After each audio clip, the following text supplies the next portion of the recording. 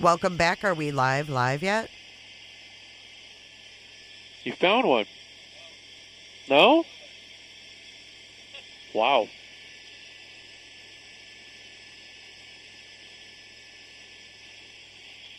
It's got to be hot Welcome back, guys. under some of that ash, though. Yeah.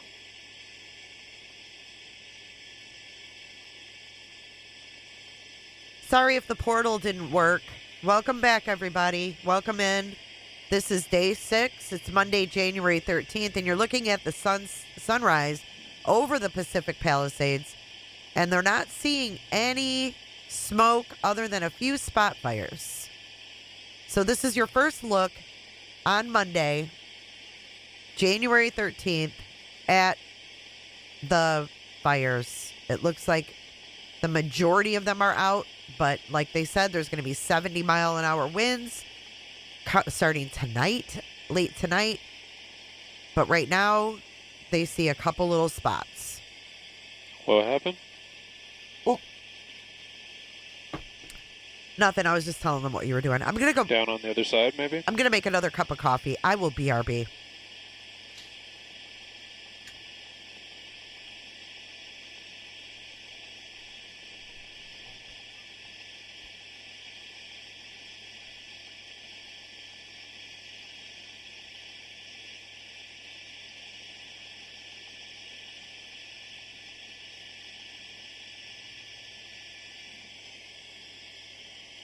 These are good. Yeah.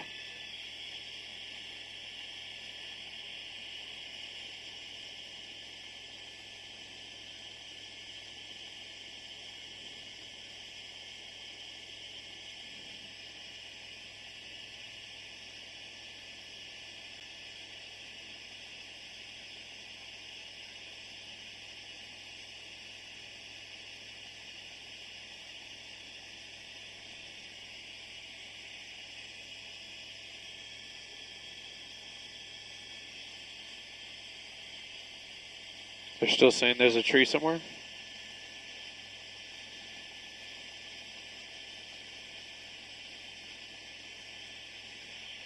Oh, they're over... Oh, but they're over mid-city.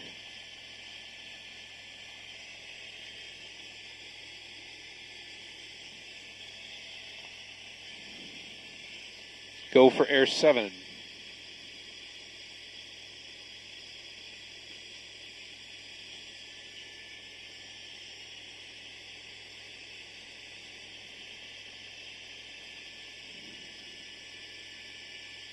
Copy that. So no hits in the 7.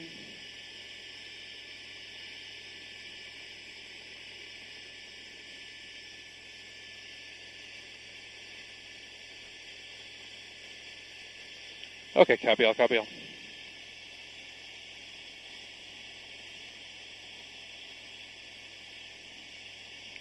Was there an earthquake? 643.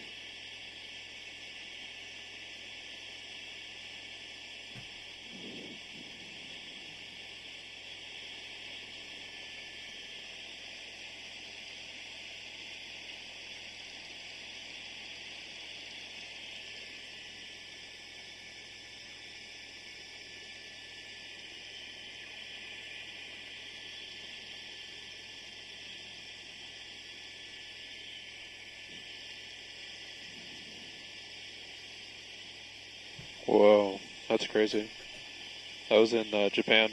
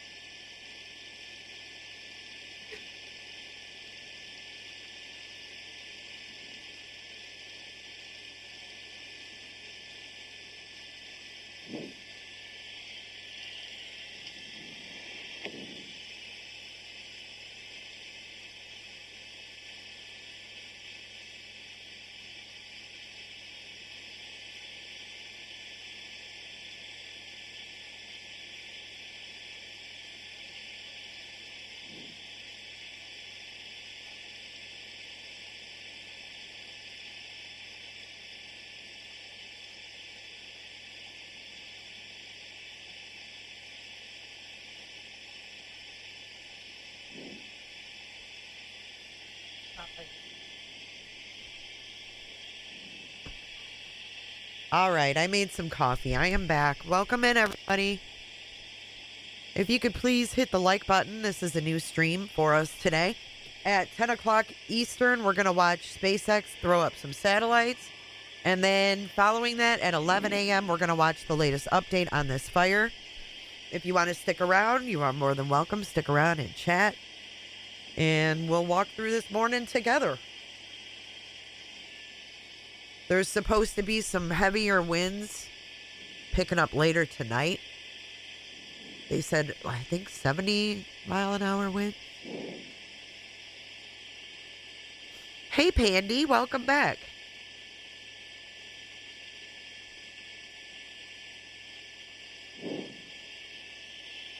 Good morning. There was a 6.8, I think, earthquake in Japan overnight, and they have a tsunami alert.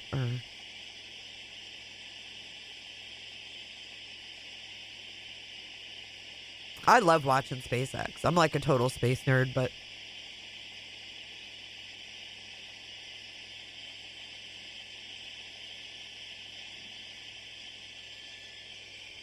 is Gold Dust here? I want to tell Gold Dust how grateful I am for my coffee maker. This is one of the best coffees I've had. She sent me Starbucks K-Cups. I'm so eternally grateful right now. Because I'm really stuffed up. I don't know if I'm getting like a sinus thing, like an infection. I don't know. Kristen Moe, welcome to Lawful Listener. Thank you for becoming a clicker today. Hey, Gold Dust, there she is. There she is. She said, I'm worried about the 70 mile per hour winds. And I'm thinking about Japanese folks with the tsunami. Me too. Debating what to do for breakfast. So Annie Jean, to give you an update. So the fires are pretty much out right now. But they don't want you to get too excited because they're still smoldering and there's still some spot fires that are popping up. I do. I love it so much, Gold Dust. So they explain what containment means. And let me explain that to you, Vinny. Good to see you, Vinny. Containment means not that they have the fire completely out.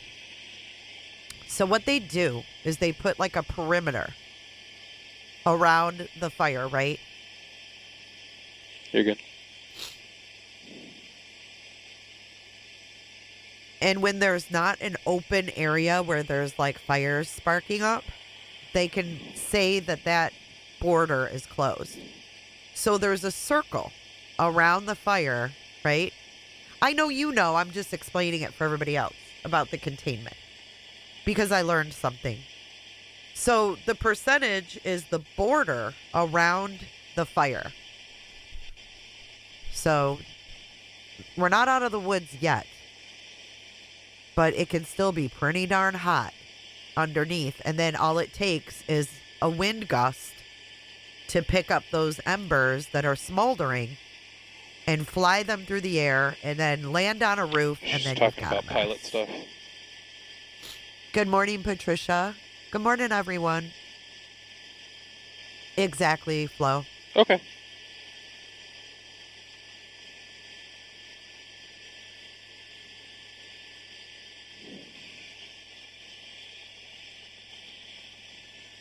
Such a beautiful area, though. Gosh, look at that view, guys. Ain't nothing better than that.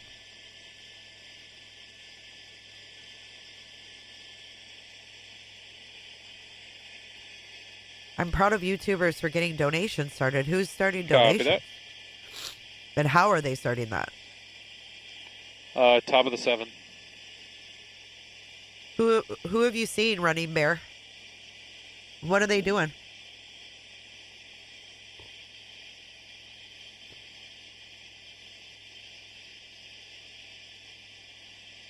Hey, This Van morning? from Mississippi. Good to see you. Hey, Chelsea. Wow. Aw, thank you. I think it's just been so dry. I never thought that I would be dry in Florida. It's so humid here, but we've had the heat on because it's cold.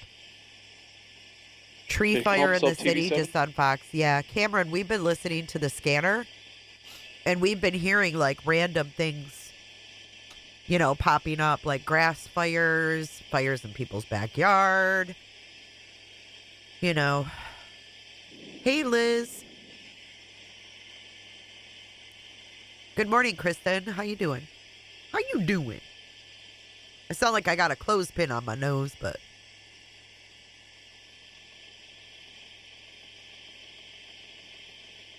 Hey, Debbie. Is it cold in the D today, Debbie? I know I'm probably going to get on y'all's nerves with my sniffing. I'm getting on my own nerves. It's not. It's not humid. You would think it's humid here, but it's not. It's complete, and we have the heat on, so it makes it so dry.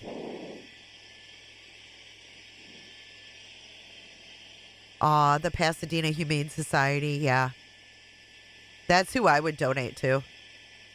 I wish I could do a fundraiser for them. I really do.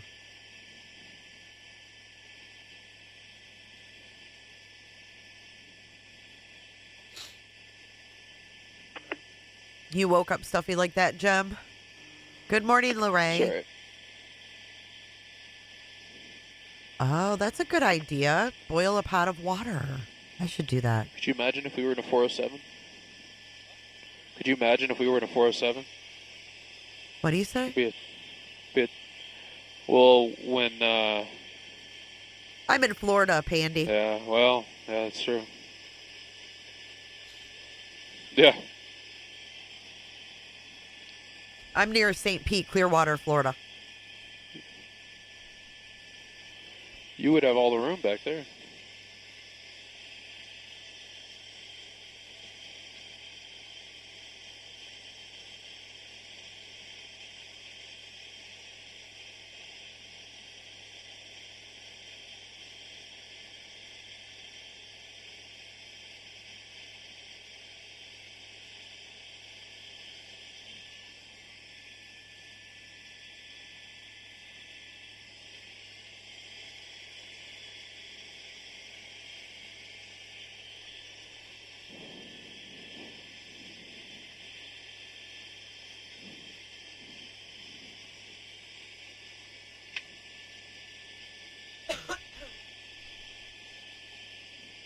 Oh, really, Island? Are you in Pasco?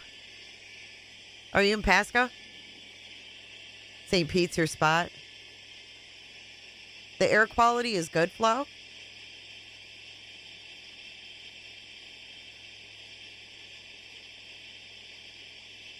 Wow. That's weird. In New York? You got bad air quality?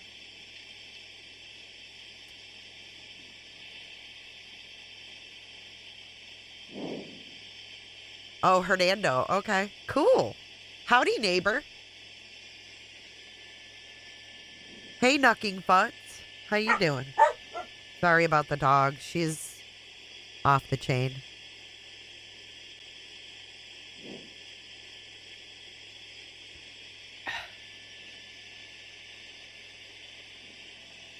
That's weird. What happened in New York to make the air quality bad up there? I can't believe how many people they have crammed in this area. Good morning, Casey. Amber Gloria coming in hot this morning. Thank you so much, Amber. Coming in hot, just like the fajita. 5 new memberships. If you received one, please thank Amber for that membership. Thank you so much for your support. I appreciate that a lot.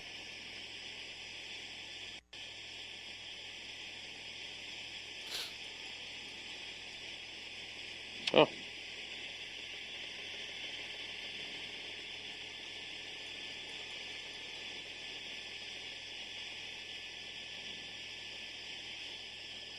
Annie, thank you so much, girl. Thank you for covering this around the clock. Been watching as much as I can. Love the scanner. Great idea. Praying for California. Thank you, Annie. Thank you. Hi, Baby D. Good morning, sweetheart. Good to see ya. Baby D.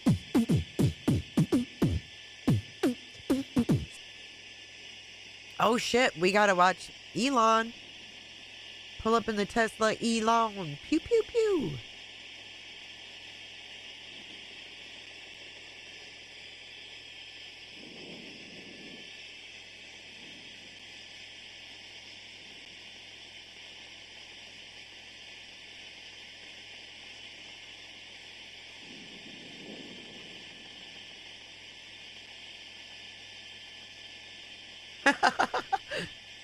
Oh my God. Hold on. Let's pull up SpaceX here.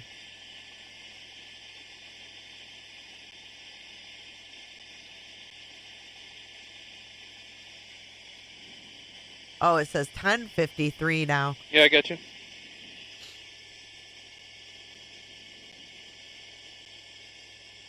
I'm Okay. sorry. I'm a space nerd, girl. We're going to dual screen this because. Thank you, What I Flow, for gifted 5 memberships. Coming in even hotter with those.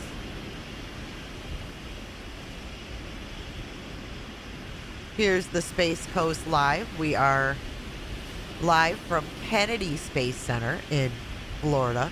You're getting full-ass cross-country news today. How does that make y'all feel? If it makes you feel good, hit the like button.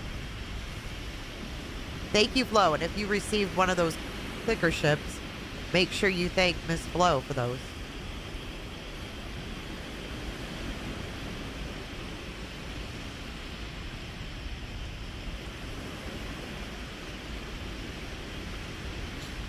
How about that? How about that? I love the space stuff. I'm just surprised that Elon hasn't provided Starlink for everybody yet. Like he did in the Carolinas, right? No one has... It makes you feel all warm and fuzzy, Melissa. Yeah, you could really see the flame retardant. You really could see it.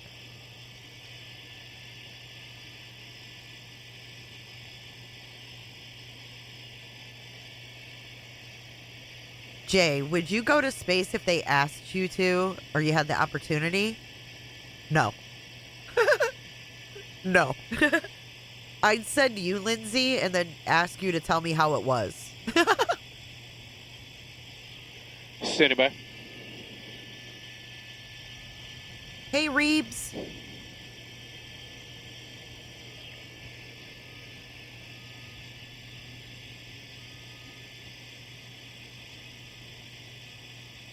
Oh, he did. That's cool. Yes, Leslie, we're getting our first look at the burn scar as sunrise happens here on this Monday morning, and you can see just the wide swath of land that has been burned from Mandeville Canyon all the way to Topanga Canyon, from Mulholland Drive to the coastline. You could see all the land that is burned so far. Fire crews are happy with the progress that they've made. We're not seeing any active flames right now. There are some hot spots that they're keeping an eye on.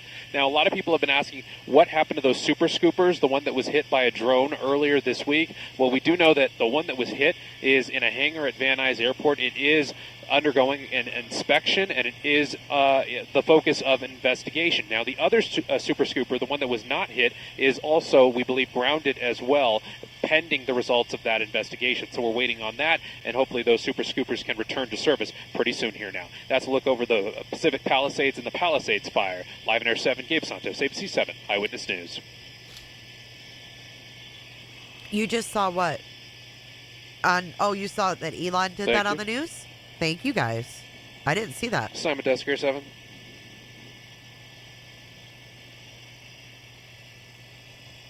Lindsay, would Did you our go hit to at space? 7, just confirming we're cleared to base, back up at 8.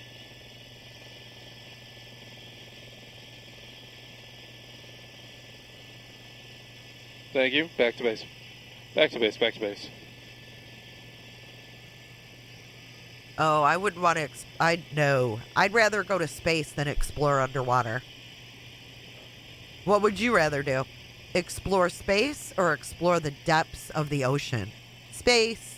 I'll take space. The depths of the ocean scares the crap out of me.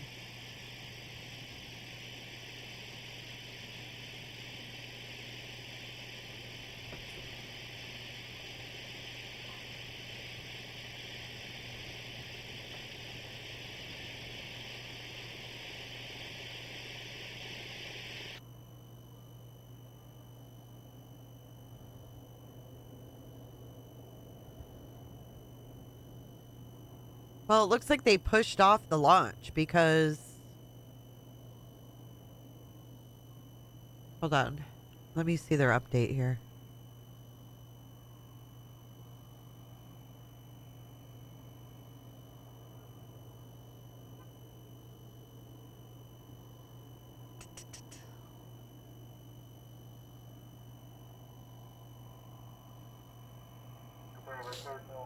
I wouldn't want to go to either, but if I had to choose the ocean or space, I'd go to space. There's some scary looking sea creatures down there, man.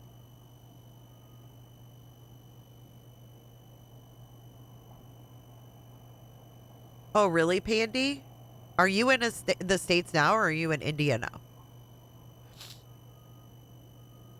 You have one fear of space. I'm terrified of open spaces. Yeah, me too. Travel abroad. I get anxiety in wide open spaces. Do I know if Trump is visiting California? Gavin is mad he didn't return his call. Yeah, I don't know. I haven't heard anything about that.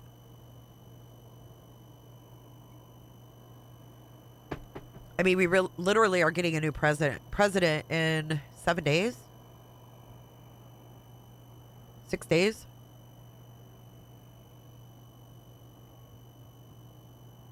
I guess we're losing that view, so.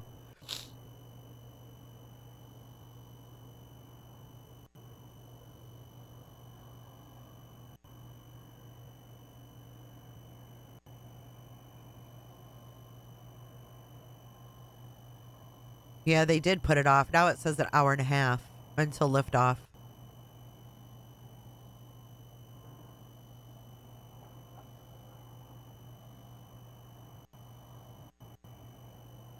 I guess we'll come back to that.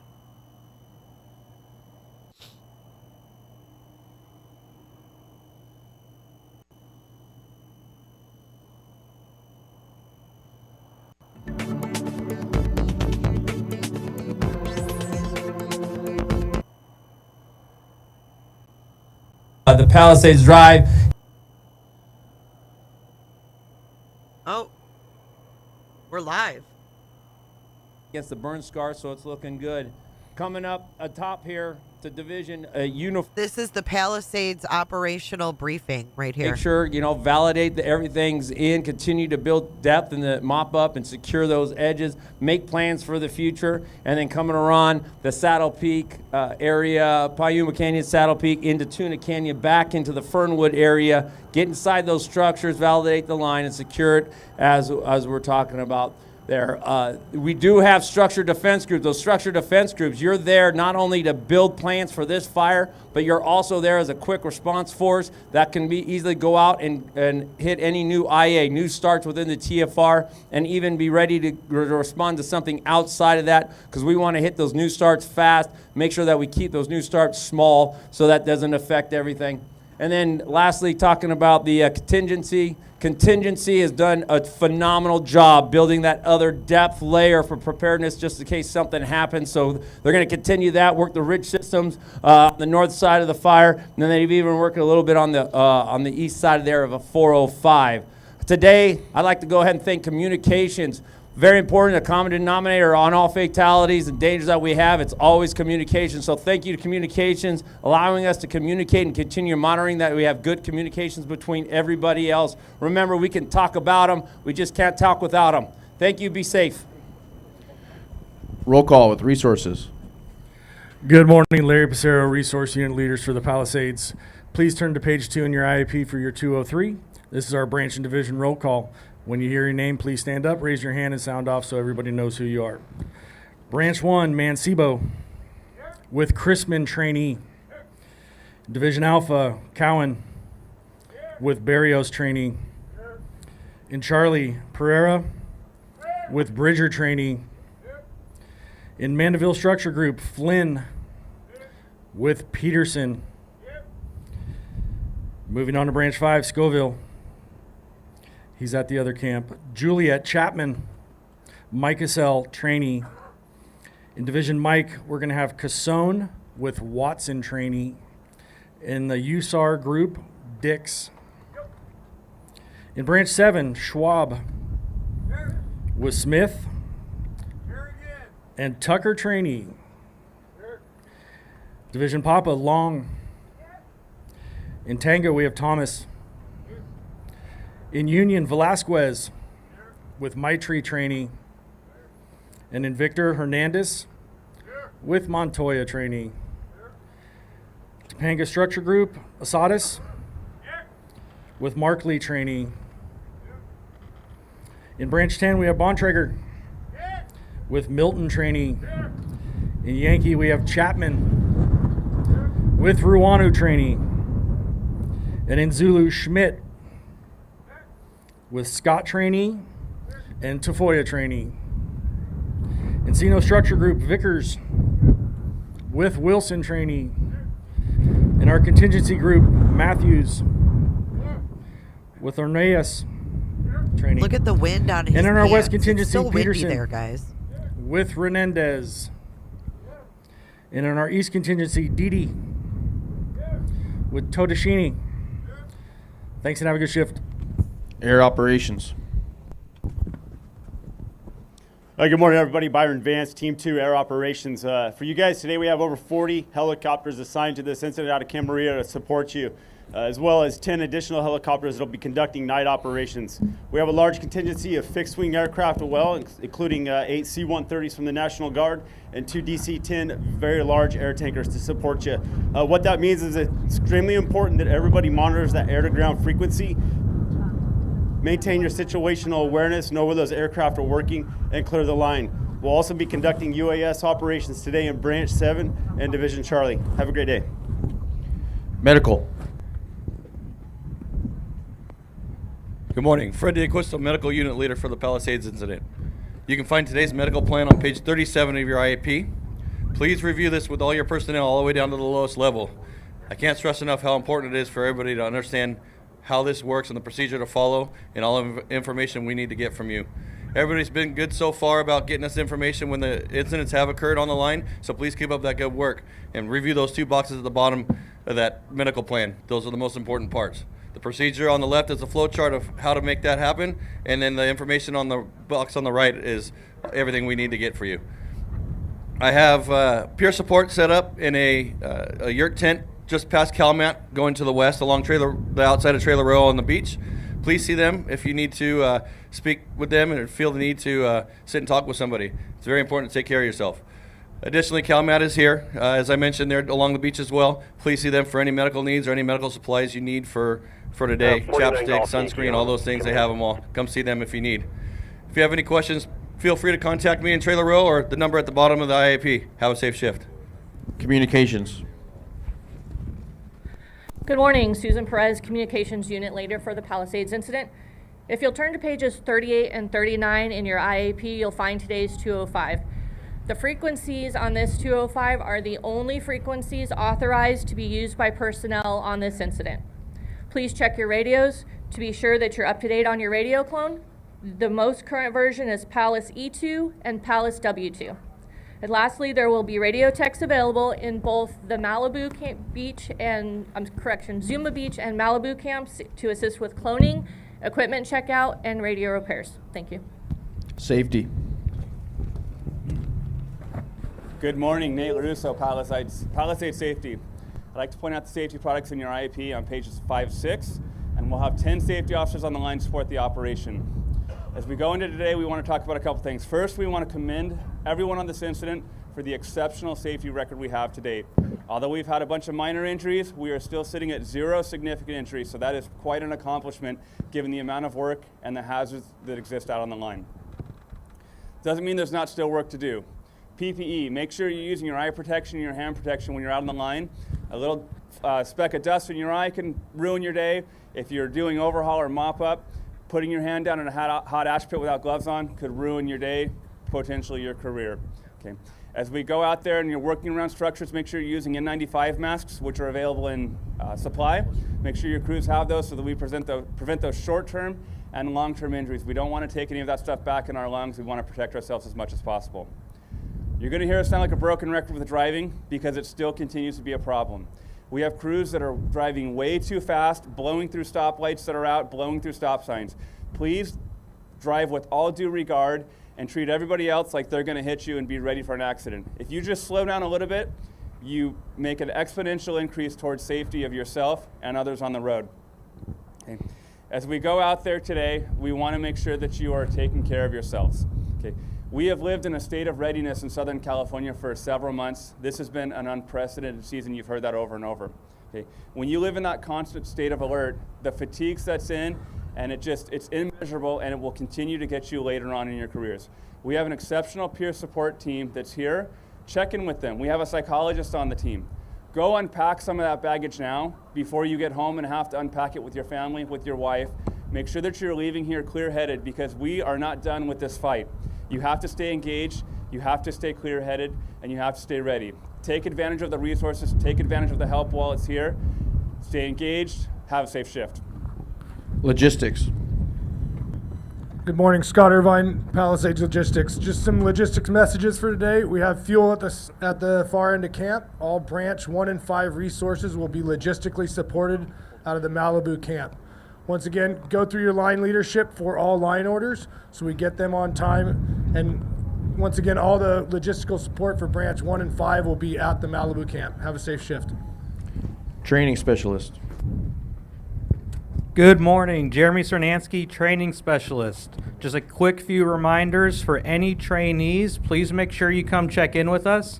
Bring your initiated task book and your qualification card. We can be found across from the Motels trailer on Trailer Row. Any evaluators, please make sure you're continuing to work on the 225 and eval page in your trainee's task book. If you have any questions, please come find us. We'll be available and we'll be here for quite a bit. Thank you. Announcement from finance. They want you to take a look at that finance message that's in your IAP.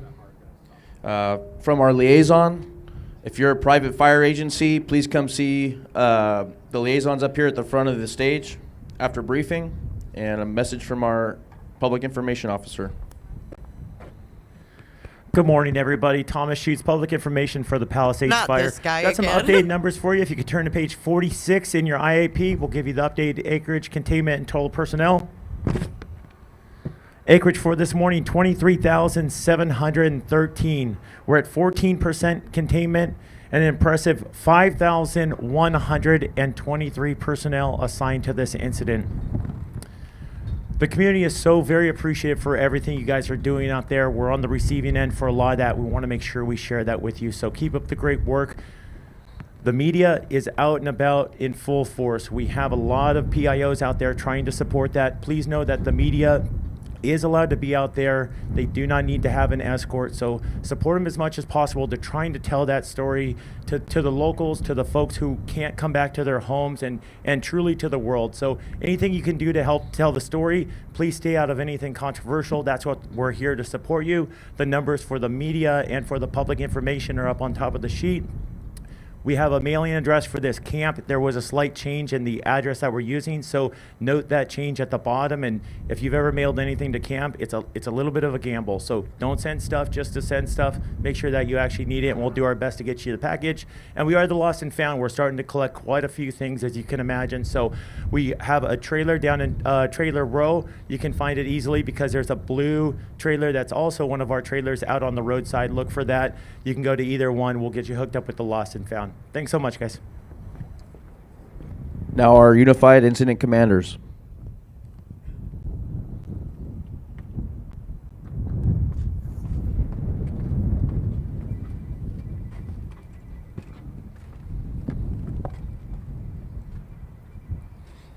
Well, good morning. Jim Hudson representing your Palisades Incident Management Team Incident Commanders.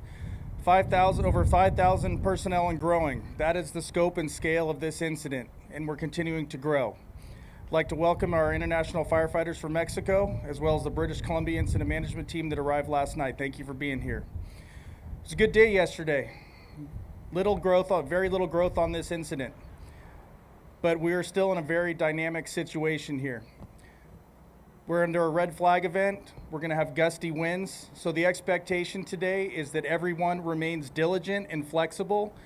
We expect that any flare-ups or hot spots are addressed aggressively and safely. And as we're out here today, please remember that we are also going to support any new and emerging incidents in this area. So as you go out today, remain diligent, remain flexible, and most importantly, make sure that you are briefed on your alternate and contingency plans should we see any significant changes in the weather or have to respond to new areas in or around this incident. Everybody's doing an excellent job here. We've seen very little fire growth percentile-wise since Friday. The majority of this fire occurred before Friday morning, and that's because of the hard work you're doing. Keep it up. The expectations will stay the same, that we remain aggressive and safe, and we'll get through this. So thank you.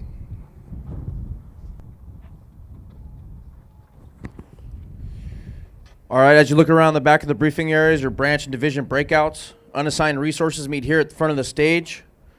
Cooperators meeting at 1000 hours and a planning meeting 1700 hours back here at this stage. Next operational briefing be at 0700 here at the main stage. Have a good shift.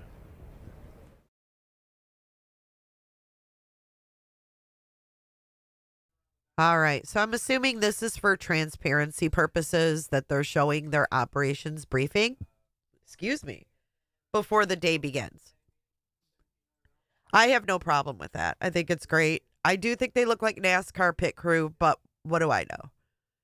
So we're going to head over to, let's see here.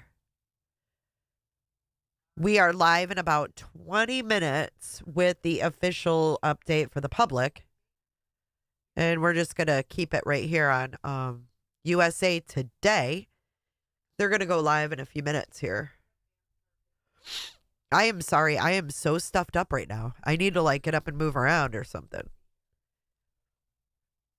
But this is going to be our update in 20 minutes. Let me get our chat back on the screen for you guys. There is no air fight in the air right now. Good morning, Miss Potato.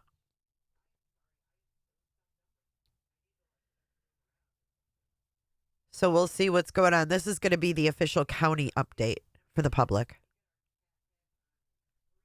The handle stash, yeah, it totally looks like a pit crew. Oh, girl, I am so congested and my cheeks hurt. So I'm thinking maybe I'm getting a sinus infection. Awesome. Karen Crawford, thank you for subscribing. But welcome in, everybody. Feel free to chat. I'm going to turn the scanner on while we wait for this press conference to begin. I want to hear what's going on. So let's flick over to our live scanner while we wait for this. Engine 6 grab fire, western cross of Palos Verdes Drive north. Quinn 15, BLS traffic collision 11550 South Santa Cruz. Please hit Avenue. that like button if you haven't yet. This will push this out into the algorithm for me. Thank you so much. We've got, we're waiting on SpaceX down here.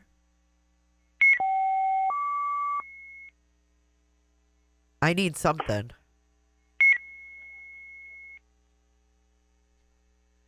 Aw, thanks, Flo, for being here.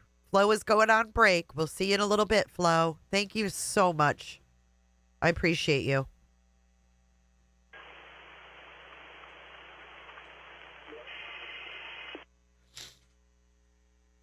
I've been using Flonase, and it's not helping. Palisades Communications, the operations on Command U1. I did see that, Lola. That was a few days ago where she just stood there. Palisades Communications.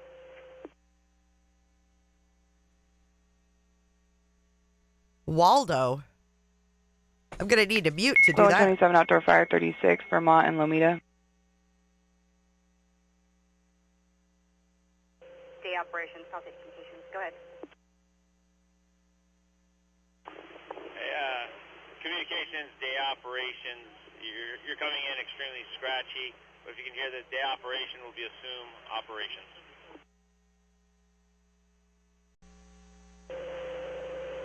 Day operations, Palisades Communications. Copies. Pandy, why does it do that? Why does it say undefined? I don't know anything about it. But Jay, boil water and put a towel over your head. I don't have any Vicks vapor rub. Hey, ST, thank you for becoming a member of my channel. I appreciate the support. Thank you so much. Oh, One-Eyed Flo.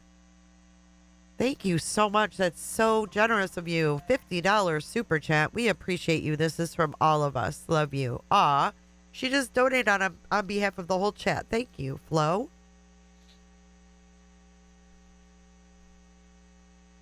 Thank you so much. Enter Squad 37, difficulty breathing, 212-587 and Q6. I know. She comes in with the big one. Thank you so Engine much. 244, Squad 32, injury less, 2604 Markwood Street. Flo, that's not taking a break, someone said. Aw, Crazy Acres, thank you. I really feel for people, you know, that's why I cover things, and once I start covering something, I can't just stop. Like, how do you just stop and go, oh, okay, forget about it, we'll move on to something else? Like, I literally was not following any, like, crazy new news story. The Sebastian Rogers missing teen case was really getting crazy. So it's actually a nice little break from that. 19 months. I love you too, Jams. Jammers. Thank you for your support. You know I love you. To the moon. To the moon. Good morning, Helen. Flo always comes in hot. Like, I don't think she knows any other way to come in. Jackie Bushable Baked Beans. Thank you so much for your super chat. I appreciate you. Coming in hot, just like the fajita. Can you tell me, though, Pandy, why it says undefined? Because that's all through Streamlabs. I don't do that. Hey, Waldo. Thanks for being here, dude.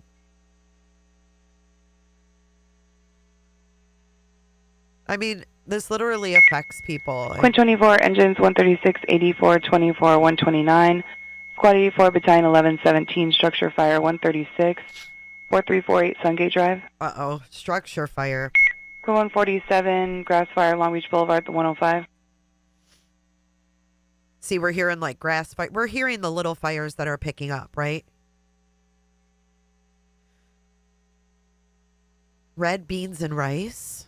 Sounds good. Josie, thanks for being here. The folks at Streamlabs seem to have messed up in the program. Who the hell knows, Pandy? Are you really, Suzu? I hope you get some relief. I'm going to actually boil a pot of water. That's a good idea.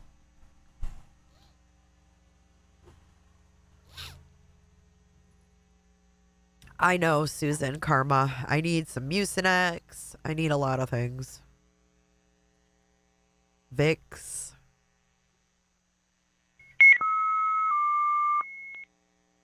Oh, God. Just reading the word wasabi made my nose clear up, Kelly. I have a funny story. Let me tell you guys a funny story about wasabi. Okay. So here's my ditzy ass, right?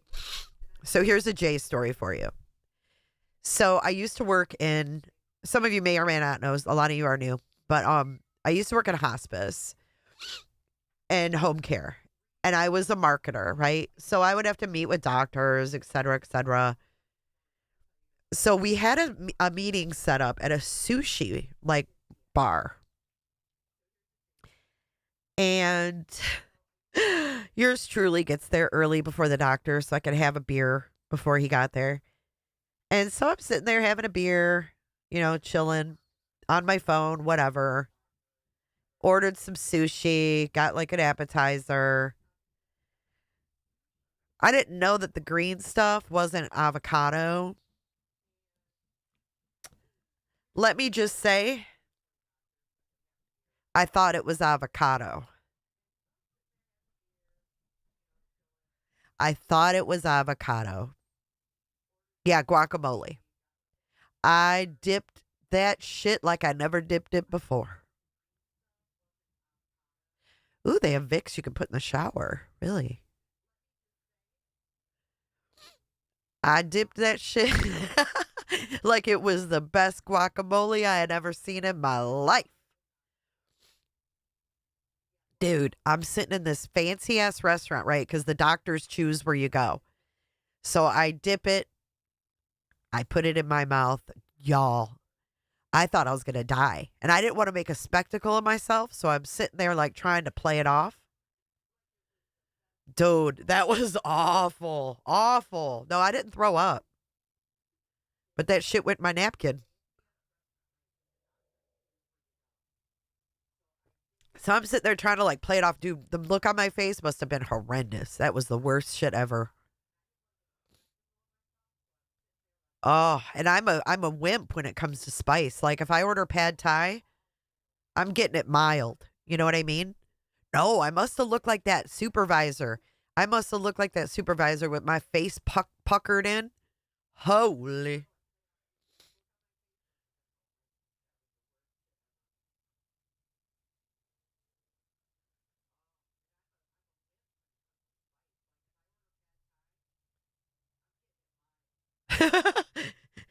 Big old mouthful of wasabi. I was like, what is that shit?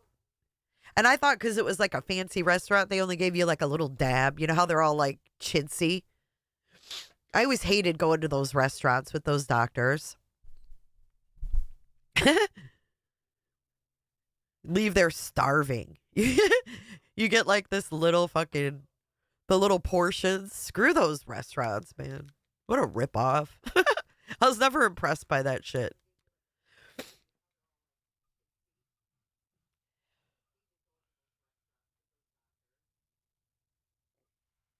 Oh, no, Texas. Texas was on a cruise ship, thought it was guacamole, took a huge spoonful. Oh, shit. Just talking about it has made me clear up a little bit.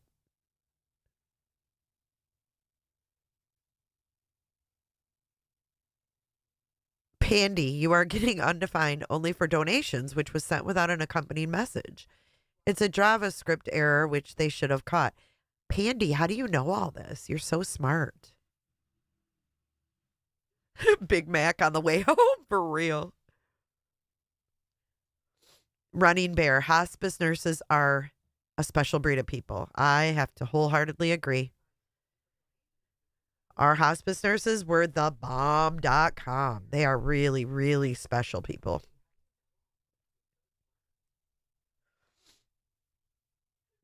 Yeah, our Flobo was a hospice nurse.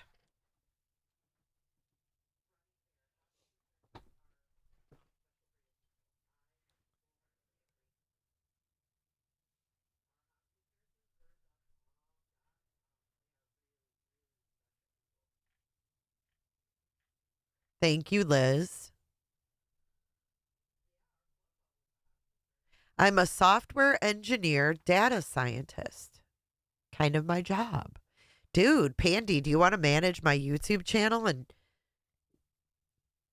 blow me up?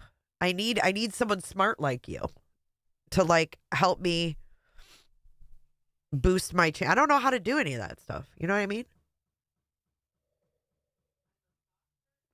I need a manager. Let me be like that Twista song. Let me be your manager. Positive thinker Helen coming in hot with 11 months on the channel. I love you, Helen. Thank you so much for your support.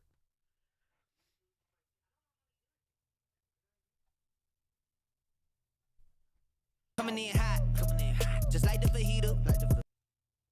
You work at YouTube? Are you serious, Pandy? What do you mean you work at YouTube? Dixie, it's good to see you. Thank you so much.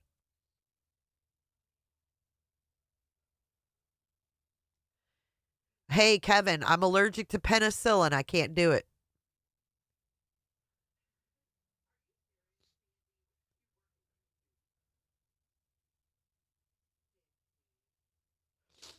ST says you don't need a boost. People will find you.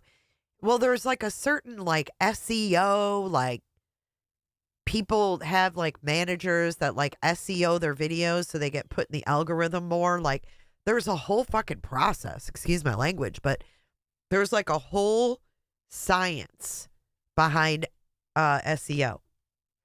And I don't know it. Good morning, Robot.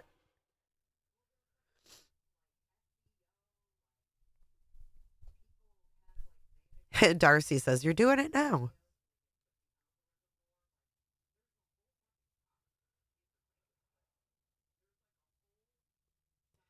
Yeah, I'm allergic to penicillin, so antibiotics are tricky for me. I can take like the Z-Pack. The Z-Pack works wonderful. Can I give a tip? But I'm not a know-it-all.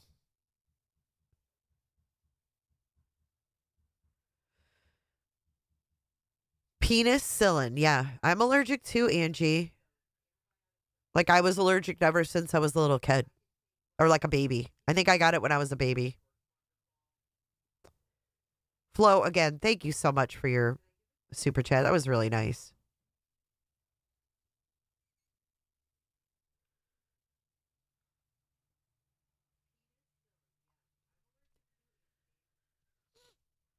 Good morning, Evelyn. Good to see ya. We have about 7 minutes until the official press conference opens up, I guess. Ryan Apple Snapple, good to see you. Marty, good morning.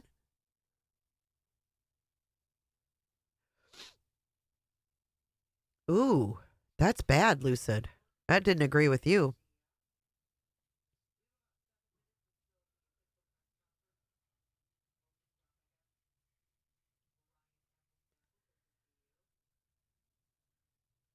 There is a tip jar line that we have, the J for J411.live, where all of the tips go straight to me. You can use PayPal or a debit card if you want to tip that way. Just giving you guys some options. I appreciate it.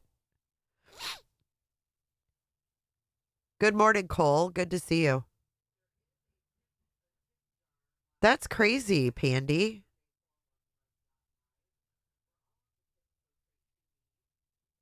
You played keyboard for the hospice. Oh my God, I loved our music therapy.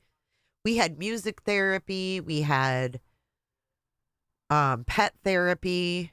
I worked for a really good hospice company, I must say. We provided a lot of like secondary services. We did memory books with patients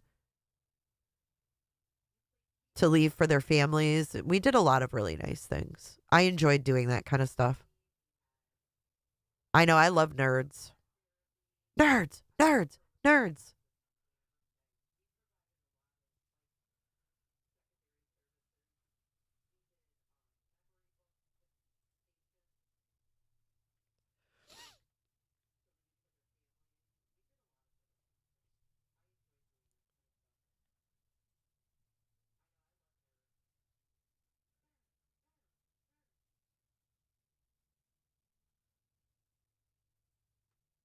Oh, you know what we did one time that was really cool?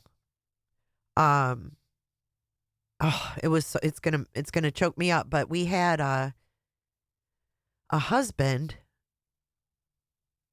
who wanted our music. He was on our services on hospice. He was terminally ill, and he wanted the music therapist to play the wedding song that he and his wife from their wedding. This is an elderly man. And the music therapist went there, played it on his keyboard, and they were able, he was in his bed, and they hugged and like danced. Isn't that sweet? That was like the sweetest thing.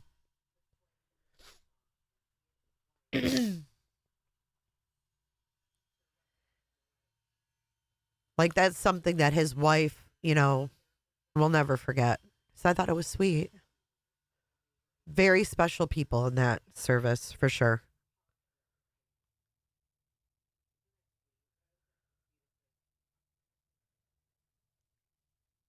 And like, that's what I think hospice is about. It's about those extra things and making people, have dignity and memories and stuff. I just think we really I don't know. I worked for a good company. We weren't just like in and out, we did a lot of extra stuff, and I really enjoyed that. But I don't think that I want to get back into that.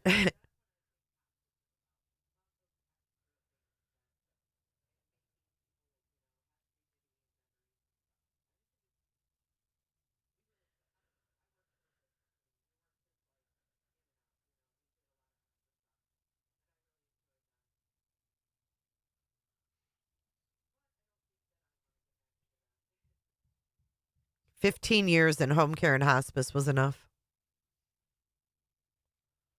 Nobody else is giving these meetings any coverage, really?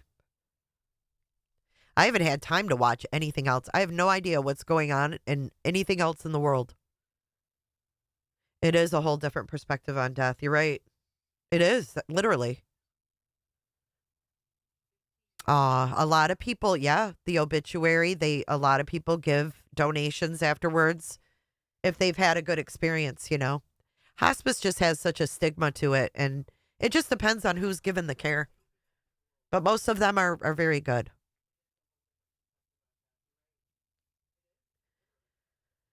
It's hard. You are where you need to be. You're a good advocate. You're a great advocate. Thanks, Flo. I'm surrounded by a lot of like-minded people here. Look at Mrs. Camaraderie. My mom was in hospice when I was a kid. They took great care of us. Donna, our hospice nurse, was so special. Oh.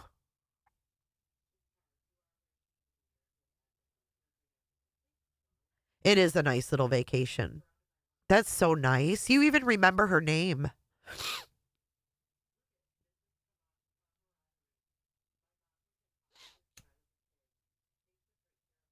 That's terrible, Robin.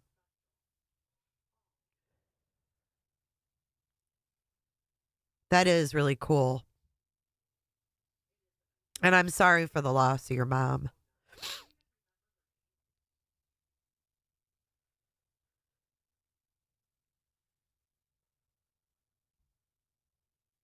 Yeah, we talked about the Japan thing earlier, Cricket. It's crazy.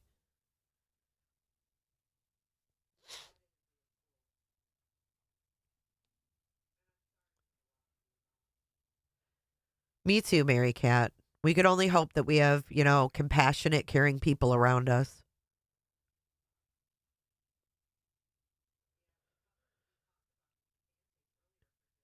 Yep, we would follow them for 15 months after, unless they told us not to. We had support groups. We did a lot of amazing things with vets. I loved working with the vets. We had like a veterans program, and we would present them with certificates. I can't tell you how many Vietnam vets, World War II vets, Korean War vets that I came across that were never thanked. That it was their first time being thanked. Yeah, I'm okay. I'm just stuffed up. I got a sinus thing going on. But they were never thanked. And it was just like, wow. And they would literally like be in tears. These grown men in their 80s, 90s would be in tears being thanked because no one ever thanked them ever. And it's just so sad to think that, soldiers have gone through their life like being shamed, feeling shamed. It's amazing to me. But the good thing is They were able to be thanked before they died. And that's what mattered. We're waiting for the press conference, guys. It's supposed to start at 11.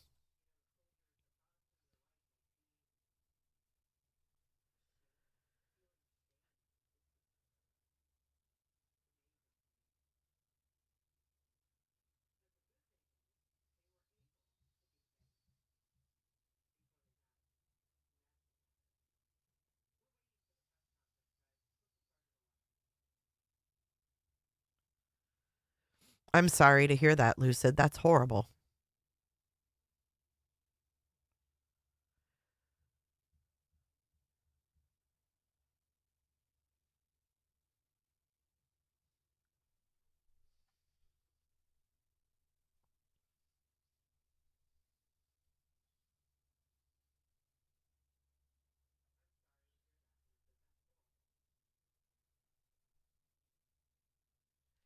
What? Now they say there's no threat of tsunami. Look.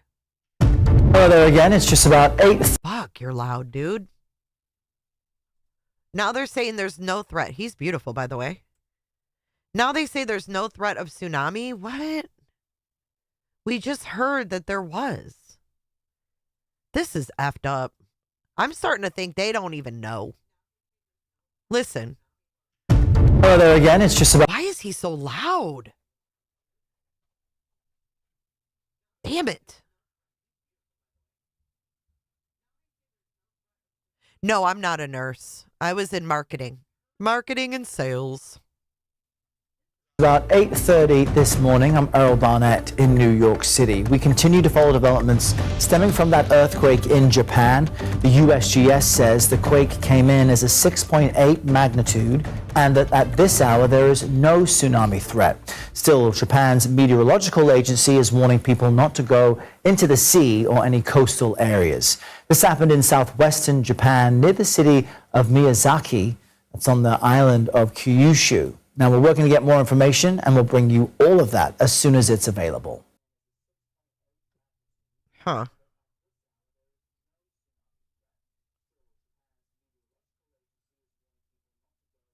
Well, this is 8 minutes ago.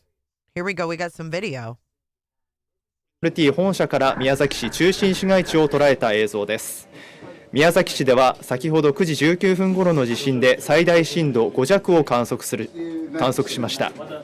その高さは1メートルと出ていますが、これよりも高くなったりまた低くなったりする可能性があります。こちらは地震発生当時の MRT 車内の映像です。こちらも地震発生当時宮崎市役所の映像です。こちら車内に来るまでのMRT 本社から宮崎市中心市街地を捉えた映像です。宮崎市では先ほど9時19分頃の地震で最大震度5弱を観測しました。長い横揺れを感じました。こちらは地上7階建てのビルの屋上からの映像です。その高さは1メートルと出ていますが、これよりも高くなったりまた低くなったりする可能性があります。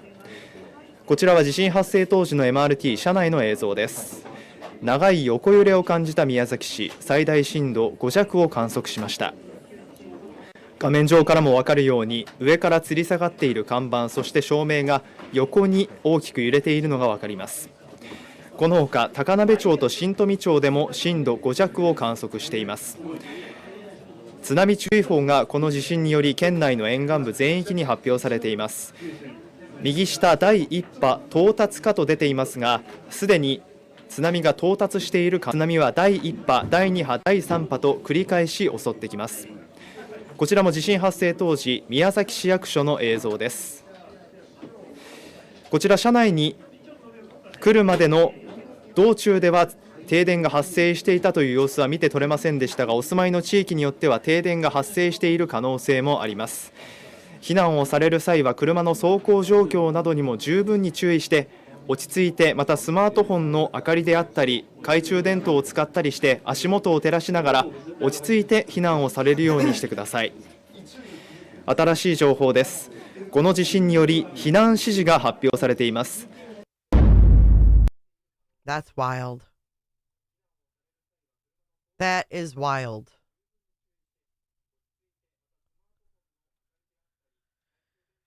There's too much going on. We've got a Pentagon press thing. We got a White House press conference.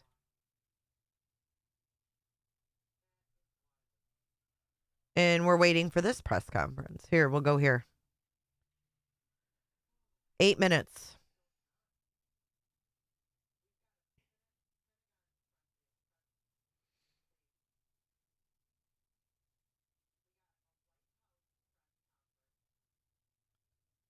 Really, Cricket? Is it eye-opening or?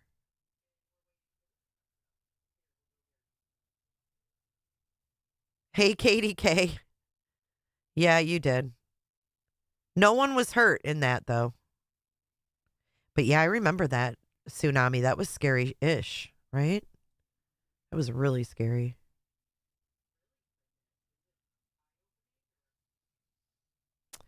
I don't know. Pentagon briefing. We got all kinds of ish going on.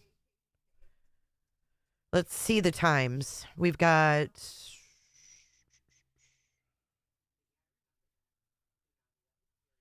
celebrities raid their closets to help people displaced.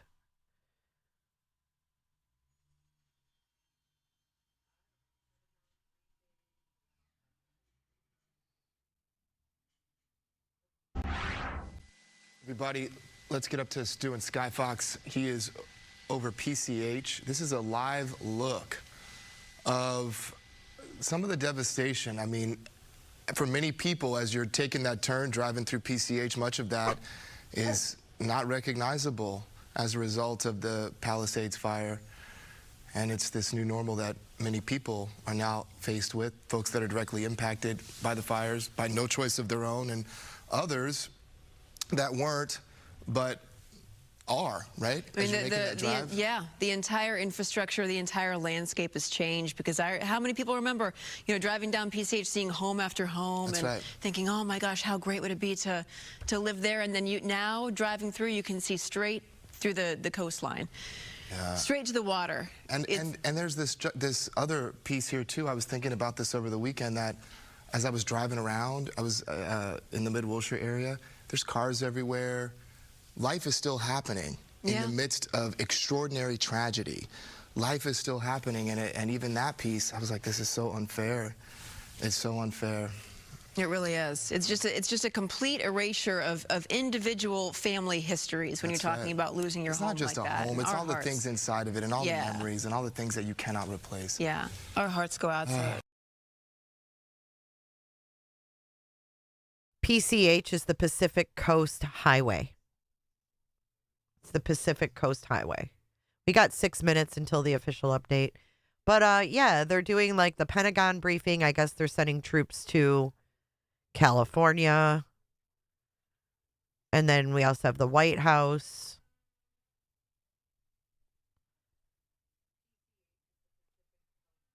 They're doing this at the same time.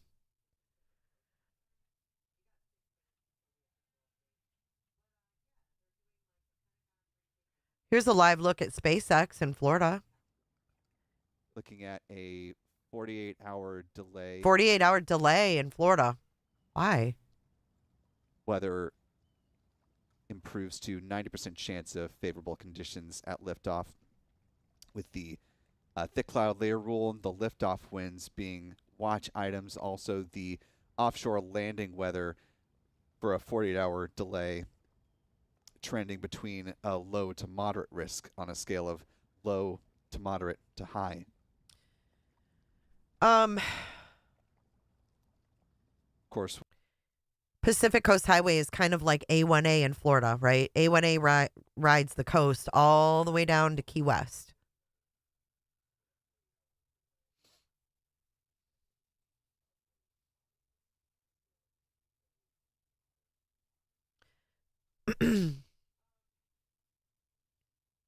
They did report this morning, too, that they're expecting 70-mile-an-hour winds.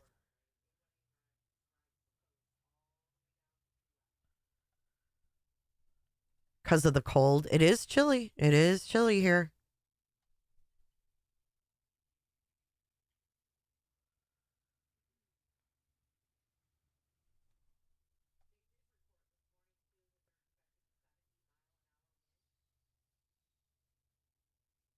It still says T minus 51 minutes, though. I don't know.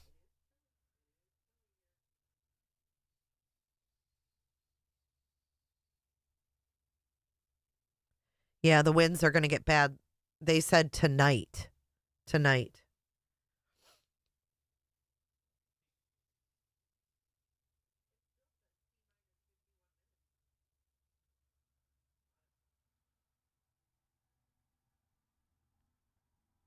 Three minutes until this presser's about to begin.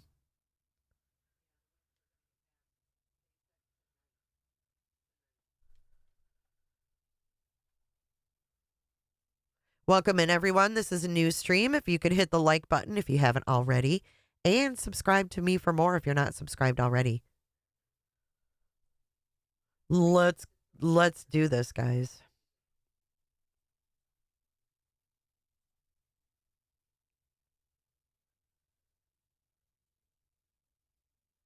We are just shy of 112,000 subscribers. That is amazing. Thank you, guys.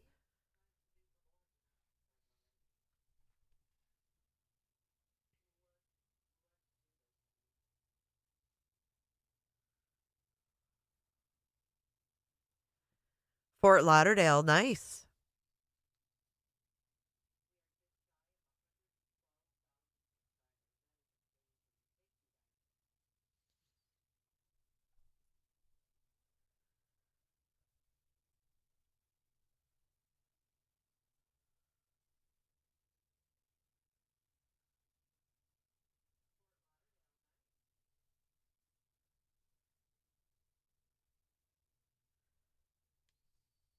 Thank you for being here, Heather. I know a lot of people share those sentiments because of the poor, lack of planning, right?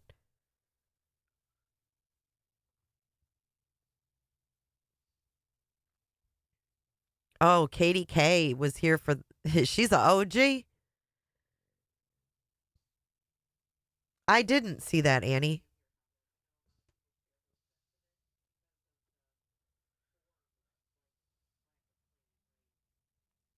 Melissa B.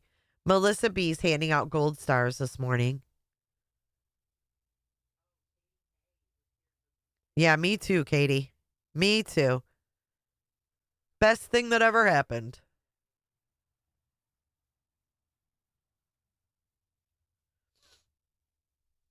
The press conference should begin in about a minute. Marty, thank you so much. You bring comfort in sharing all this. I'm so glad. If I can help anybody, it's worth it. Because you know what? I've been in a position with the hurricanes, and it's freaking scary, man. It's scary. Thank you, Marty.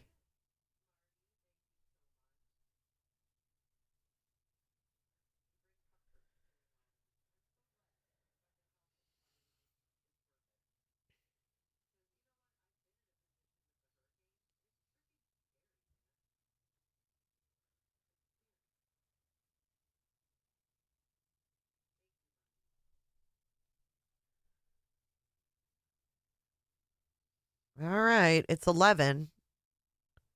I have two dogs. They're golden retriever and husky mixes. Yes, ma'am. Pentagon briefing is live. Look at Florida being all prepared. Look, they're doing a live stream. Here's what Floridians need to know ahead of wildfire season. DeSantis. Look at DeSantis. All being prepared. Thank you for being such a good governor, DeSantis.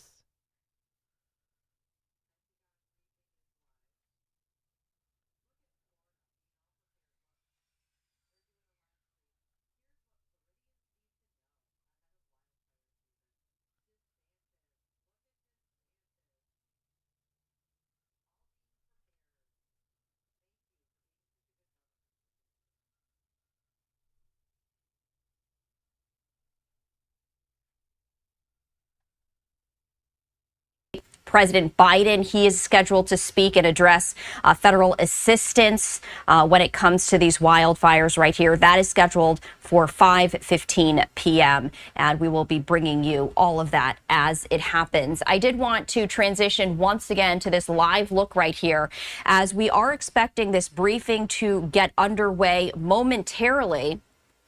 And of course, as soon as we see any sort of movement towards the podium, we of course will bring that to you live, as we are expecting to hear from a number of speakers. And you can see that folks are now entering into the room right here. And we are going to be sharing all of those updates with you. 7 speakers in all, at least that is on the schedule.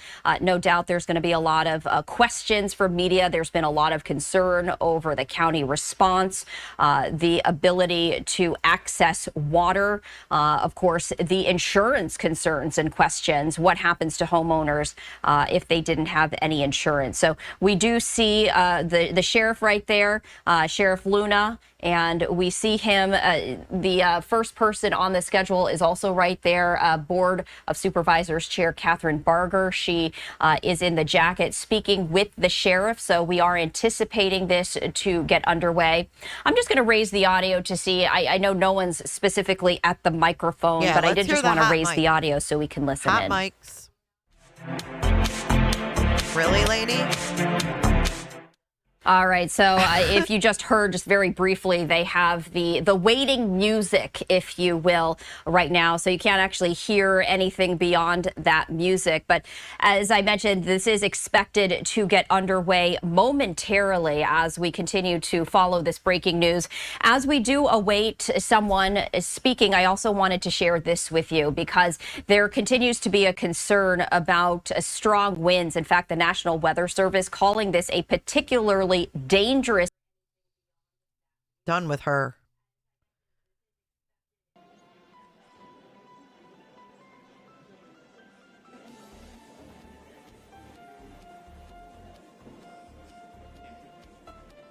Oh, look at this staged photo op here. Let's look like we're friends.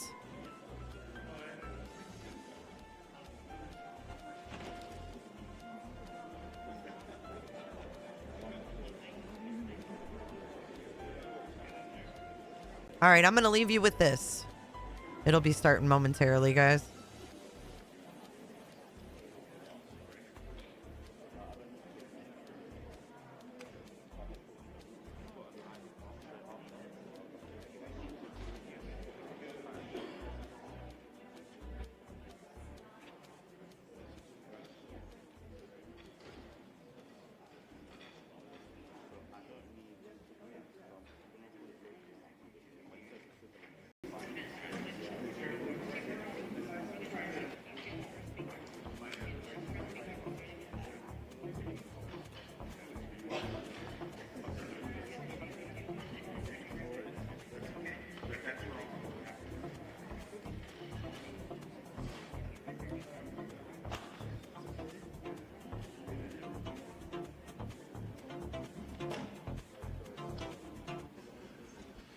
So good morning. My name is Ashton.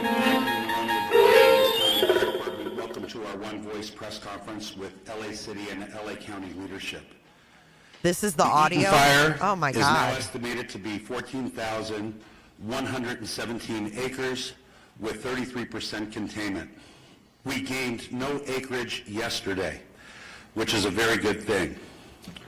We know that over 7,000 structures are damaged or destroyed, and we have 3,408 firefighting personnel assigned to the incident.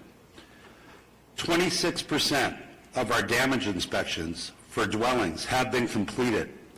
Impacted residents may visit recovery.lacounty.gov to view preliminary maps showing damage assessments.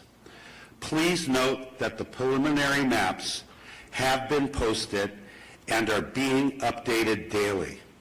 If there is not a color icon on your address, it means the building has not yet been inspected. Severe fire weather conditions will continue through Wednesday. Please be assured that all fire departments and all law enforcement agencies in the area will be prepared.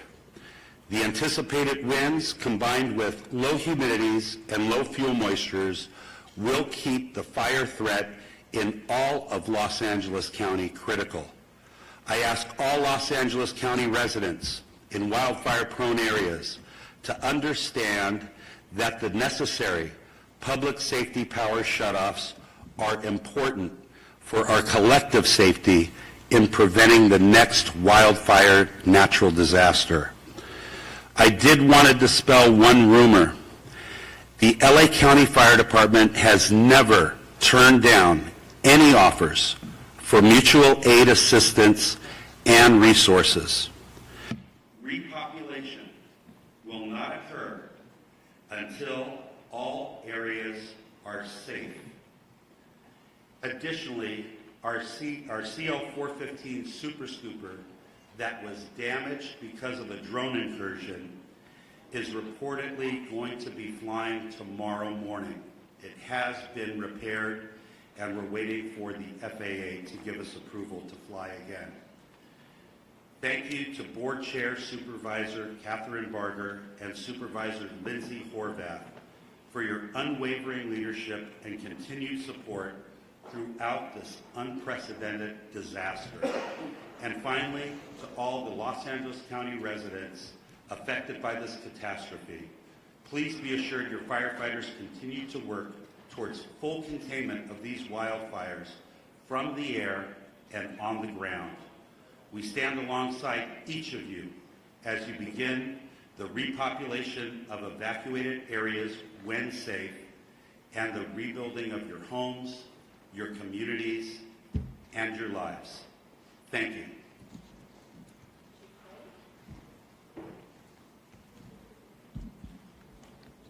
Good morning, everyone. Kristen Crowley, Los Angeles City Fire Department Fire Chief. I'll just start off with just a moment to share with everybody out there that's been impacted by these wildland fires that the entire LAFD family, sworn and civilian, our city family, Mayor Bass, city leadership, everybody, our thoughts and hearts and prayers go out to you as we continue to push forward and mitigate this emergency. We understand the impacts, and we're working and will continue to work very, very, very hard for everyone.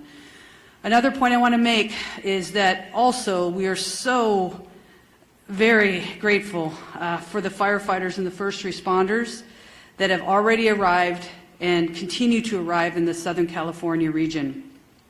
We absolutely know that we cannot do this on our own, and we are tremendously appreciative of all of your continued support. As the increasing wind event is upon us as we speak, the Los Angeles City Fire Department has maximized our resource capabilities and response capabilities. All available LAFD resources have been staffed. I have strategically pre-positioned engine strike teams and task forces which are dedicated to rapid response for any new fire that breaks out in the city. In addition, I've directed the Fire Prevention Bureau to augment wildfire patrols in high hazard areas. The Palisades fire, your LAFD remains committed to this fire, and we have a significant number of engines that have been dedicated to this fire. The crews that are involved, we have crews from up and down the state, outside of the state, have made excellent work overnight, mopping up flare-ups and hotspots. Their primary focus last night was on the Mandeville Canyon area, and this fire is now at 23,713 acres with 14% containment, with 5,123 personnel assigned to the Palisades incident. Firefighters will continue to work diligently throughout the day to increase containment and prevent further fire spread. Again, I want to focus my comments on the amount of resources that are here in the Palisades, from the first responders all the way up to our incident command teams. Again, we're going to keep working really, really hard for you. Just a brief comment on the Hearst fire. It's been held to 799 acres with 95% containment. Again, thank you to the community members that are out there for remaining vigilant. We're not in the clear. I want to make sure of that. We are not in the clear as of yet, and we must not let our guard down. As we have right now extreme fire behavior, and we need to make sure that the community is staying updated with the most information, updated information as well. Follow all evacuation warnings and orders without delay. And please, please stay safe. I would now like to introduce our next speaker, and that is Sheriff Luna. Thank you. Robert Luna, Sheriff of Los Angeles County. Regarding our deployment, we still have well over 1,000 of our Los Angeles County deputies out there working on 12-hour shifts. We have 172 California Highway Patrol officers. I'd like to thank the commissioner who was with me yesterday, Sean DeRee, for all of his assistance. I also want to thank Major General Beavers. I was with him as well, and he has fortunately been able to increase the amount of National Guard assistance that he is giving us to up to 600. And he told me yesterday if we need more, we can ask for more, and we are strategically looking at that, analyzing it, and will ask as needed. Evacuations, we have approximately, and this is some good news because it's dropped, we have over 92,000 people who are under evacuation orders and approximately 89,000 people who are under evacuation warnings. I want our community to know this, and Chief Maroney did talk about this for a second. In every conversation we're having about evacuations, warnings, whether they're going to implement them or take them away, the conversation about repopulation is on all of our minds. I know that we are attending, staff's attending community meetings, whether they be out in the Palisades Fire area in Malibu for us at LA County Sheriffs, in the Altadena area. We are hearing our community loud and clear, and we want to get you in there as soon as possible. But I want to reiterate what is holding us up. This is very important. We are still, for the Altadena area, we are in the third day of grid searching. It is a very grim task, and we, unfortunately, every day we're doing this, we're running across the remains of individual community members. That is not easy work, very sad to report, and I believe that work is not only going to continue, but I believe will continue to find remains. So please be patient with us. People are saying, I just want to go look at my house and I want to see what's left. We know that, but we have people literally looking for the remains of your neighbors. Please be patient with us.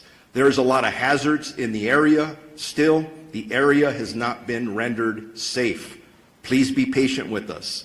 And then we have the potential of crime scenes. And I'm not saying that's what it is. I'm just saying we have to think ahead because we can't go back from that.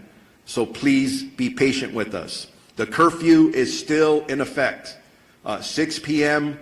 To 6 a.m. for specifically the mandatory evacuation areas in both the Palisades impacted area and the Eaton fire impacted areas. Those are subject to change depending on need, one way or another. We understand, again, that people want to go back, but it is dangerous to do so, and we will not put anybody's safety at risk. I want to talk about arrest for the LA County Sheriff's area. Overnight, we had several other arrests. It brings it up to a total of 34 in our geographic area. We have 30 in the Eaton fire area, and we have 4 in the Palisades area. Last night specifically, again, for LA County Sheriff's jurisdiction, we arrested 4. 2 were for curfew violations. 2 were arrested for 1 drone incident. To my knowledge, we have now had 2 specific drone incidents that have resulted in 3 arrests. So as I talk to our community again, if you do not have business in the evacuation areas, do not go there. Please, your infringing upon the work that our first responders need to attend to. And I do want to say, when I talk about these arrests, I want to clarify not all of them are for burglary or looting or for curfew violations. But it is very important when I say stay out, we are arresting people who are not supposed to be there, who do not live there, who are in possession of narcotics. We've arrested several with guns. And yeah, I'm going to tell you something. If our deputies being very proactive in these areas, stopping people in a constitutional manner as always, making sure that they're supposed to be there and you have narcotics on you and you have a gun on you, in police work we call that a clue, something's wrong there. So that's why we're arresting people. Our search and rescue missions, through the 2 days, we have searched 1,874 properties. In regards to deaths, and again, I want to clarify, this is for the Los Angeles County area of responsibility. We have confirmed 21 deaths, 16 in the Eaton fire area, and 5 in the Palisades area. And sadly, yes, unfortunately, I anticipate the number to go up. Missing persons, we are actively, have 23 active missing persons reported, 17 in the Eaton fire area, 6 in the Malibu area. All of them are adults. Thank God there's no juveniles. But if you believe you have somebody who's missing, make sure you report that to us as soon as possible. For any updated information that anybody may have, questions, very important questions regarding evacuation orders or warnings, or any road closures, please go to lacounty.gov/emergency for assistance. The American Red Cross is doing an amazing job. Please contact them. And again, for some of the negative things I talk about, there are some amazing stories of community members coming forward to donate items. It's very inspiring. For donations, go to Emergency Network Los Angeles. And now it's my pleasure to introduce Assistant Chief Dominic Choi from the Los Angeles Police Department. Okay, good morning. I want to start by just assuring everybody that our primary focus still remains the safety and well-being of our residents. These fires have caused significant disruptions, but we are working tirelessly with our partners to protect lives, property, and secure critical infrastructure. So as of this morning, LAPD has in the city 266 officers deployed to the Palisades fire. We also have support from our National Guard partners who have deployed 200 soldiers assigned to the incident. We're very grateful for their support. We also have dedicated resources investigating our missing persons reported. So at this time, as of this morning, 6 a.m., we have a total of 26 people reported missing in the city of Los Angeles. 17 of those individuals have been located safely. 9 of the 9 remaining, 2 most likely were found in the fires deceased, but they haven't been positively identified by a coroner's office yet, so those are still waiting to be identified. 1 individual, we believe, is located safely in a shelter, but that person, we're waiting for confirmation on that. There are 6 that remain unaccounted for, and we're diligently trying to identify and locate these people. So in total, in the city of Los Angeles, since Tuesday when these fires occurred, we have 3 fatalities. Again, 2 were found in the fires, and 1 was a burn victim that was transported earlier this week to a hospital. That person later passed away. If you want to make a missing persons report, you can do so either in person or over the phone. You can call any one of our 21 geographic stations and make that report, or you can call our missing persons investigation unit directly. I'm going to give you the number. It's 213-996-1800 and select option 3. That telephone is manned 24 hours a day currently. As of this morning, the city of Los Angeles, related to the fires, has a total of 14 arrests. 3 for curfew, 1 for impersonating a firefighter, 1 for possession of burglary tools, 4 for burglary, 1 for DUI, 1 for felony vandalism, and 3 for shoplifting. As the sheriff just mentioned, It's not just for looting or burglary that you're going to jail or curfew. If you're in the area, you don't belong in the area, you will be stopped and questioned, and whatever crime is being committed, you will be held accountable for that. So please stay away from these evacuation areas. Regarding escorts, we talked about this a little bit yesterday, but we tried to be compassionate and put together a team to escort residents to their homes to either retrieve small pets or their medication. But that line became exceedingly large, and it was causing more problems than solutions. We have halted this escort service for the safety of everyone involved. Currently, we don't have any timeline of when we're going to open up that service, if at all. So please be patient with us. We know you are waiting. If you are still waiting at any of these checkpoints to be let in or escorted, please do not wait there. You will not be let in or allowed to have an escort at this time. Also, another important reason for stopping these escorts is because we have search operations beginning. Over the next 48 hours, we'll be working alongside LAFD Search and Rescue, our ATF partners, as well as the LA County Coroner's Office throughout the burn areas, giving priority to those people that are reported missing in these burn areas. From there, grid search will take place that could result in crime scene preservation and then recovery of remains. We hope that the high volume of resources dedicated to this effort will expedite the process. And as many of you know, the dry conditions and winds increasing, it's possible that evacuation orders may increase. I know overnight we saw some of the evacuation orders turn into warnings, but we can absolutely see some of these areas increase to mandatory evacuations again. So we urge you, please heed these orders. It can save your life. And as we also previously mentioned, identifying the cause of these fires is critically important to all of us. In conjunction with our partners and led by ATF, we have created a Los Angeles Regional Wildlife Investigative Task Force. And while their work is still in the early stages, we're committed to identifying the cause and origin of these fires, and we're also committed to holding anyone who's responsible for these fires accountable. And to further protect the residents of Los Angeles, in the city, our curfew is also still in effect from 6 p.m. to 6 a.m. In short, if you don't belong there, don't be there.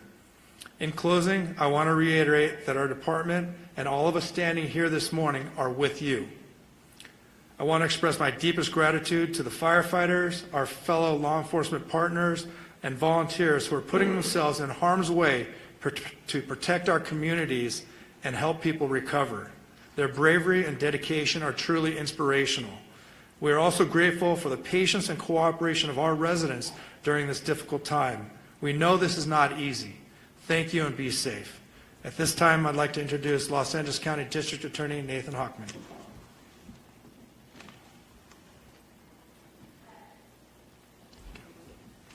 Thank you.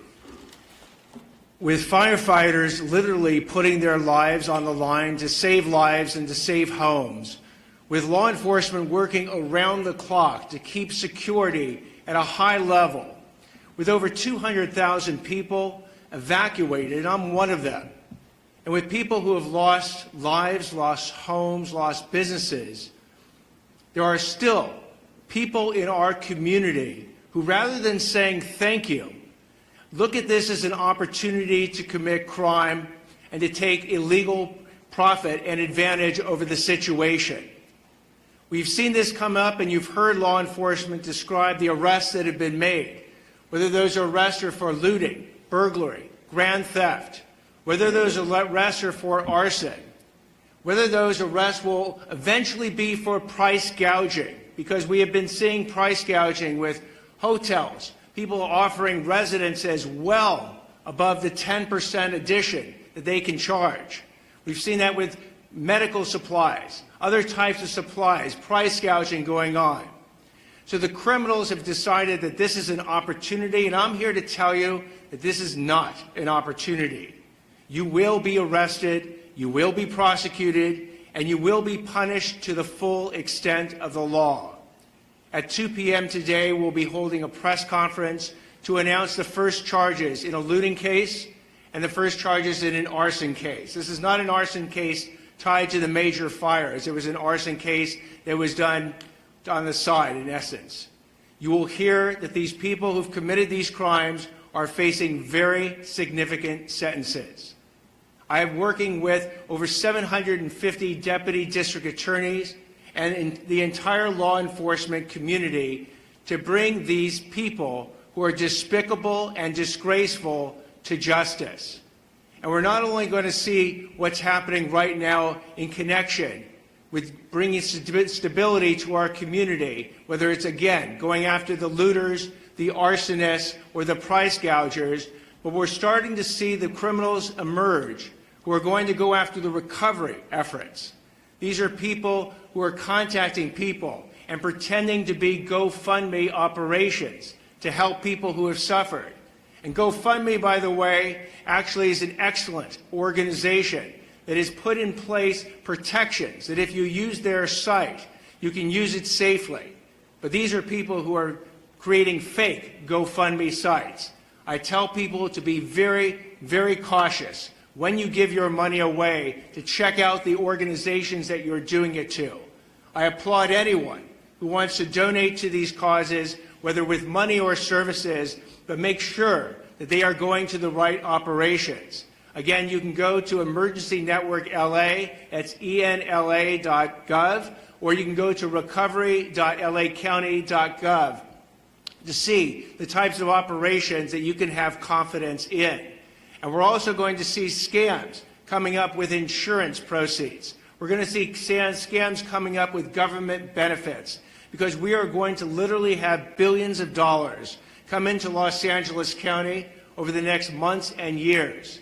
And for the criminals who view this as an opportunity, let me again give you this warning, an absolutely unmistakably clear warning, that if you go ahead and you want to rip off people and the system and governments that are trying to help the people who have suffered from these tragedies, you will be arrested, you will be prosecuted, and we will seek maximum punishment against you. I hope that we'll have the opportunity to tell you at a later point that this warning has been heeded, that deterrence works. Because if we are going to actually have the stability and the rebuild, it's going to be based on everyone contributing.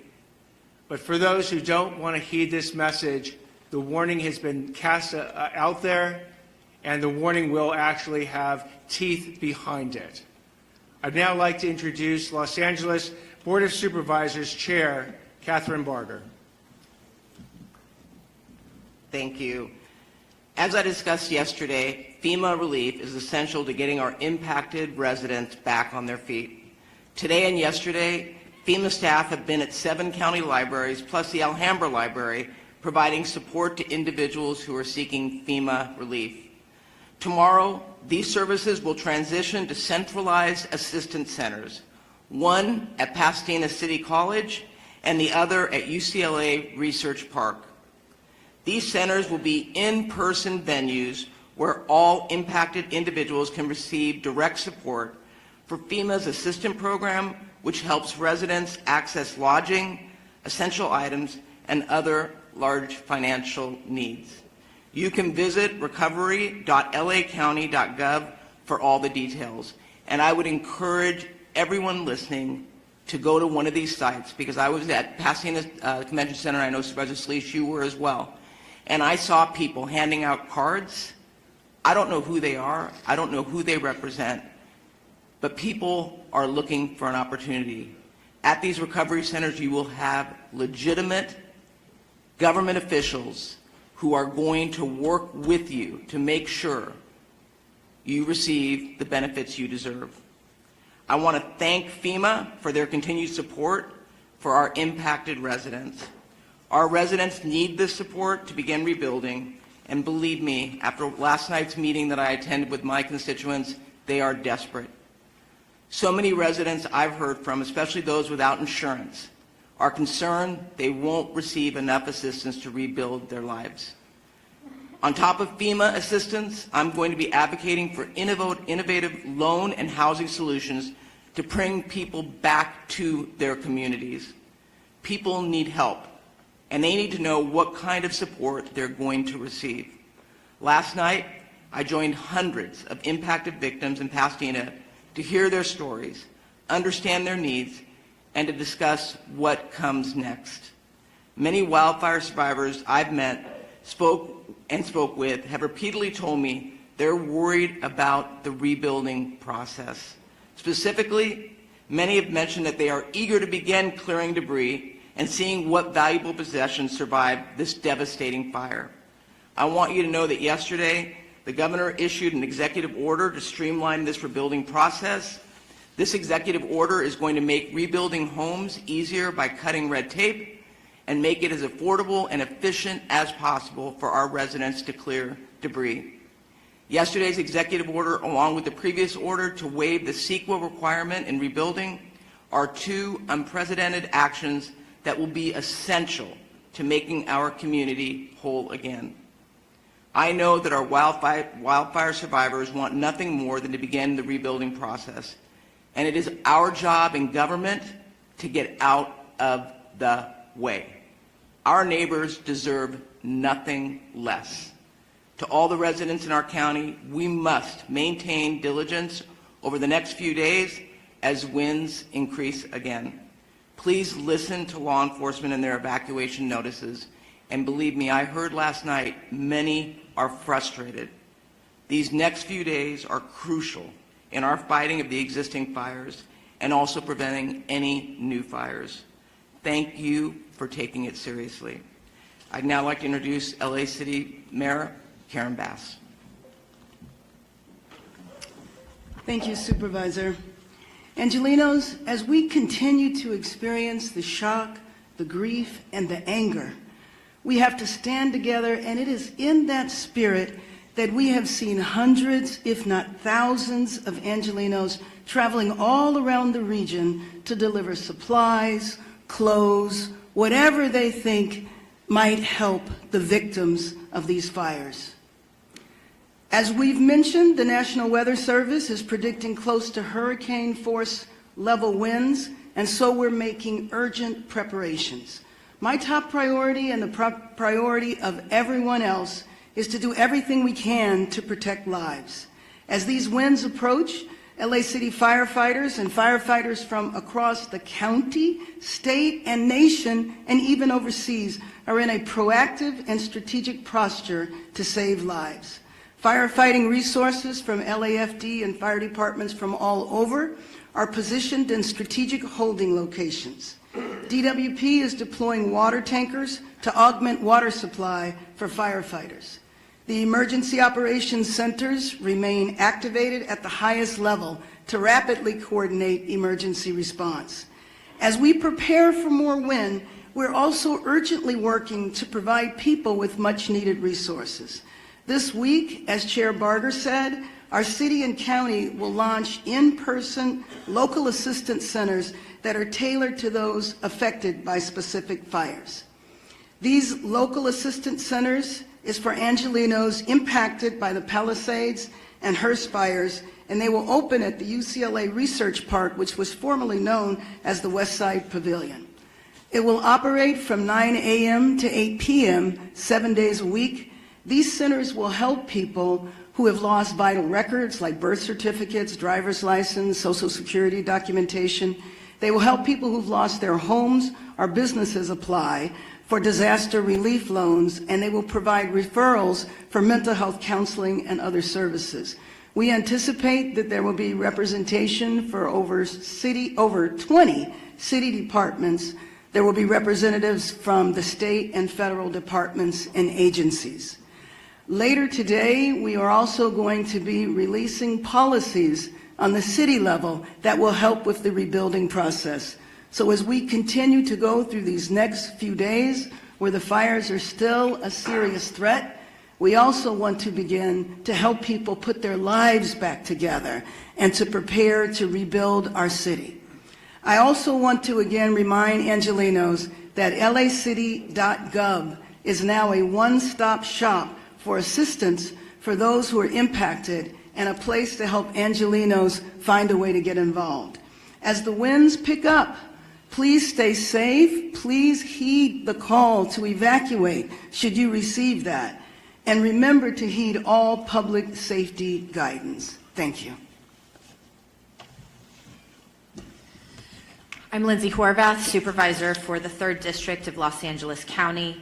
The latest Palisades fire updates, as you've heard, more than 23,000 acres have been impacted by this fire, and it is 14% contained.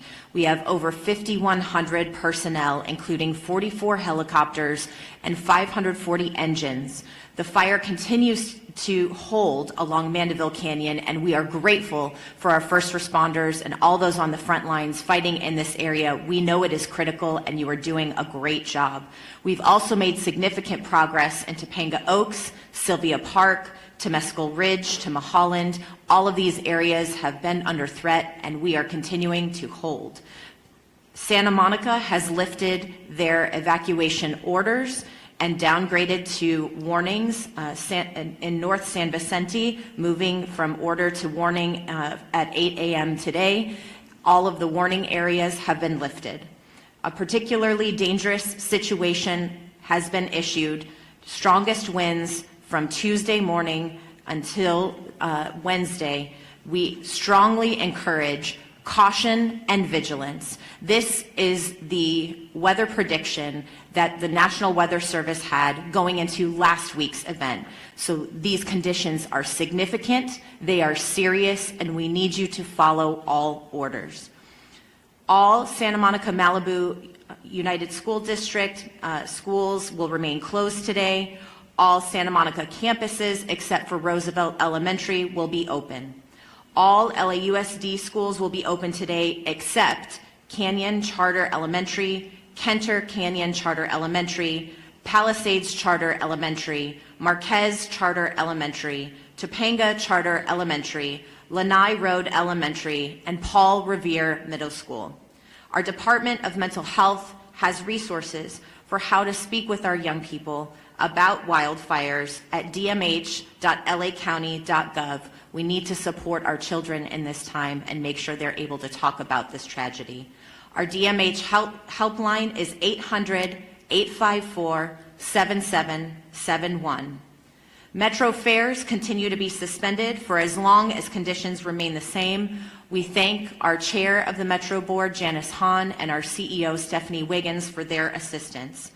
Palisades Post Office has been relocated to Rancho Park Post Office. Residents can pick up their mail at 11270 Exposition Boulevard on the first floor. Recovery.lacounty.gov has launched.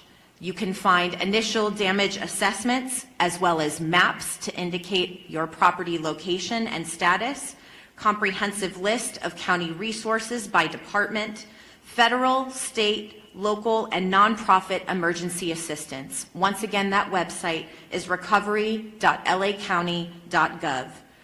Our Department of Economic Opportunities East LA Entrepreneur Center and America's Job Centers of California open today as well to support impacted workers as well as small businesses.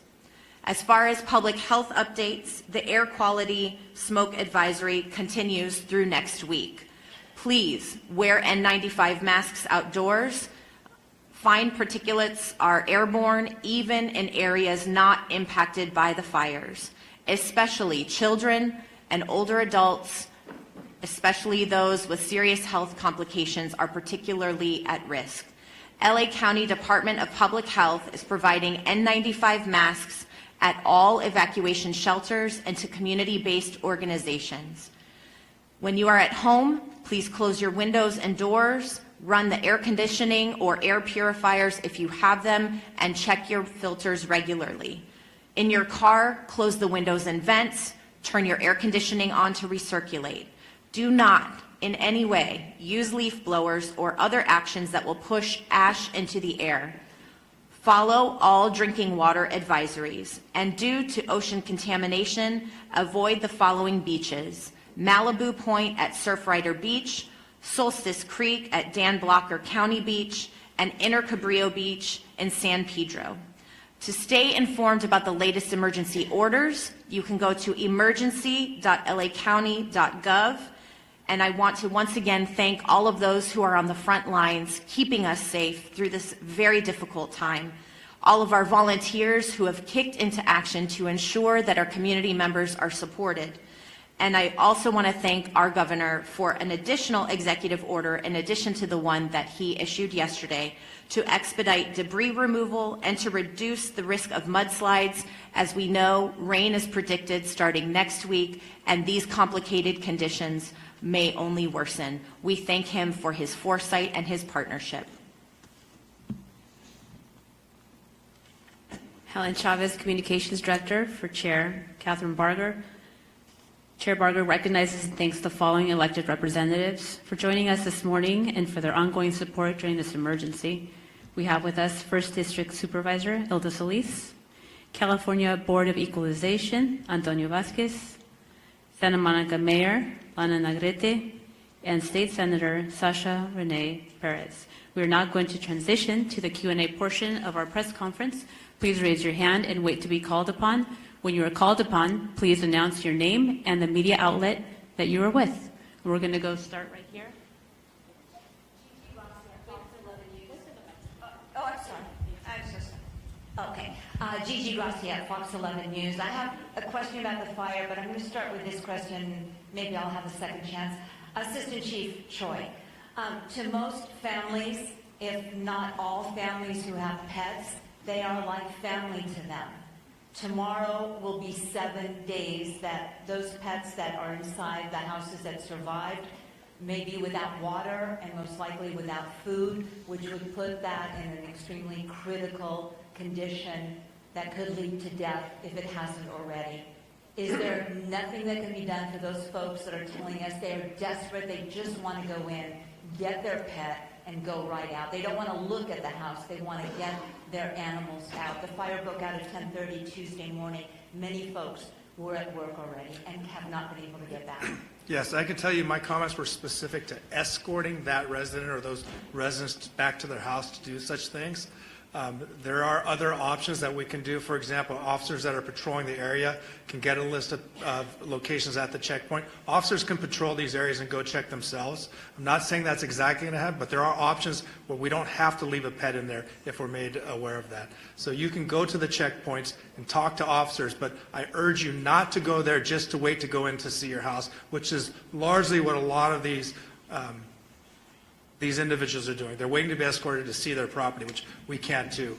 We still aren't doing medication in pets. However, we can come up with a way where if somebody knows a pet is in the residence, that we'll do everything we can in our authority to go in there and get that pet.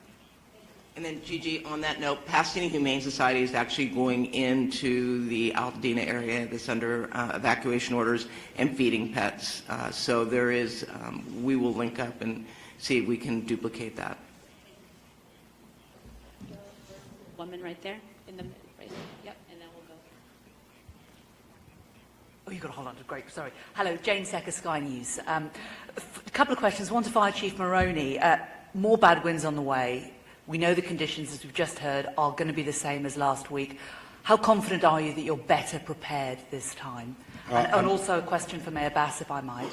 Our correspondent David Blevins asked you last week if you owe the people of Los Angeles an apology for cutting the fire budget. You didn't respond to him then. Would you like to respond to us now?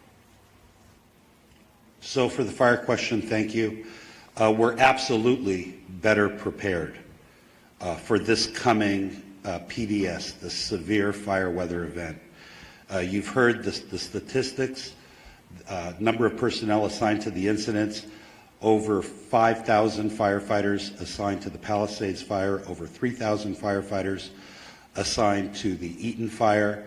The state, under the leadership of Governor Newsom, has set up a mobilization center in Banning where we have resources staged that can come into LA County to assist with a new fire start or the expansion of one of our existing fires.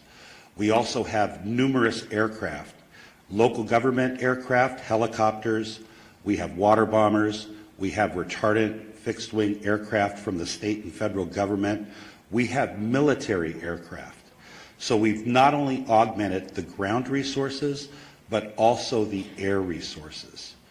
I think that we're very well prepared for the next event, but that's never going to be, we're never sure that we're going to be able to catch the next fire and keep it small. They said 70-mile-an-hour winds. It's going to be very difficult to contain that fire.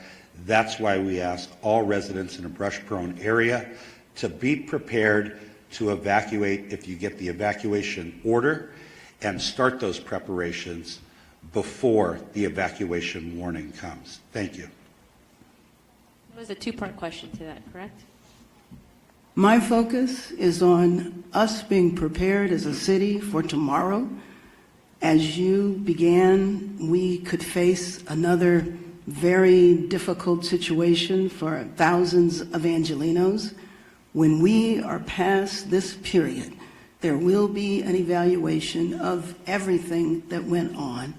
And at that point in time, we will see there is not agreement as to whether or not the budget was cut. All of those issues will be resolved when we are clear that Angelenos are safe and we are ready to rebuild our city. Thank you. Thank you. We're going to go right here in the middle. Next. Jonathan Bigliotti, CBS News, for Mayor Bass, please. Last week, many people were working and could not get back in time to properly evacuate. As we've discussed in this room, there were pet care issues, health care issues, child care issues. Now ahead of this latest event, you have businesses that are proactively closing, essentially treating this event like it was a hurricane or a blizzard. If they are taking those steps, why are you not implementing broader closures right now to keep your constituents safe? We are doing everything we can to keep Angelenos safe.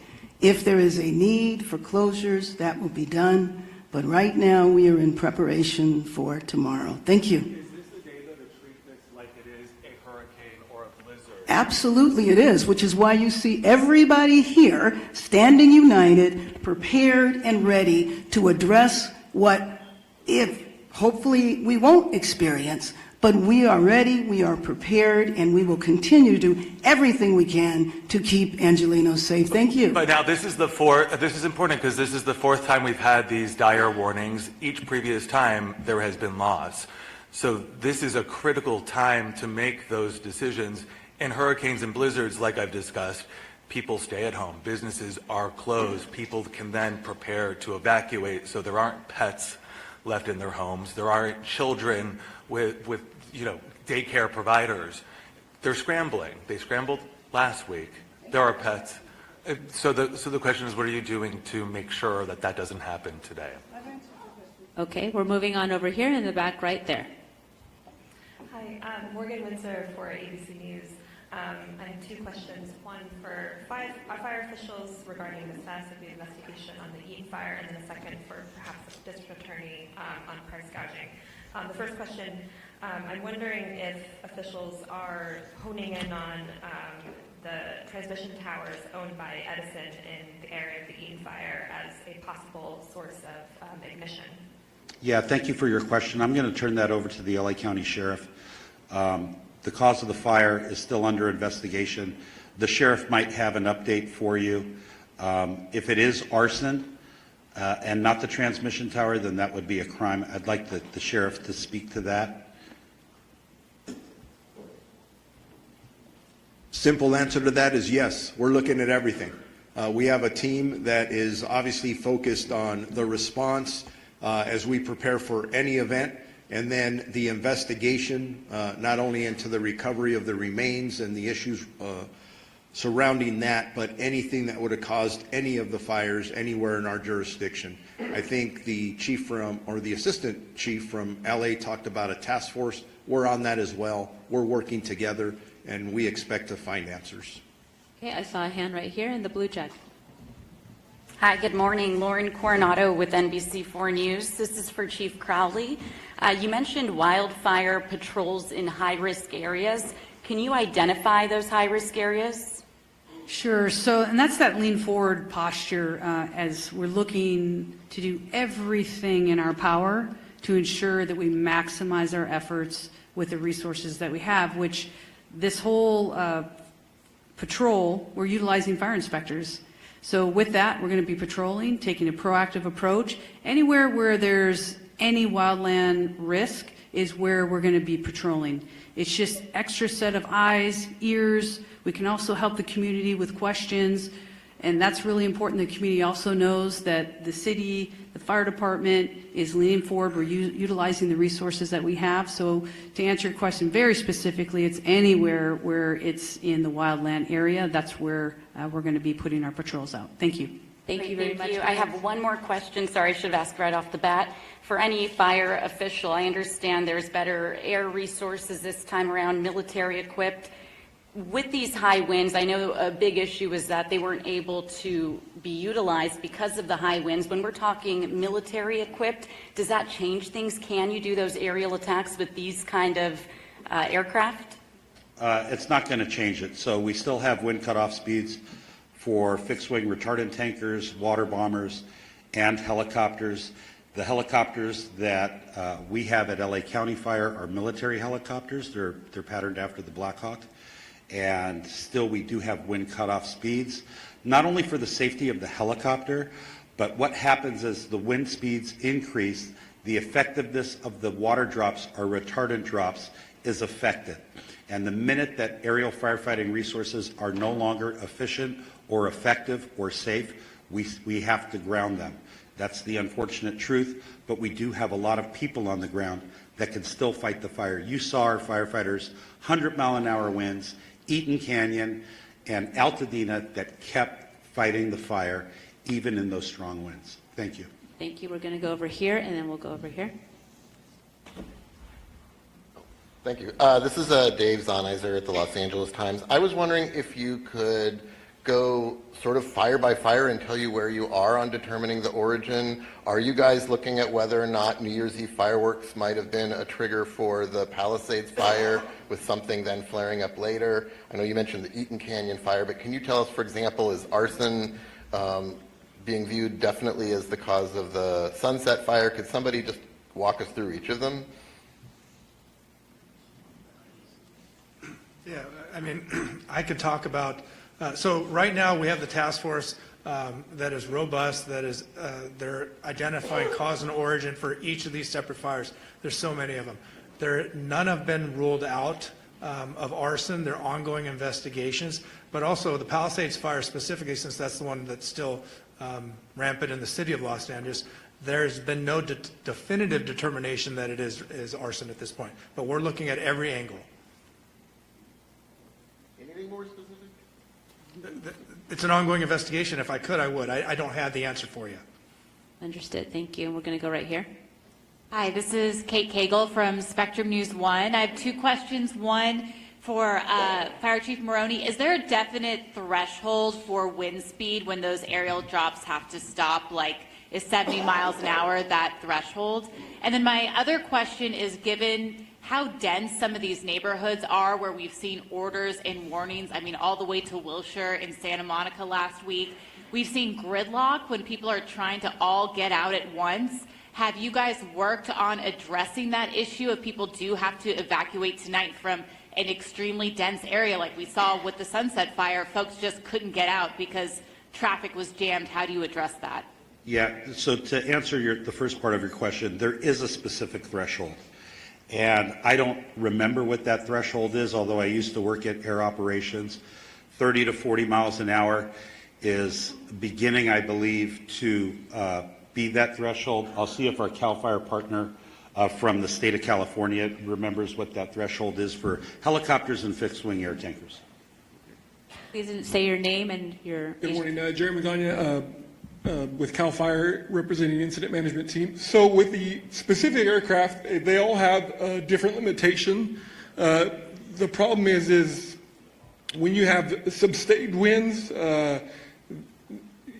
over 40 miles an hour is the issue. The problem is the gusts. So the gusts peak and the aircraft limitations or capabilities are then limited based on approach and departures, as well as Chief mentioned, the drop accuracy. So each aircraft will have that limitation based on the manufacturer's recommendation, and then as far as the safety component, Usually the limiting factor is gusts over 30 miles an hour, but the sustained winds, anything over 40, is pretty much going to ground most aircraft. So again, each one of those aircraft have those specific limitations, but as an overall general rule, safety rule, the gusts is what is the issue, and this is what the gusts that we've been having. Thank you. Can you restate, please, your name and spelling? Yes, Jerry Magana, Gerry. Last name is Magana, Magana, representing the CAL FIRE incident management teams. Thank you. Thank you so much. We have two last questions. There's a clarification over here. I'd like to answer the I'm second so part of sorry. the question regarding community congestion and people leaving all at once under the evacuation order. We really want residents in LA County to be prepared. If you don't have a wildfire evacuation plan for your family and your home, please make one today. Visit www.fire.lacounty.gov/RSG. That stands for Ready, Set, Go. I would recommend, in an abundance of caution, if you get an alert on your telephone for an evacuation warning, leave then. Don't wait for the order, because we know from experience that if you wait for the order, you might get caught up in the congestion that you referenced. And please do not silence the emergency alerts on your telephone. If we send out an alert at 3 a.m. on Tuesday night or Wednesday morning, when you're sleeping, we want you to wake up and evacuate.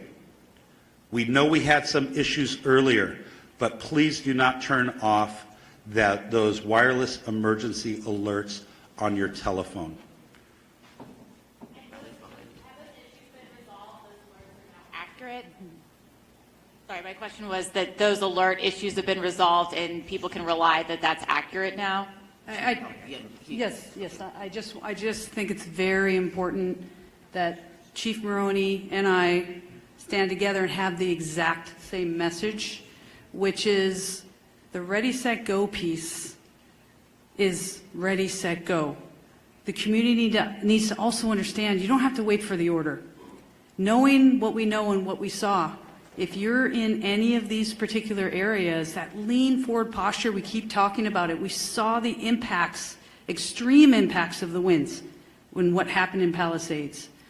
Our professional advice to anybody out there is to make sure you're ready, to make sure you have a plan. We talk about the pets, we talk about the medications, put your plan together, be ready, and you do not have to wait. You do not have to wait for the order. And I think it's really, really important that everybody hears what Chief Maroney and I are saying. And in fact, the rest of the region, the rest of the fire chiefs are saying the same thing. Thank you. Kevin, you were going to address the WE alert issues? Kevin McGowan, Director with the LA County Office of Emergency Management. In partnership with the state, we have the wireless emergency alert system ready to go with a state partnership. Thank you. And we are at time. We will have one-on-one interviews. If you have any unresolved or unanswered questions, please approach to the front and we will connect you to the appropriate speaker. Thank you for today.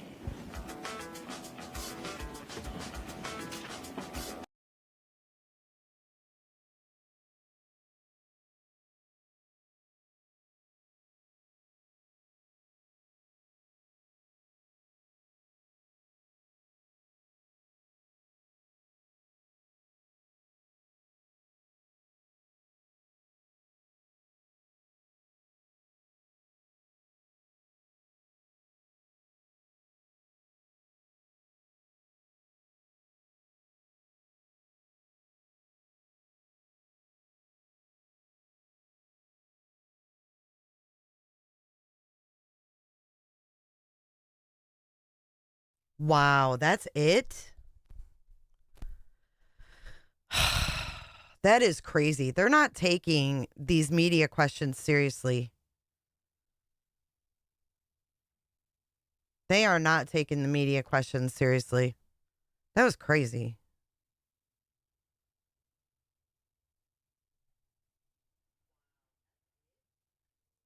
I would feel so put off.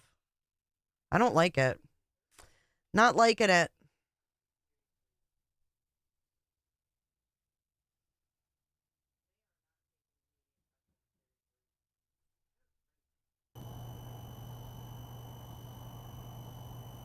We missed the liftoff.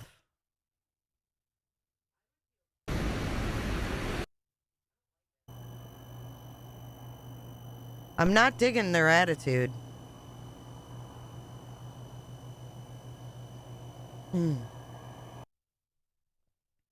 4,000 people listening to the scanner. We'll leave the scanner running for a little bit. I'm not feeling the best. So I'm going to take a little break for a while, but I'm going to leave the scanner going. There's 4,000 people listening, so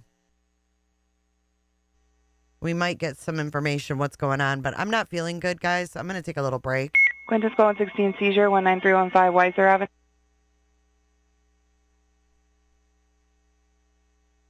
And we will cover the next update as they happen. Yeah, their attitude is horrible.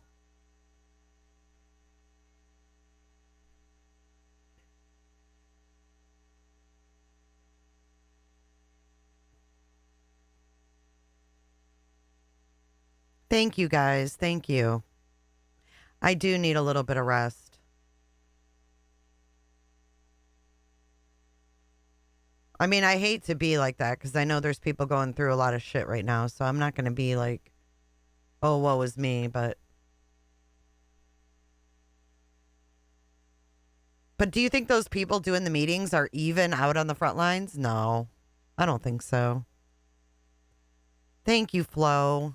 Thank you so much. And I actually have to go to the store too. I have to get more water for the dogs. Angie, take a shot of whiskey. I took some medicine and I took some Sudafed. So I'm kind of feeling a little out of it, to be honest.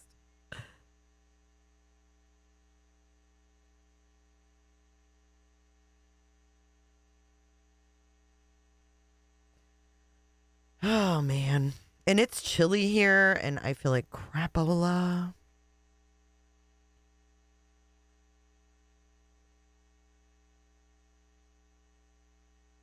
Hold on, guys. I'll be right back.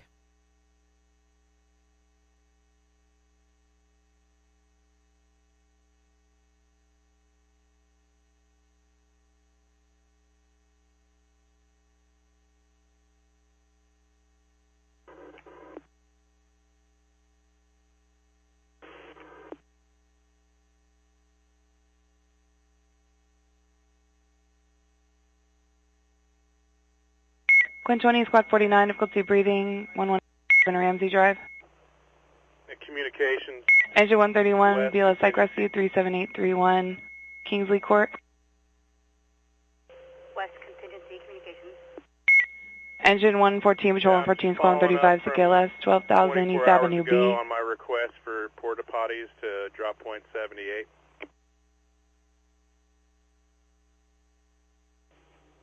Palisades Communication, Division Zulu Training. Engine 117, outside investigation, 126 East Avenue E.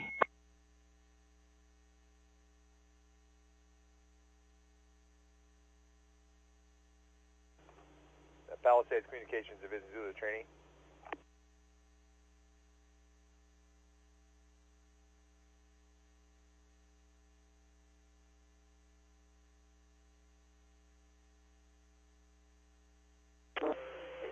Communication, West Contingency. Did you copy? Quinton Squad 31, injury LS 8205 3rd Street.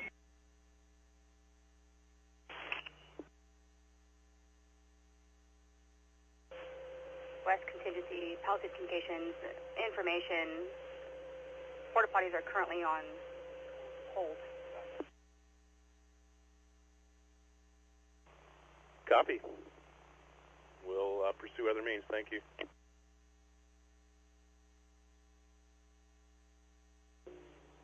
Palisades Communications, Division Zulu Training. Division Zulu trainee, did you have traffic for communications? Oh my God, my yeah, dog it's just permanent. literally jumped All out the screen night resources and porch off the fire. window.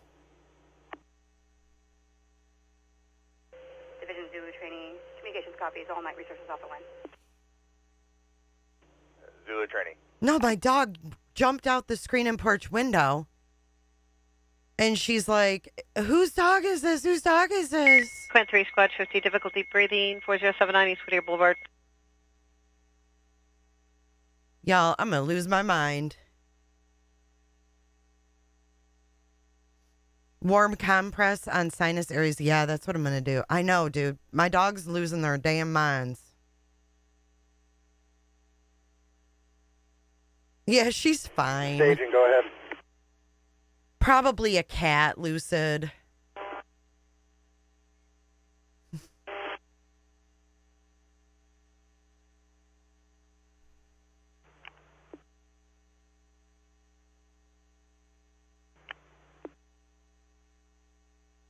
Bye, Angie. We'll see you later, hon. Thank you so much again, Angie. You're a blessing.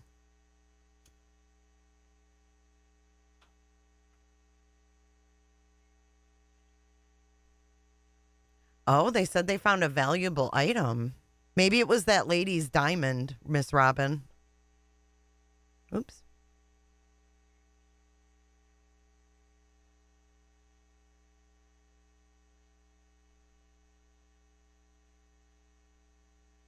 One of them is, Pandy. One of them is. The Eaton incident. Okay, we have an operational update on the Eaton incident. Here we go. All right, good morning, everybody. Don Fagulia, Operations Section Chief with California Team 5. Very fast. This is your Eaton Fire operational update for January 13th, 2025. Today, containment has risen to 33%. The acreage stands at 14,117 acres, a change of 0 acres. And there's 3,408 people assigned to this fire currently. So, like we always do, we're going to start over here on the right flank of the fire in Santa Anita Canyon. We're going to go up around the right flank of the fire. So the right flank is always, as you're looking at the fire, it's the right-hand side. So you'll notice this black on the map that we've gained. So that's that good containment we've been talking about over the last couple of days. Containment is up. Acreage is staying static. That means that we're starting to bring a little bit of levity and a little bit of control to this incident. So really the big story here on the right flank is going to continue to be below Mount Wilson. 128 Extremely rough, inaccessible terrain, but we're pinning it down with aircraft. We're using all the tools in the toolbox to keep it there. As we come around the Mount Wilson area and the observatory up there, things are looking good. We're mopping up. Things are looking secure on that front. And then as we come around the top, down towards the Jet Propulsion Laboratory, that continues to be worked. That is the priority for us today. It has been for every day since I got here, and we're going to continue to use all the tools out there, fixed wing retardant, mobile retardant, boots on the ground, everything to try to secure that piece because we're concerned about the winds that are coming. Coming down through the front country out here, those things continue to take a ton of time. The damage assessments, the urban search and rescue, it's time consuming, it's painstaking work, but it's meaningful work and we're getting through it. And you're going to see continue to hear reports on that in the coming days. Now I just want to focus a little bit for this wind that we're expecting for the next couple of days with this particularly dangerous situation. We know that we have that problem out there, and to that effect, we're really going to try to start standing up some groups, La Cañada, Flint Ridge, those are our areas of focus there. So we're ready, should this fire decide to move out on us, we're going to be ready to receive. Look at his face.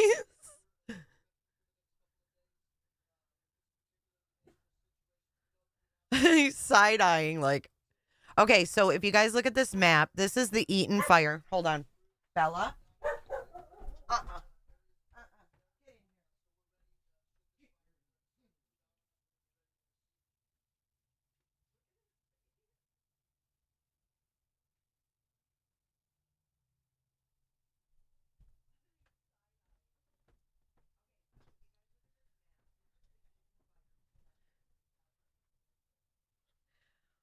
Okay.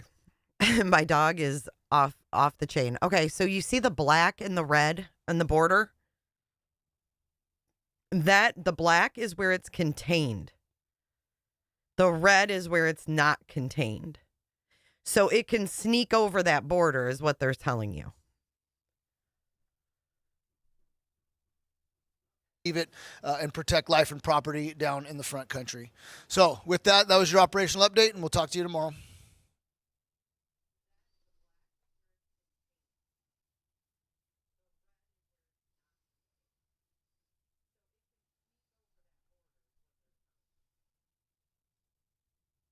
Oh, here's the one-on-ones. Potential evacuation zones are clear, but when we are in an emergency, the most important thing is getting people out. So we...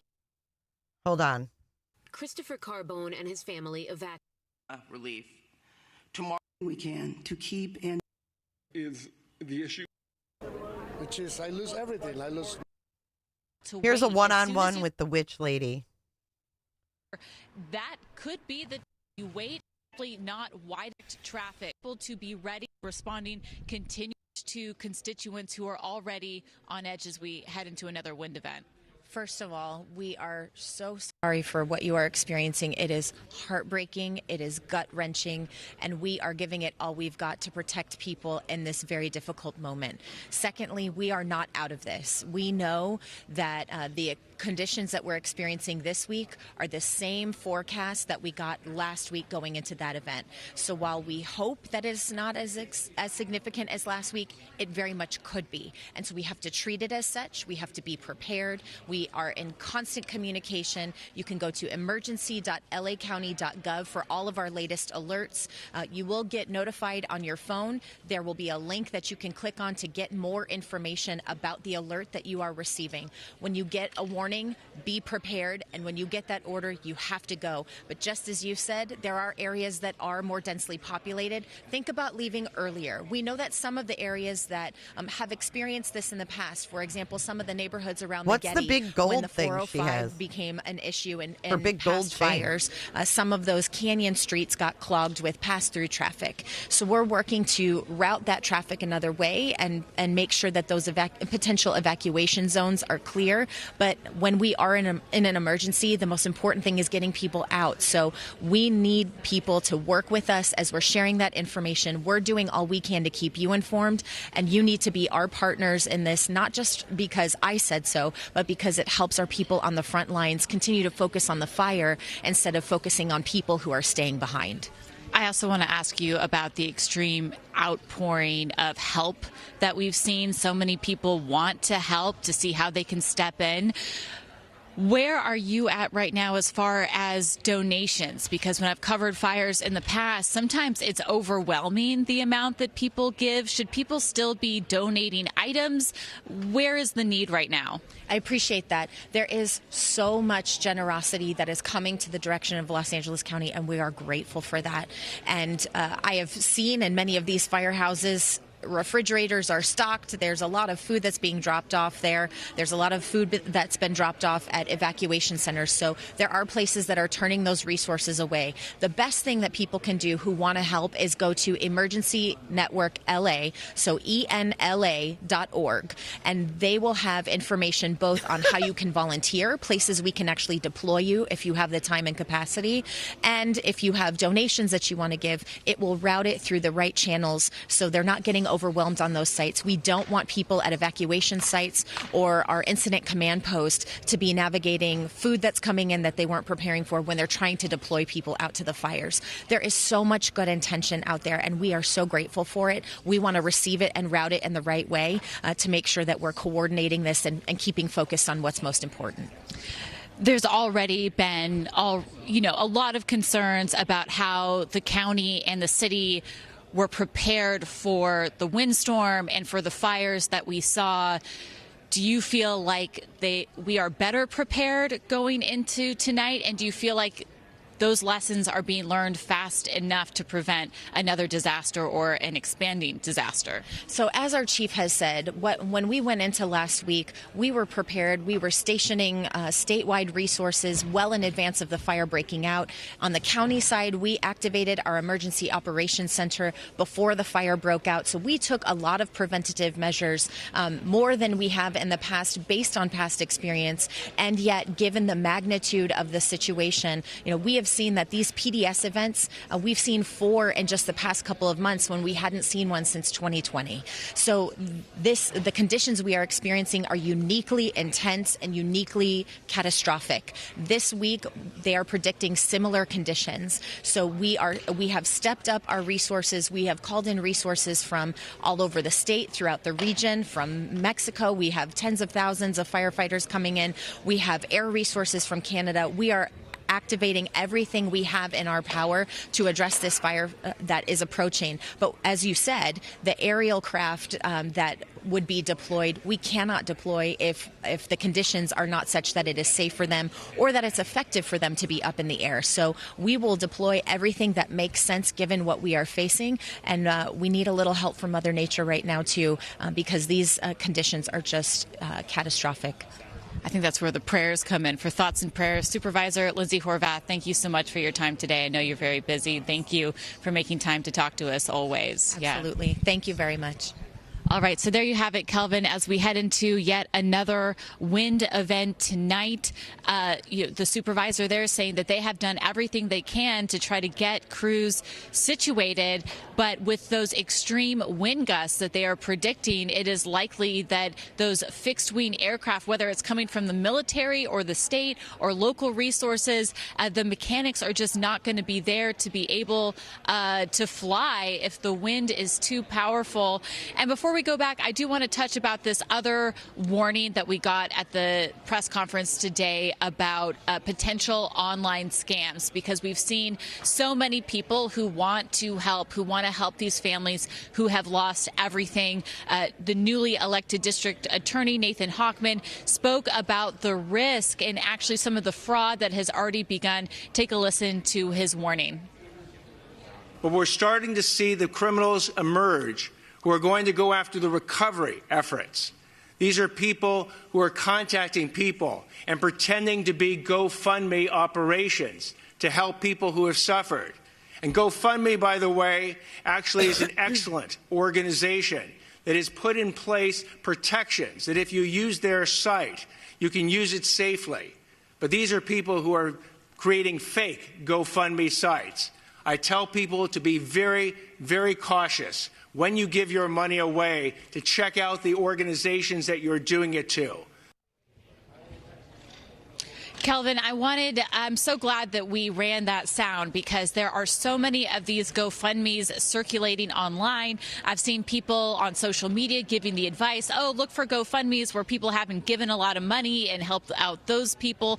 But unless you really know this family or it's been vetted that you can trust, you should be very skeptical when you're seeing some of these GoFundMes or fundraisers that are being promoted online. You want to be absolutely sure that your money is going. You think you're doing a great thing. Are going to always look for. Appreciate you. Pasadena and Pasadena, and the county sheriff's department says it is working to get people impacted by the fire. Look at the title. Look at the title. Sheriff begins repopulation efforts. How can they begin repopulation efforts? What? That's wild. That is wild. How can they even... California, I am so sorry. And Bradbury back home. And as fire crews continue working tirelessly to contain these fires, many are grappling with not just the loss of their homes, but also their jobs. And Arbanya Patino brings us more on the far-reaching...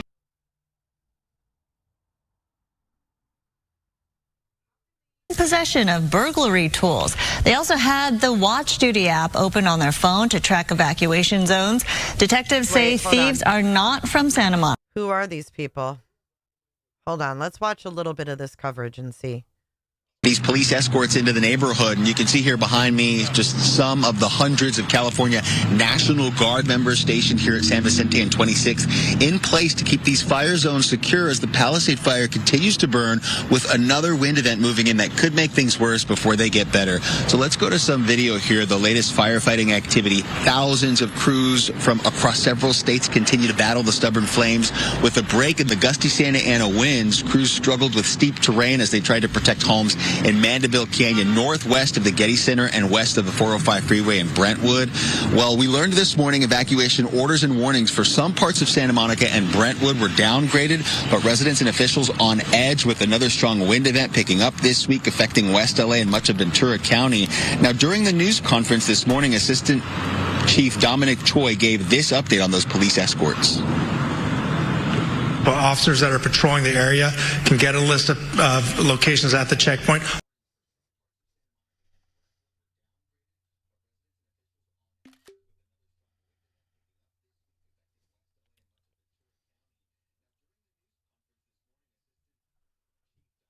Officers can patrol these areas and go check themselves. I'm not saying that's exactly going to happen, but there are options where we don't have to leave a pet in there if we're made aware of that. So you can go to the checkpoints and talk to officers, but I urge you not to go there just to wait to go in to see your house, which is largely what a lot of these individuals are doing. They're waiting to be escorted to see their property, which we can't do. At these neighborhoods, remember, even if homes are still standing or dealing with downed utility poles and open gas lines and other public safety concerns surrounding these escorts. Now, county officials say for residents who've evacuated and are in need of medications, they have Kaiser Permanente doctors working at the evacuation centers to help residents with refilling those prescriptions. So that is one resource as residents continue to struggle with gaining access to some of these neighborhoods that have been destroyed by the fire. For now, that's the latest here in Brentwood. We'll send it back to you. All right, Mario, we certainly do understand everyone's frustration at this point. Early this morning, Elon Musk announced that on X, that is, that Tesla Cybertrucks will be positioned in Malibu areas. They're actually equipped with Starlink internet and free Wi-Fi to support wildfire response. 2 Cybertrucks were spotted at the Palisades Fire Incident Command Post, and they're already in use by first responders. Musk says that the vehicles will create a grid to help connect communities in the hardest hit areas. Whoa. And connectivity is a big problem. I'm sorry, but when I see Tesla trucks, they remind me of some kind of sci-fi movie. That's just a weird scene. I feel like I'm watching a sci-fi movie. Connect communities in the hardest hit areas. And connectivity is a big problem. Another is, of course, looting. The Santa Monica Police Department arresting a number of burglary suspects near the evacuation zone. Officers say the men who provided... Oh, look it. He's in the fake freaking firefighter uniform, and they blurred his face. They blurred his face. Why? Hell to the no. Probably an illegal. His freaking coat says butt or butte. Suspects near the evacuation zone. Officers say the men who provided false IDs to them were in possession of burglary tools. They also had the Watch Duty app open on their phone to track evacuation zones. Detectives say thieves are not from Santa Monica, and they traveled to the disaster area from out of town, specifically to loot homes. Why the privacy? Why are we giving them the privacy of having their face blurred? The department has arrested at least 39 suspicious people found illegally in these evacuation zones since the start of the fire, and one there impersonating a firefighter. Yeah, that is someone using fake identification. LA County Sheriff Robert Luna is saying the deputies encountered a man who was impersonating a firefighter. They say he was just sitting there on the curb. The sheriff asked if he was okay, only to discover he was in handcuffs. Deputies say they caught him burglarizing a home. Several others have been arrested for curfew violation. 2 others in custody for attempting to set other fires. Now happening today at 2 o'clock this afternoon, District Attorney Nathan Hochman, alongside law enforcement leaders, will be announcing charges against those accused of looting or starting fires across LA County. This includes residential looting in Pacific Palisades and a suspected arson incident in Azusa. Authorities have made dozens of arrests and are strictly enforcing curfews in evacuation zones. Well, with so many people's lives devastated, of course, by the lots of people want to help. Perhaps this pretty much is the hub, the west side. We just got to call everything. So if people want to give an outpour, and everybody wants That's actually really helpful. How you can support their cause. And we do thank our Fox LA coverage for that up-to-date information right there. And as we were hearing, there are going to be a number of other updates provided by various officials throughout the day. I just wanted to share those with you. Coming up at 5 p.m. Eastern time, the LA County District Attorney is going to be giving an update on arson and looting suspects. He did mention during the latest briefing that he will announce the very first arson charge as well as the looting charge, as they have arrested 39 people in all in various evacuation zones since the start of the fire. 10 burglary suspects arrested in Palisades fire evacuation zones. That is according to Santa Monica Police Department. But it's not just arson. It's not just looting. Burglary, drug possession, probation violations, and curfew violations are included. And we were hearing from LA County Sheriff Robert. Okay, so that is our schedule for today. At 5 p.m., we have the LA County DA giving an update on the arson and looting suspects. And if it was Grady Judd, he'd be showing their faces. Grady Judd would not hide any criminal's face. That's ludicrous to me. 5:15, President Biden is going to give a federal response presser. It'll sound something like this.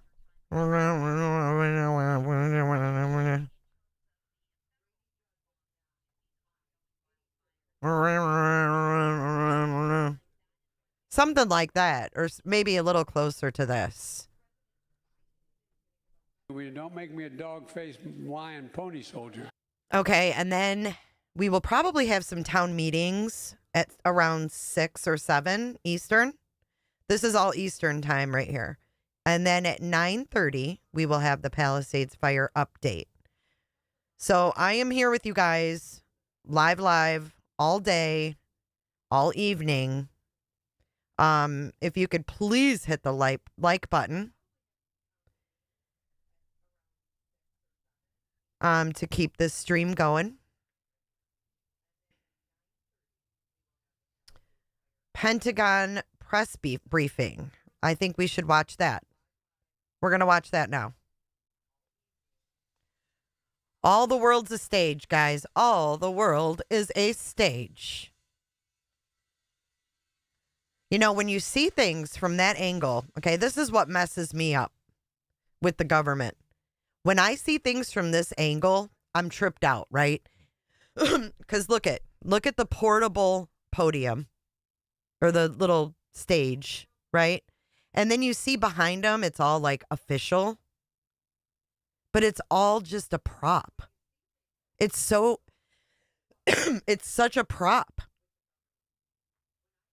During COVID, I saw like such different angles of these press conferences. I'm like, wow, like the backdrop looks so like official.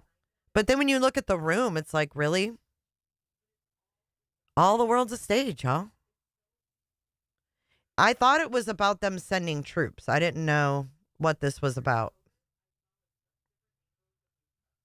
Oh, you know what? I do have something to play. Fuck that. Okay, sorry. Y'all, so Dr. Malmo was in here earlier and wanted me to find this video on the California wildfires from 1960.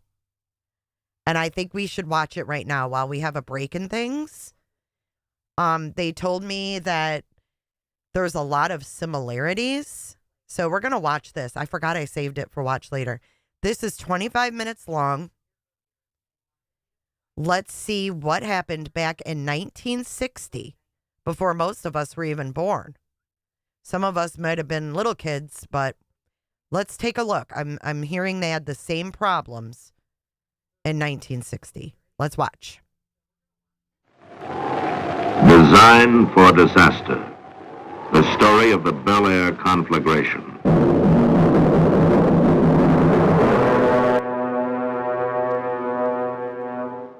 Santa Ana. Indians named it Santana, the devil wind. When it blows, plants wither, Trees and brush become crackling dry. Atmosphere grows tense, oppressive. People tire easily, argue more. Even the suicide rate rises during the months of the Santa Ana. Warm, dry. This climate plays an important part in attracting over 3,000 people a month to the city of Los Angeles to become permanent residents. To settle into hotels, apartments, homes along the coast, inland throughout the central residential sections to the far reaches of the valley areas. And some move up to the scenic, secluded hill areas, where lush California vegetation softens the ridges and valleys for miles in every direction, and breezes blow clean through native growth. And increasingly strong during the late fall months of the Santa Ana, and dangerously dry when there has been no rain. It is during this unstable period that firemen most fear the potential. The potential of 134 square miles of thick, dry chaparral and oak, all within the city boundaries of Los Angeles, classed by experts as the fastest burning ground cover in the Western Hemisphere. And nestled in that cover, one of the greatest concentrations of high-value homes in America, a serious problem in fire protection under even the best of conditions. On the morning of November 6, 1961, fire department dispatchers find conditions far from the best. Santa Ana winds are strong, gusty. Humidity and moisture content of the brush rock bottom. Fire danger extreme. At 8:03 a.m., a condition of high hazard is declared throughout the department. Standby companies are moved up to stations near brush areas to strengthen the circle of protection. But even as they move, trouble strikes. At 8:15, an alert of fire is relayed to the officer in command of mountain firefighting units. Mountain Patrol and all units concerned. They reported brush fire in the mountain area, 3600 block Stone Canyon. The division chief responds immediately. Clouds of brush smoke are already visible on the ridge. The chief calls for additional companies. The fire, starting from its point of origin north of Mulholland on Stone Canyon, spreads out along canyon walls in three directions. First arriving units succeed in stopping it on the north, east, and west flanks before it reaches threatened homes. But there is no stopping it on the south. Winds are driving the flames fast and hard toward Mulholland. The chief declares a condition of major emergency. The master plan of defense against a serious brush fire begins. Support from air tankers is requested. 15 additional engine companies roll out. All key personnel are alerted and special mountain firefighting equipment dispatched. Deputy and division chiefs move up to take command of field units as radio messages crackle in. The fire is over the top. It's heading straight down Stone Canyon. Engine 31, 45, 46, and 67 move directly into the fire. Fire has jumped Mulholland at the crest of the Santa Monicas, headed toward Bel Air. To these men, brush fires are routine, but this one is pushing them hard. The flames take a run along the canyon slopes, heading uphill toward the ridges. Firemen with high-pressure hose streams knock the fire down as it tries to make the jump as it did over Mulholland. But in the canyon between, along the wide sweep of fire front traveling unchecked with the wind, there lies the problem. Rough terrain impedes fire crews in meeting the flames head-on. Fire fans out the sweep-up canyon walls, threatening residential areas ahead.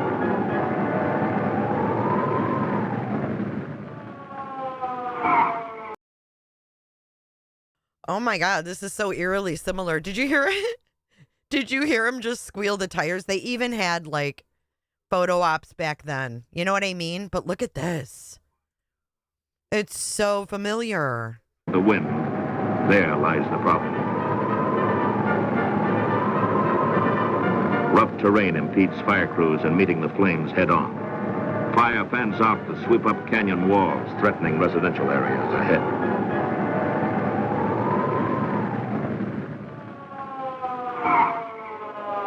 Chief Engineer William Miller arrives at Command Post Headquarters to take charge of fire operations. A quick size-up of conditions prompts him to order everything available into the fire.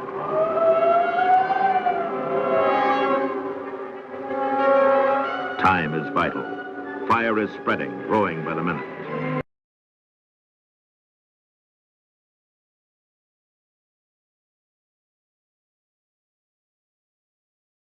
Look at that map. Welcome to 1962. This is the Bel Air, Brentwood, and Santa Ynez fires.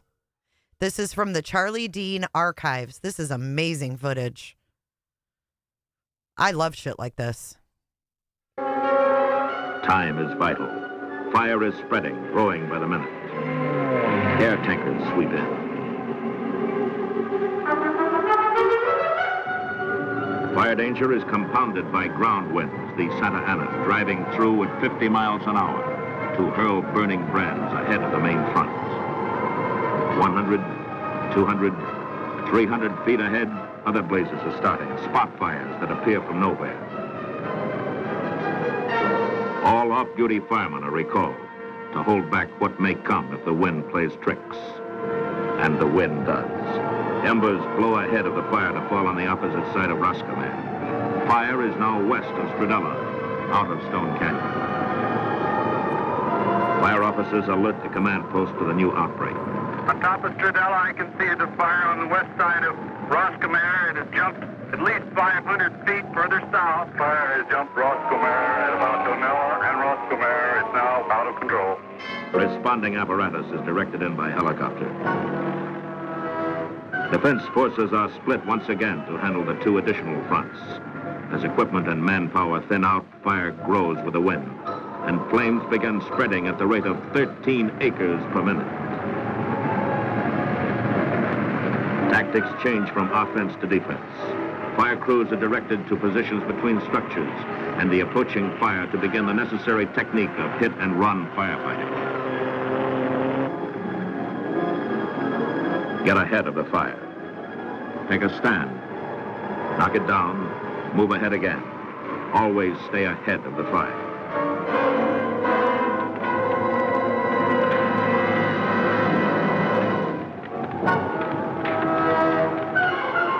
Firemen almost in the dark fight to keep flames confined to What single happened? homes. But now fire is below them. Sweeping south, coming up on both sides of the ridges they stand on. Hang on. Going overhead with the wind, jumping. We lost the video for some reason. Hold on. I hope you guys are enjoying this. This is fantastic. Okay, there we go. I don't know why it froze up. Okay, let's go back here. Now out of control. Responding apparatus is directed in by helicopter. Defense forces are split once again to handle the two additional fronts. As equipment and manpower thin out, fire grows with the wind, and flames begin spreading at the rate of 13 acres per minute. Tactics change from offense to defense. Fire crews are directed to positions between structures and the approaching fire to begin the necessary technique of hit-and-run firefighting. Get ahead of the fire. Take a stand. Knock it down. Move ahead again. Always stay ahead of the fire.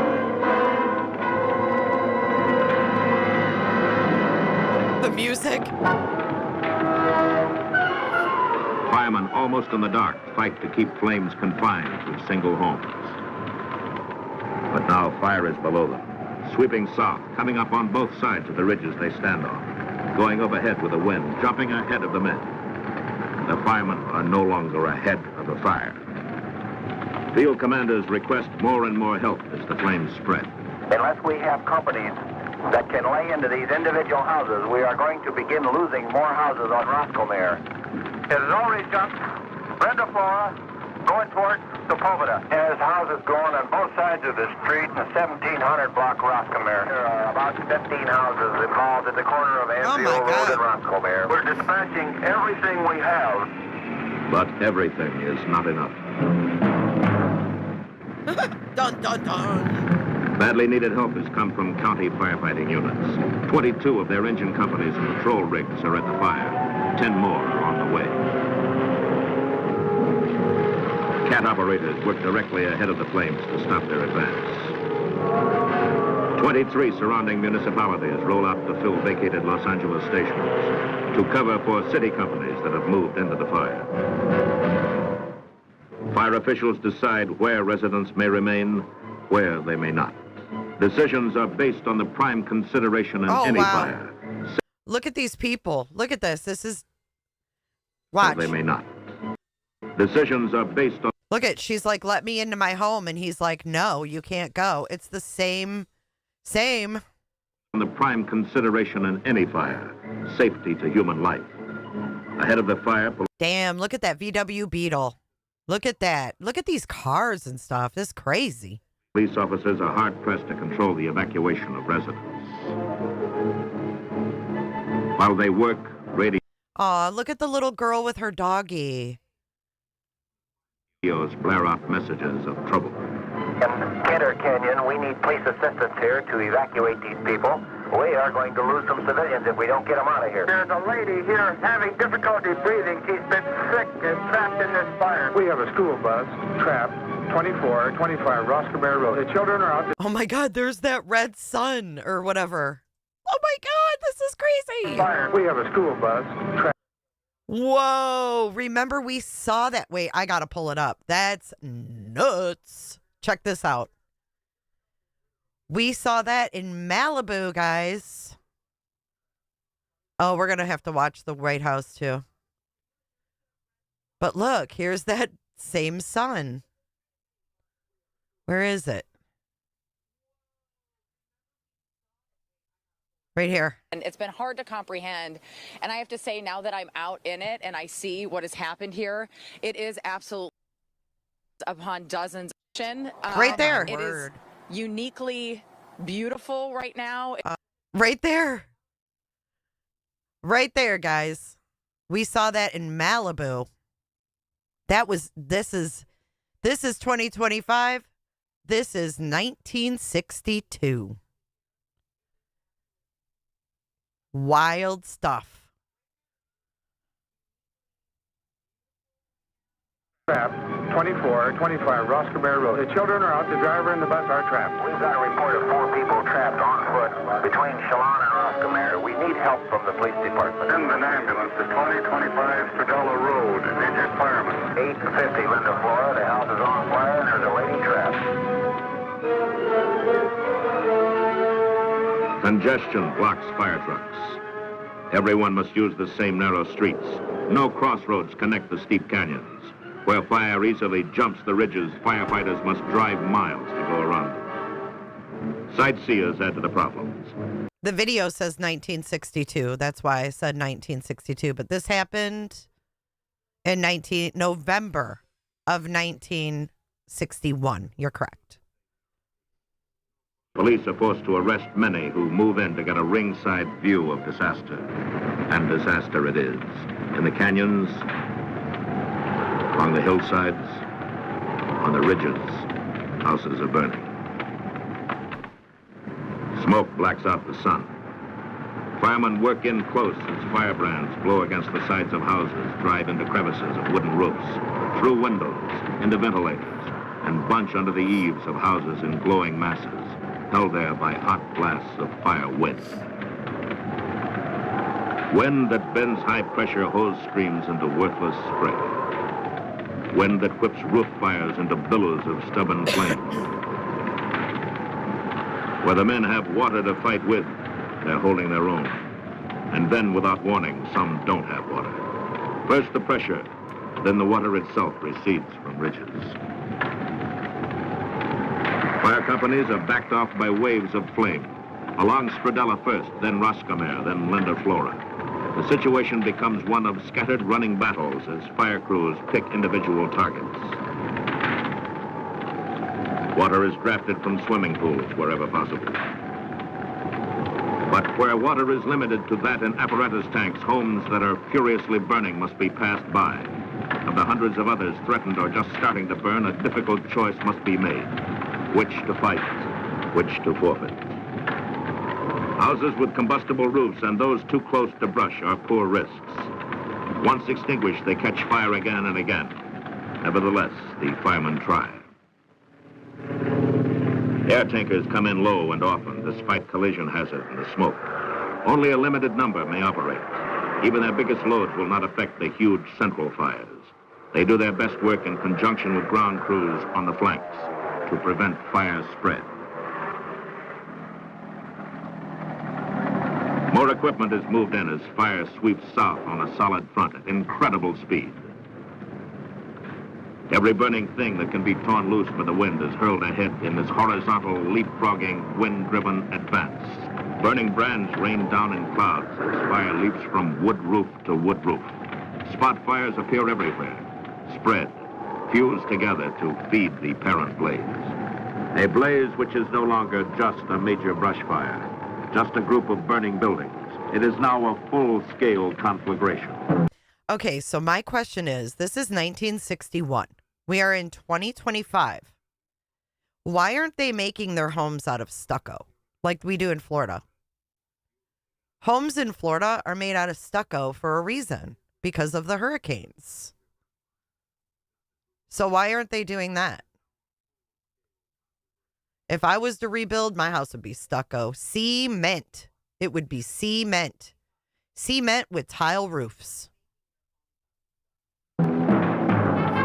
On the move, headed for the thickly populated areas of every residential section north and south of Sunset Boulevard.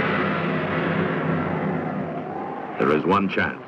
Every piece of firefighting equipment not actively involved in saving structures is being ordered to the area north of Sunset to head off the flames. Homes by the score disintegrate into white-hot embers carried high into the atmosphere by thermal columns of heat.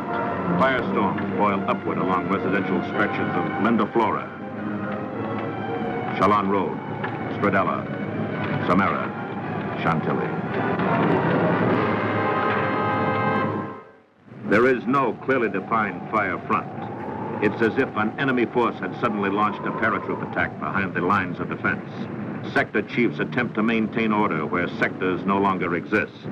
Flames loom up in scores of homes on scores of streets. Firemen fight in smoke-imposed darkness throughout the fire areas. Some have no water, others have. In their concentration on the jobs at... Did you hear that? Some had no water. Listen, same thing. Firemen fight in smoke-imposed darkness throughout the fire areas. Some have no water, others have. In their concentration on the jobs at hand, none can know that 4 new crises are taking form. 6 miles northwest in a remote area of Santa Ynez Canyon, a second major brush fire has broken loose. Destroyed 9 homes and is racing toward the main fire to eventually blacken 10,000 acres. Companies are pulled from Upper Stone Canyon to help counter units fight the new blaze. In Benedict Canyon, 1/2 mile east, another brush fire is deliberately set. Another brush fire is deliberately set. As ground crews respond, an air tanker is directed in ahead of their arrival to delay the fire's progress. And in Brentwood, a third crisis. 1.5 miles west of furiously burning Bel Air, a completely unexpected phenomenon takes place. Thousands of firebrands are literally dumped from the skies on this heretofore untouched section. In residential areas and hills above, the embers spread. From 60 to 70 fires suddenly blaze up, as if an aerial incendiary attack had been launched. Vitally needed equipment must be pulled from critical areas and diverted to this new front. At the same time, a fourth emergency hits. Clouds of sparks soar high over the new 600-foot San Diego freeway complex to envelop ridges of West Sepulveda Canyon. As fire in the space of a few minutes leaps the largest man-made firebreak in the city. It breached their fire roads. Did you hear that? It breached over their boundary. Controlling this host of new fires seems hopeless. Everything possible is being thrown into the path of a conflagration that will not stop. The county, civil defense, and neighboring municipalities are taxing their own fire defense to the utmost in this fight against time and a 20-mile perimeter of sweeping flame. Men do not know where the fire stops or where it begins, or how far it will go, or how much longer. Moraga, Cantor Canyon, Bundy, Tigertail. Too many streets, too many homes, too many fires for only 3,000 men to fight. And to these men, the whole thing seems unreal. This is the heat that will not cool, water that will not quench, wind that will not stop. This is a fire that simply will not be whipped. And then in late afternoon, they get their first break. The Santa Ana diminishes. The racing fire slows to a run. And those still left in the burn area get a look at the path it has traveled. But there is no time for contemplation. Does that look familiar as well? Fire is still burning heavily on the south and west flanks, still moving. In the early evening, the wind changes, grows stronger, swings the fire west, then northwest. In its path lies the long, deep richness of Mandeville Canyon, one of the most heavily populated, most exclusive, most hazardous. Oh, wow. Mandeville Canyon. Same place. Richness of Mandeville Canyon, one of the most heavily populated, most exclusive, most hazardous canyons in the Santa Monica Range. As darkness moves in, apparatus is safely withdrawn from the burn, manned by tired crews and shuttled into the mouth of Mandeville. Firemen stand by their lines as they watch a sky full of smoke turn red from embers and reflected flames. Fire once again is on the rampage. Like devils running before the wind, flames begin their climb to the top to crest over the ridge, shoot skyward, and start down into Mandeville on a direct run for the homes below. And the fight begins. Firemen battle to keep their positions between homes in the first waves of fire as flames boil overhead to sweep the West Canyon wall.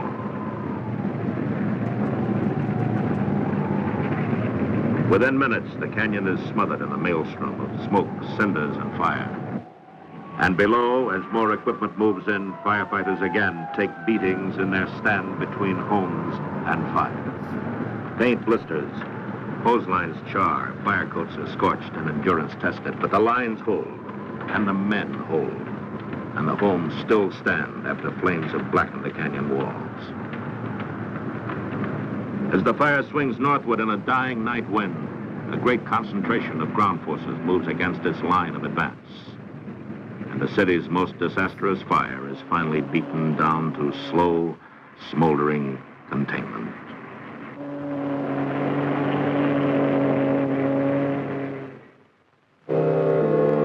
On November 7th, the morning sun reveals the ruins of what yesterday were homes and trees and irreplaceable possessions.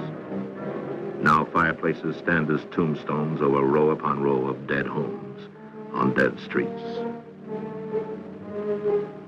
484 times, fire proved its deadly efficiency by incinerating, in a few roaring minutes, what families had taken years to acquire. 6,090 acres of blackened hills, canyons, and neighborhoods. Over 3,000 men, 240 fire vehicles, and 16 aircraft tried to stop it. Did stop it, but only after a hard driving Santa Ana died down and gave them a chance. They broke the fire's back in 12 hours, saved over 2,200 homes, a major college. Not one single life was lost. Not one critical burn case reported. Wow. Firemen had set a new record according to national fire experts. But still, people wonder. Fire victims, as well as those who merely read about the fire, ask the same question. How can a brush fire get so far out of control within a well-protected city and do the things it does? Let's analyze this fire and see what did happen. Some phases are difficult to explain. Why is a framework of bare wood left unharmed in a furnace of heat that crumbles masonry around it? Why does a roaring fire suddenly stop in heavy brush as if cut by a knife? Why do flames spare one house and consume identical dwellings on all sides? A general pattern of fire behavior, however, can be explained. When a brush fire is traveling downhill, it is most receptive to extinguishment. A wide clearance around a house gives firemen a break to make a stop, provided water is available, provided winds do not start spot fires across the canyon, and combustible roofs do not ignite from falling embers. The fire preheats canyons to ignition temperatures. As flames move uphill, the reaction can be almost explosive. A parallel to this reaction is demonstrated with a branch from a specimen of hillside brush. Held upright with fire moving downward, the fire travels slowly. But reverse the situation. Place the fuel above the fire. On a hill fire, burning brands carry over the top to start spot fires on the opposite side. Where those spot fires merge with the original blaze, you'll see fire that leaves only chimneys and brickwork. And no amount of wetting down can stop it. Now let's take another look at fire in action. Brush fires create their own wind. Turbulence and heat bring winds of tornado velocity. Erratic, twisting, treacherous, and unpredictable. Even seasoned news cameramen can be trapped. Where these fire drafts are further predictable. Did you see that news guy? They were idiots back then, too.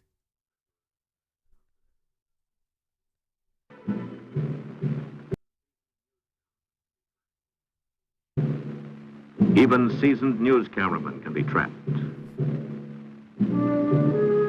Where these fire drafts are further compounded by the Santa Ana, results can be disastrous. On the morning of November 6th, Santa Ana winds were moving in a southwesterly direction from desert to coast. At the same time, numerous ridges of the Santa Monicas were channeling ground winds almost due south. So it was that winds were traveling in two directions at the time of the fire. When the fire reached Bel Air and consumed homes in such numbers that firestorms resulted, thermal heat lifted burning shingles and brands 2,000 to 3,000 feet in the air. Caught in the upper-level wind currents, these burning brands were carried well over a mile across Sepulveda to rain down onto the Brentwood area. Scores of spot fires began spreading to present a new crisis. This action is demonstrated in these pictures taken by UCLA's meteorological department. Now the same picture increased to many times its original speed. Deep within the smoke, burning shingles carry 1.5 miles to start new fires, as shown by black smoke columns, which grow to join the main fire, approaching from the east. This leapfrog phenomenon, coupled with powerful ground winds, created a unique fire problem.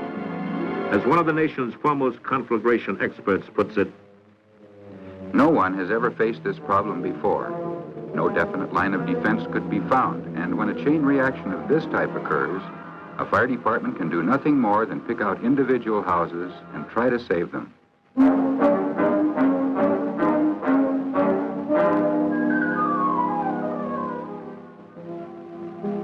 But even in such attempts to save individual homes, firemen are further thwarted by the loss of water.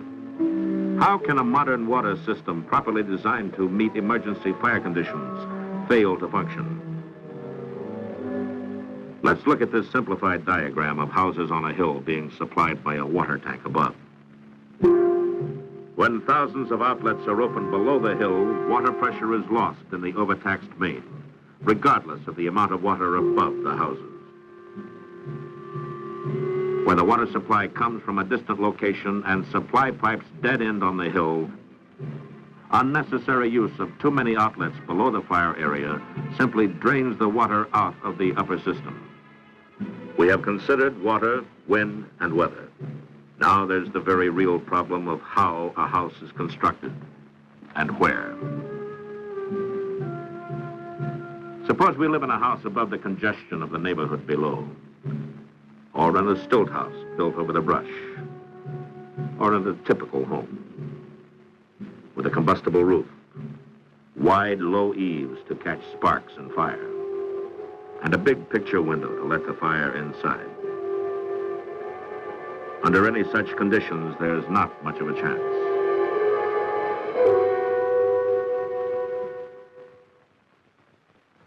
In 1959, experts from the National Fire Protection Association surveyed portions of Los Angeles. They found a mountain range within the city, combustible roofed houses closely spaced in brush-covered canyons and ridges, serviced by narrow roads. They called it a design for disaster. They predicted the Bel Air fire, plus others which are sure to come, unless citizens and city officials work together on a definite plan of fire defense. The prediction was nothing new to firemen. They have their own ideas about people who don't like water pumping stations or fire stations in their neighborhood because they feel that they're unsightly. Or homeowners who refuse to cut brush away from homes because it mars the natural beauty of the hill. People didn't like the fire stations in their neighborhoods because they were unsightly? What? And those groups who maintain to the last glowing ember that combustible roofs are not hazardous in fire areas, despite the fact that over 600 cities have outlawed them. Firefighters are thankful that such is not the thinking of the majority of citizens. But it does not take a majority to start a fire or to feed a conflagration that burns out the careful along with the careless. You are only as safe as your neighbor. When you live in a hazardous area, you're gambling that fire won't start from hot ashes, a cigarette,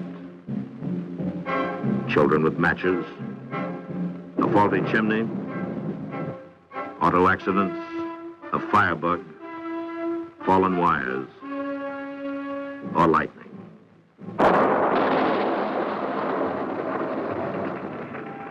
These are the odds.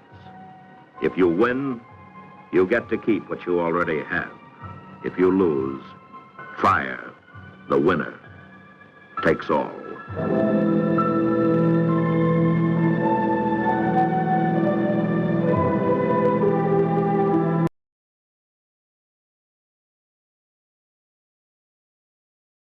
This is interesting.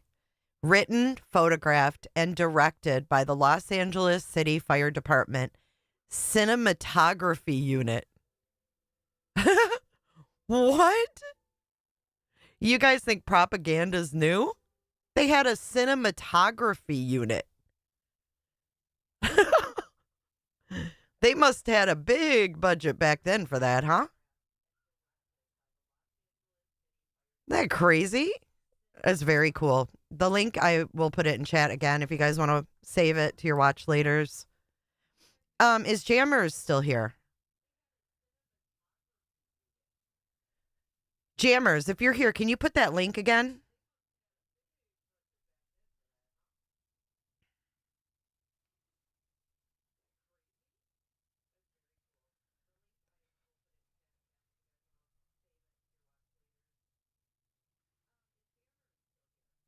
The LA Fire Department wishes to express its sincere appreciation to those individuals and agencies who cooperated, whose cooperation helped make this picture possible.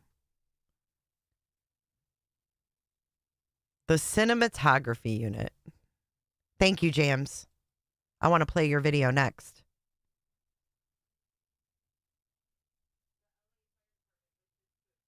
I do too. I love history. But it's wild. It's almost like watching a modern day thing, you know?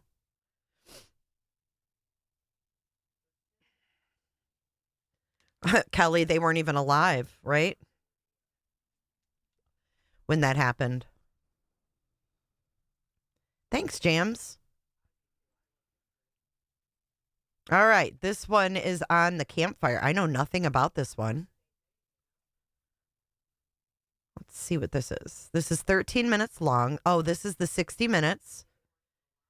This is 2018 report inside California's campfire. It destroyed the city of Paradise. All right, here we go. Let's start here. How would you these grid searches, guys? Oh, man. Oh my God. She was in her truck. Some people were told they couldn't build. Wow. Thank you, Jammers, for sharing that.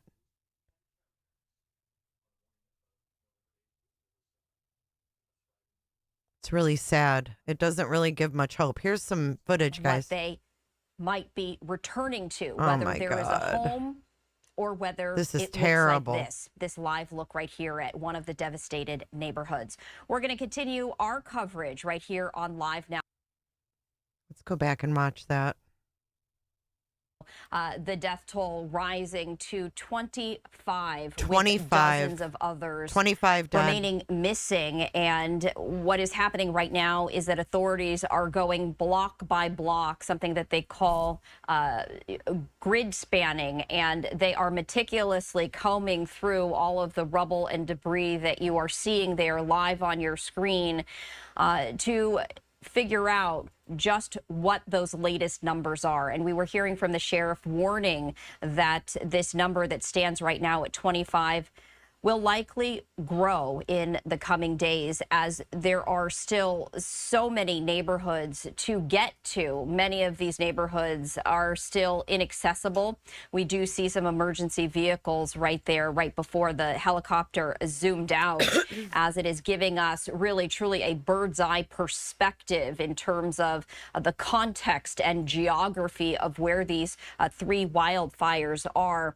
And this is another look right here. This is a map of where these three wildfires still stand. The Palisades remains the largest of the fires. Then there's the Eaton to the east, and then to the north is the Hearst fire. The Hearst fire is the smallest at around 800 acres.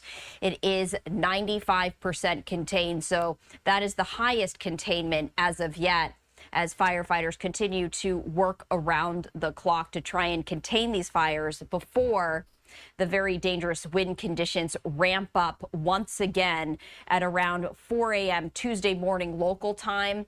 Those wind gusts are expected to last through noon on Wednesday. So it is more than a 24-hour wind event that officials are anticipating. They said wind gusts between 45 and 70 miles an hour. Not as high as what we saw last week, but still enough, unfortunately, to fan the flame for continues to drive along some of these roads in the devastated neighborhoods. And you can see truly chimneys are all that remain in some of these areas. Many remain under mandatory evacuation around.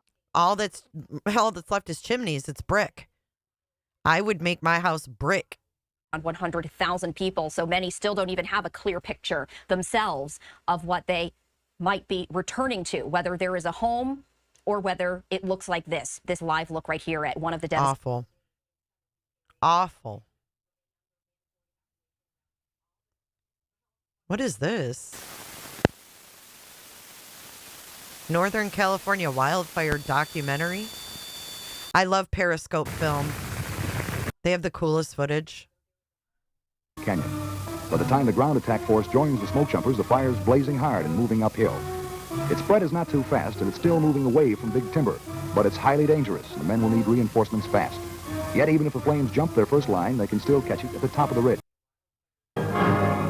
The orchestra. And searing oh, the little birds. There are casualties, but with the safety precautions taken by modern firefighters, the casualties are more often machines than men.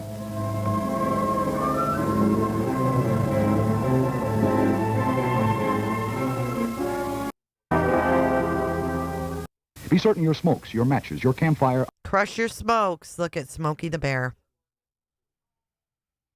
Are dead out. If you don't take those simple precautions, the forest you enjoy this holiday weekend may turn to smoke, ashes, and scorched earth. Assignment 4 is presented each week in the community interest by the documentary department of KRON-TV.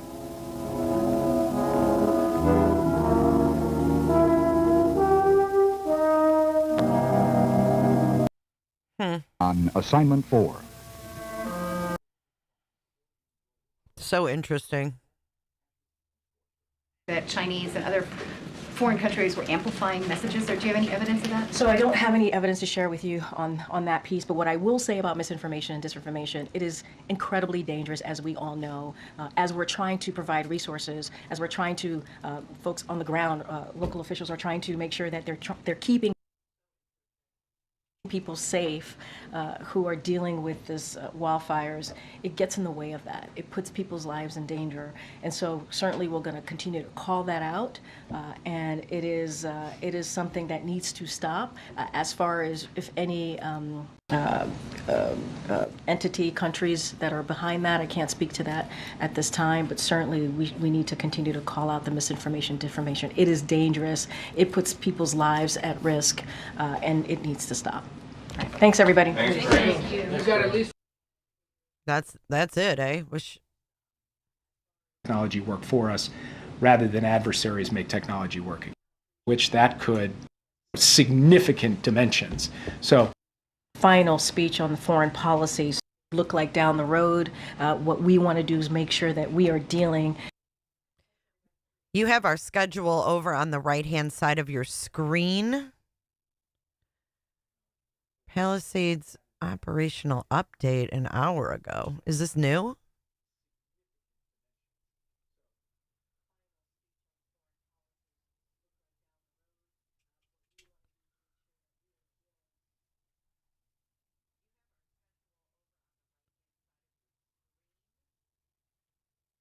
Now I'm getting Paradise videos. The Bel Air fire. Here's another one. When havoc struck.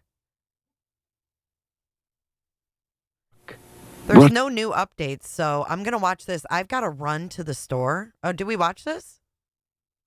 No, we didn't. I feel like this is different. This has interviews and stuff. I'm going to let this play. I got to run to the store really quick. You guys enjoy this piece of history.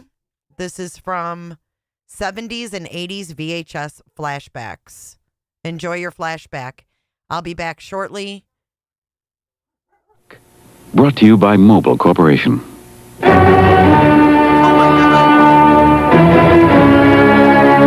my God. Wait. Oh my God, the music. Let me turn it down.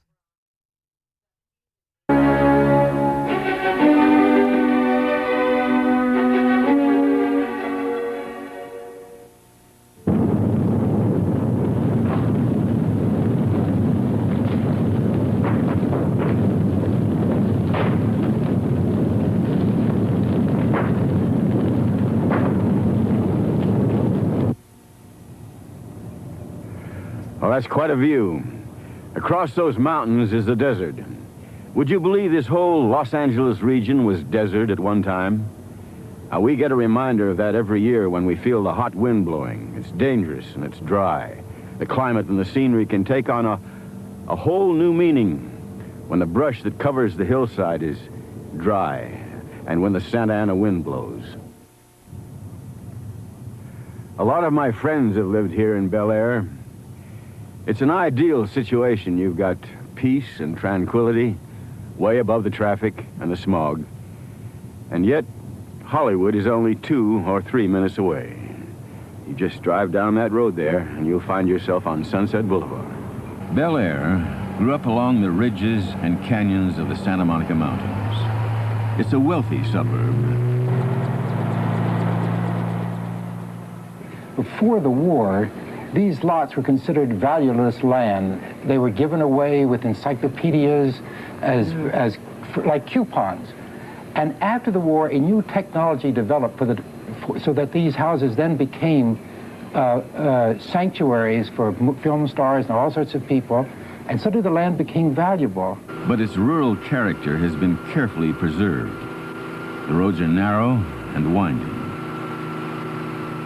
Chaparral covers the hillside, pleasant enough to look at, but if it should ever catch fire, 1 acre of this brush would burn like 2,000 gallons of gasoline. The chaparral, or the native bushes and brush that grows here, have, through the God knows how many years, developed the ability to survive without any water. And the way they do that is to store oil in their systems. This mesquite that we have here, this oily bush that grows on the hillside, is literally packed with oil. And it gets to the point where it quite literally explodes. The brush is at its driest and most explosive in the late fall, which is precisely the season when the hot Santa Ana wind blows in from the desert.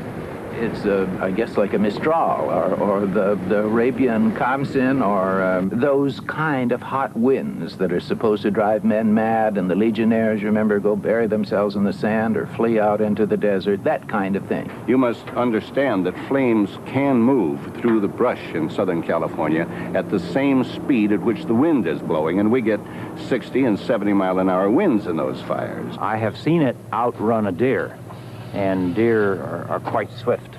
People accept high risk of fire as a small price to pay for the pleasures of living in Bel Air. We didn't give it any special consideration until the big one, World War II, as it were.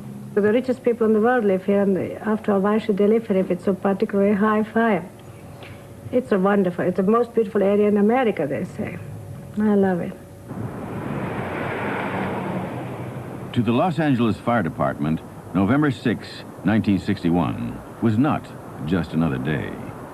It was a day when they knew conditions were ripe for a brush fire. We had been notified much earlier in the morning that it was a red day, Santa Ana condition, wind that is. The humidity was low, the fuel moisture was low. All of the indices that we use indicated that if we had a fire, it would be a bad one. Now, I recall going in and saying to my wife that if this continues, we're going to have a great big fire sooner or later, and this is the worst possible moment for some idiot to drop his cigar in the bushes. It was a day something like this. That is, it was a lovely day, and there was a wind blowing like this. And when you have a brush fire of that nature in Southern California with this kind of wind, you have a prescription for a catastrophe. The first signs of fire were seen at 8:10 in the morning by some contractors clearing brush. They raised the alarm. The first firefighters to arrive were able to stop the fire spreading east and west. But the strong wind was blowing it south toward the houses of Bel Air, and there was no holding it.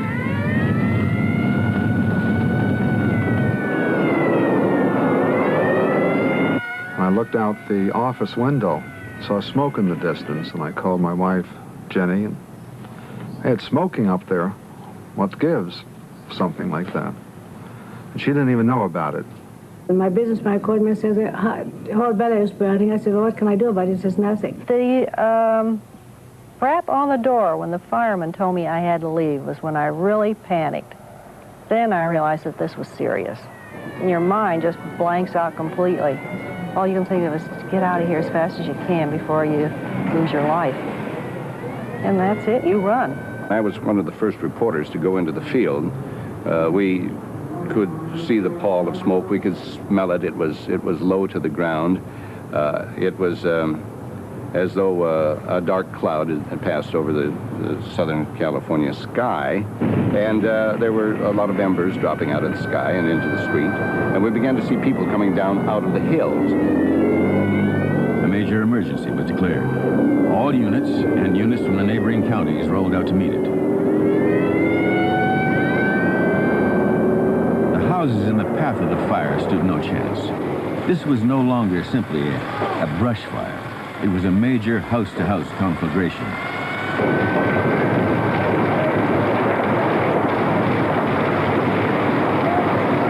The officers were waving everyone away, but they did let me through. I told them that I lived in here, my family was up here, and I had to get through, and they waved me on. But I don't think anyone got through after that. I closed the garage door, out in the back, got up on the roof, and went to work. And by that time, the fire had hit and just lit up like a Christmas tree. Coming up the hill, it was like a roar. When it reached the top of the hill, it was like thunder. It was clapping. It was a sound almost too deep to put into words. I'd never heard anything like that before. It sounded almost maybe warlike.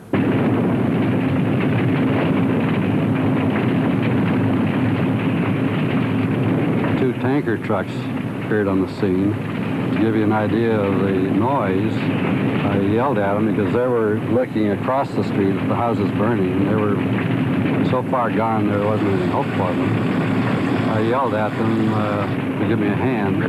They couldn't hear me. I know I've seen pictures of the movies that I took, and it was either me shaking or the fire was making things shake. The glass began to shake. The lamps began to shake as in an earthquake. Our dog began howling. Somehow I wasn't afraid of losing the house because I was here. It wasn't going to happen to me. More than anything else, I was convincing myself. But then immediately after the tremendous impact of the flames, and it takes maybe 10 or 15 seconds for the flames to reach their peak, I remember running out of the house and jumping on the roof, climbing up the side there and getting on the roof and physically putting out the flames that had started in maybe 10 or 20, maybe 30 places with my hands. One fireman stayed with me for 3 hours. Without that extra help, I don't think we'd have been able to hold it. I put the flames out wherever they came. And really no big deal. It's your own home. I talked to many people on the way down, and I said, what have you got? What did you take? One fellow said, I got this bottle of scotch, and his wife said, I've got the pictures of the kids, you know, and the marriage license.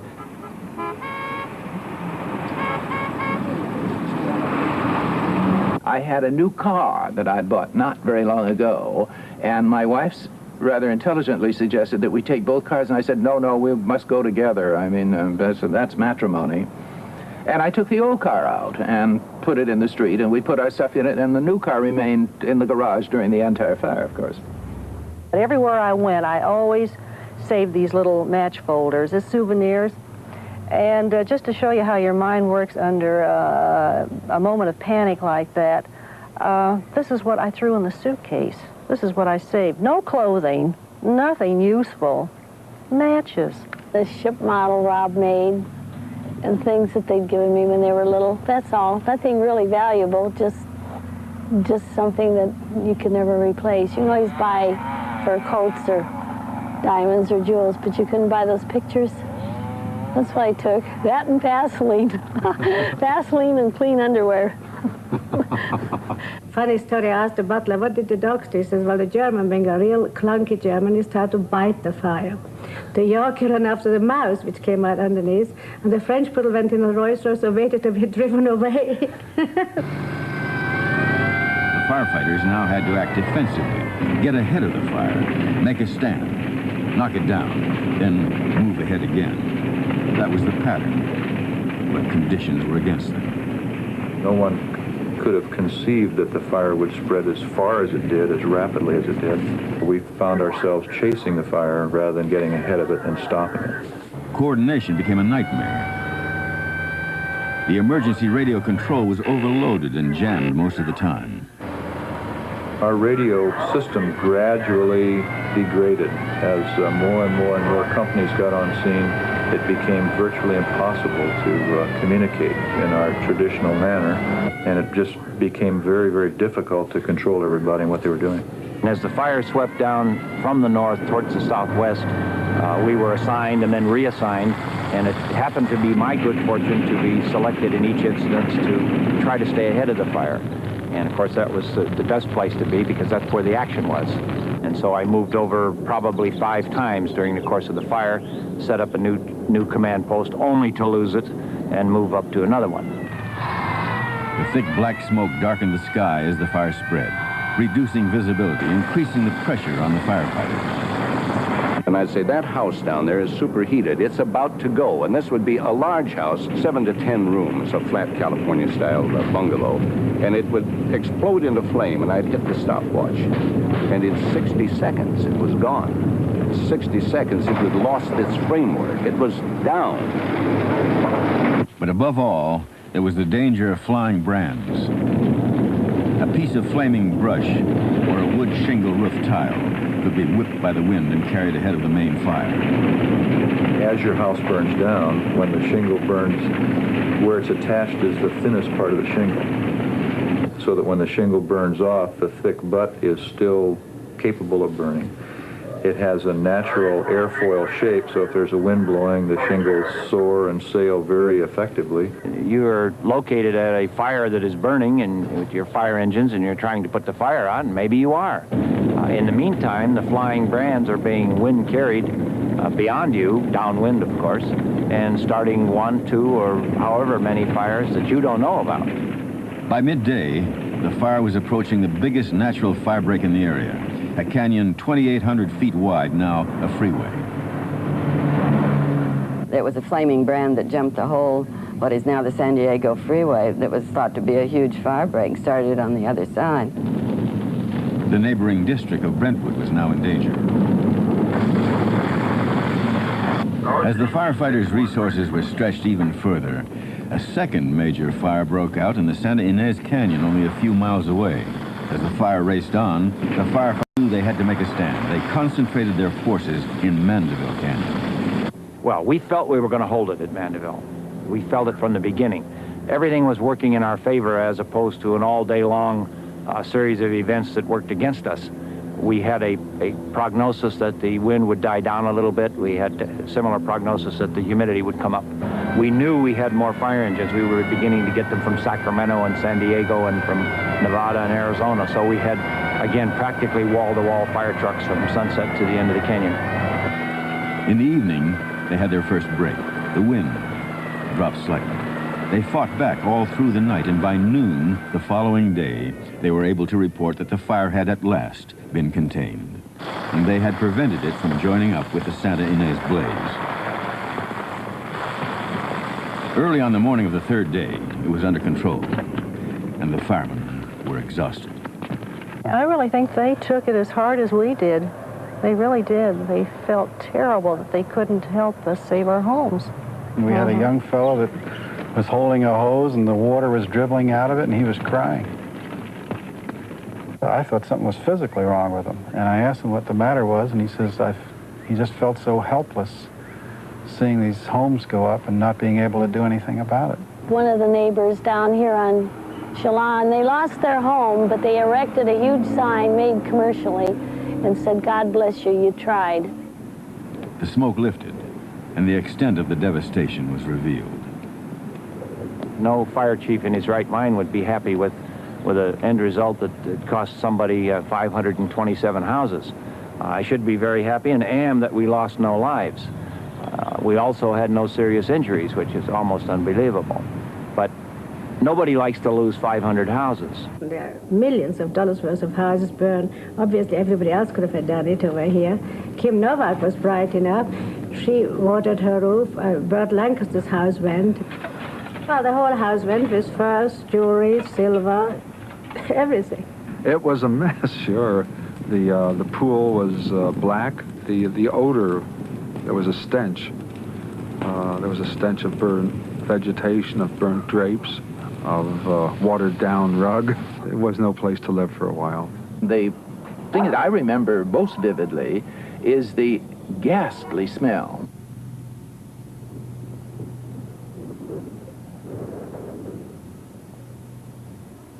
Everything was lovely for about 500 yards, and I said, well, we're safe. And we turned around this bend, and it just looked like a bomb had hit.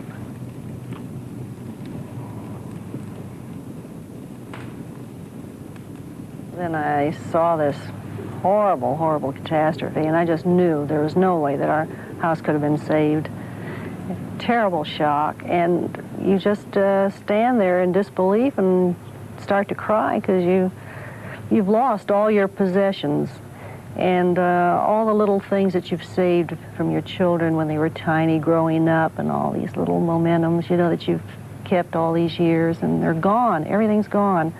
You have nothing but just, you know, the clothes on your back, and it's a helpless feeling. And our neighbors were just fantastic. They were just beautiful.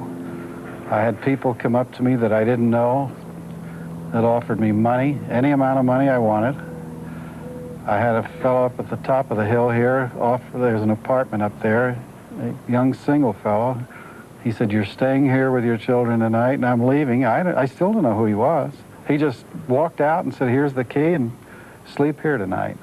Many Bel Air residents who had wooden roofs in 1961 have rebuilt them with less flammable materials. But not everybody believes that this is essential. I saw houses that had rock roofs that literally exploded because the heat built up in the house. I haven't changed the roof. I'll save it again if necessary. At the time of the fire, the law required you to clear the brush to a distance of 30 feet from your house. Now, the minimum safe distance is 100 feet, largely due to the campaigning of Harriet Weaver. We finally got everybody together, the homeowners, the fire department, the insurance companies. We had advice from the different city departments involved, from the Forest Service, all this, to try to work out a uniform set of standards that everybody would agree on. So it took 2 years of drawing up the ordinance and another year getting it through City Hall before we actually had it on the books. The property behind me, I bought about an acre of land down there, and I keep it trimmed down below. We've got the ordinance now, but can't get enforcement of it. And this is a problem because you have firemen who do not want to be in the position of harassing people. They are good guys. They're not like policemen. They're not punitive people. And so they just don't have their hearts in the enforcement work. When we try to build fire stations or improve fire protection in an area, understandably, people would prefer that those improvements are done somewhere else. You must learn to live and respect the natural world that you have intruded on. We haven't done that in the hills.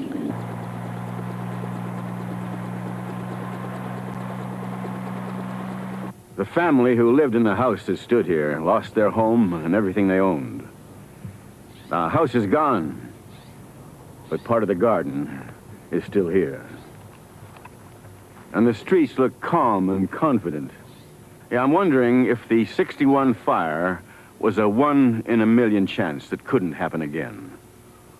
Or could it be that someday when the Santa Ana's blowing and the brush is tinder dry, the whole story would be repeated? And would it be any different this time? They've told me, many fire officials over the years, that in a firestorm on the scale of Bel Air, that there's no way they can hope to really put that out. They have to simply try to save structures and wait until they get a break in the winds or something to keep the damage down. But there's no way they can really come in. There are not enough men and equipment in the western United States, I suppose, to really put one out if it were blazing on a long front. That's if a fire gets out of control. The approach of the Los Angeles Fire Department now is to prevent any fire, however small, from doing so.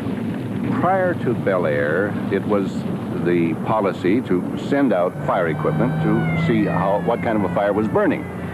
And they got there and they looked at it and they said, "Hey, we need help." And they would shout on the radio and say, "Send more trucks."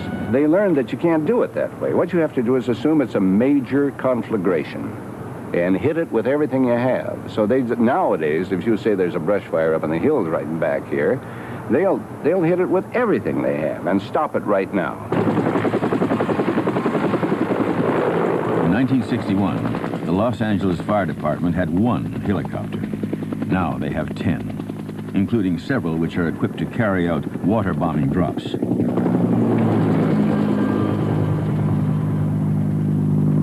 We control the drop pretty much by the altitude and the airspeed. If we want a long drop to cover a long area, we'll go at a higher speed and a higher altitude. If we want a more concentrated drop, we can slow it up and drop a little lower.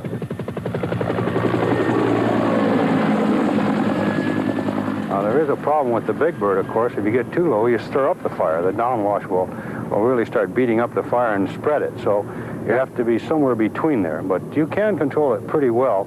But, you know, helicopters are only a little part of it. It's sort of like the artillery in a war. You can't win a battle with the artillery. You still got to get the foot soldier or the firefighters got to really go in and put the fire out. That's where it's at. A crucial weakness in the handling of the 61 fire had been the breakdown in communications. Only 2 radio frequencies had been available to the fire companies. Today, operations are directed from a computer-controlled communications center, which has access to 14 channels. At every fire, there's a tactical frequency for the fire companies that are operating, a minimum of 1 tactical frequency. There's a command frequency for the officers, and then there are other frequencies available for service functions and other things, so that we've divided up the radio frequencies, and we have much better capability of communicating today than we did before. Last year alone, we had no major conflagration. We had a great many small fires, brush fires, small only because we were able to slow them down and get them there so the ground troops could come put them out. Though the risk of a major fire in Bel Air has diminished, it is still high. But most Bel Air residents, even those who lost their homes in '61, wouldn't live anywhere else. We decided that we still loved it here and that it wouldn't happen again. We would take precautions. And I just made up my mind that I was going to get to work and get back here as quickly as I could. Hardly anyone moved. They moved out when their homes burned down, but they rebuilt as fast as they could and moved back in, because once you live in the hills, you wouldn't live anywhere else. Today, the most important fact is that the fire happened. We saw it, and we know the extent of the damage it did. We know what kind of an enemy we were up against. And we know that that enemy could hit again and again. He'll give us a bad time. But at least this time, Gotta we'll be love the ready for him. cardigan too, right? When havoc struck is another. Perfect timing. I just got back from the store. Thanks, guys, for hanging out.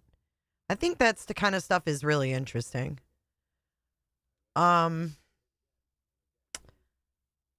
Eaton, okay, the Eaton incident weather update 1 hour ago. Let's watch that. Good morning, everyone. My name is James White, and I'm the incident meteorologist here for the Eaton fire.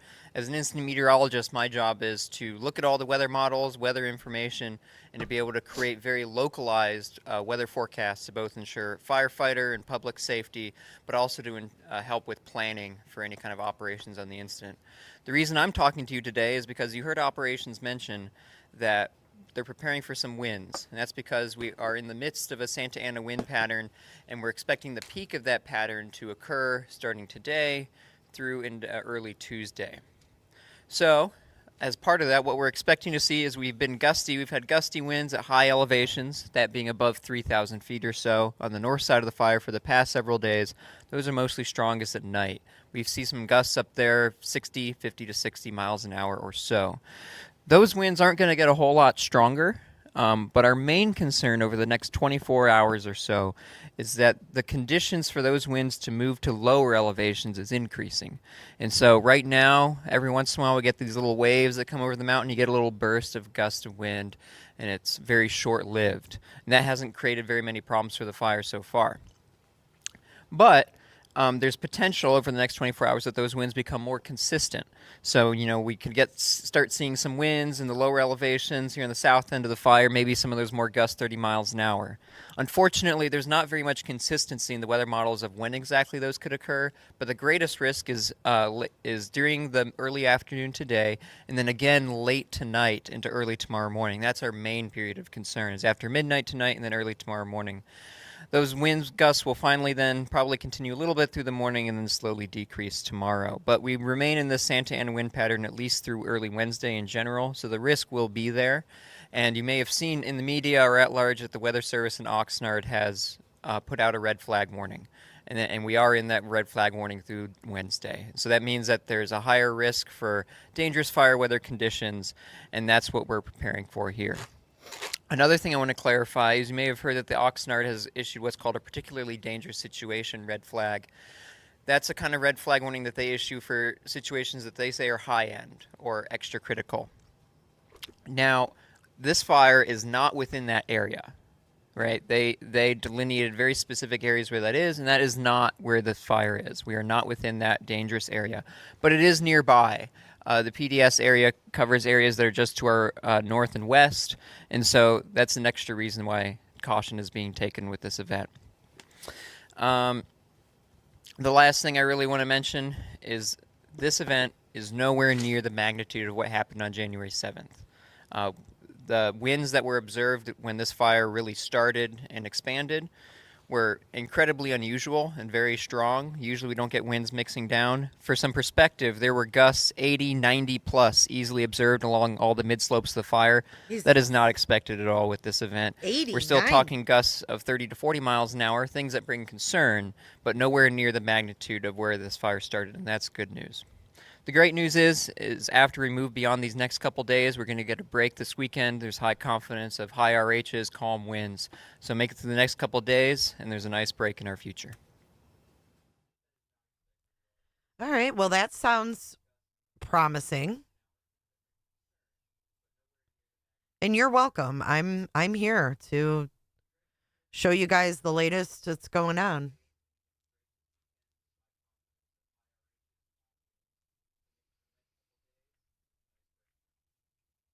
Let's see what else we got going on.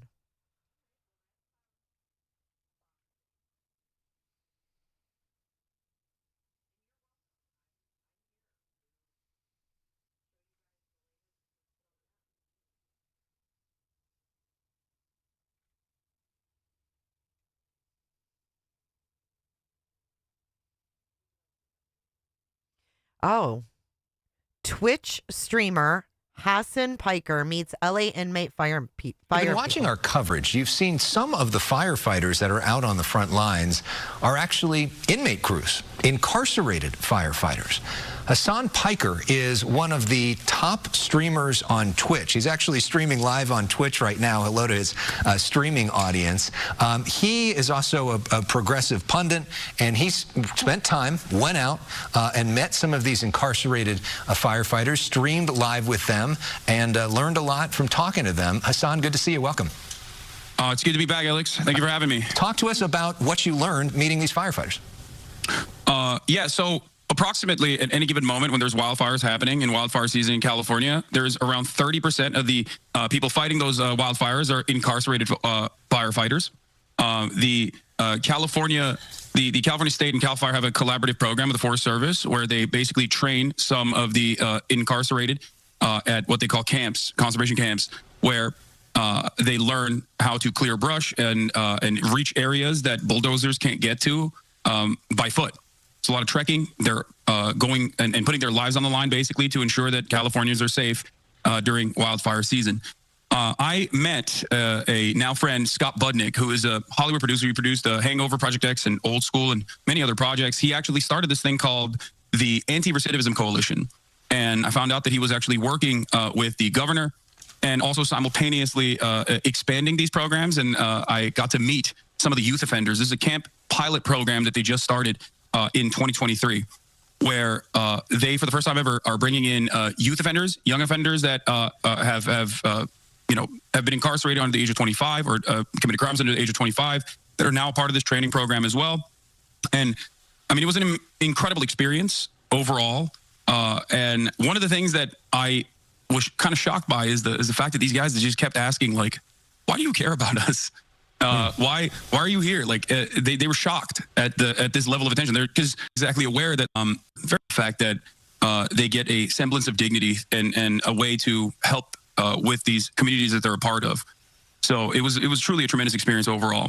Yeah. And very eye-opening. And we talk about people going behind bars. Most people that go behind bars are eventually released. And so you want there to be a rehabilitation process so that they come out potentially even stronger than when they came in. And I know for you, you were really struck by the sense of hope that these guys felt.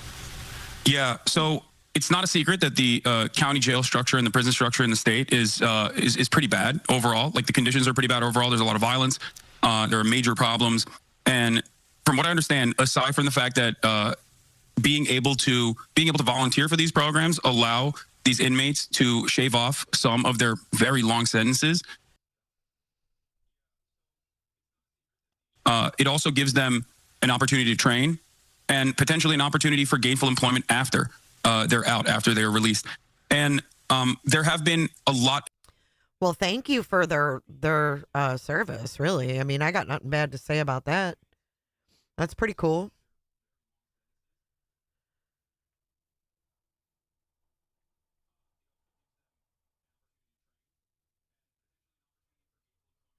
Let's see, what's this? We have a community meeting, like I said, tonight at 9:30 Eastern.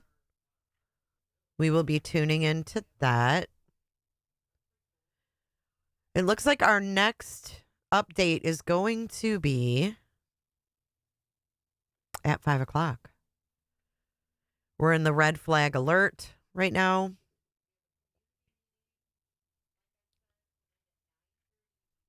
I'm trying to see if anything else is live.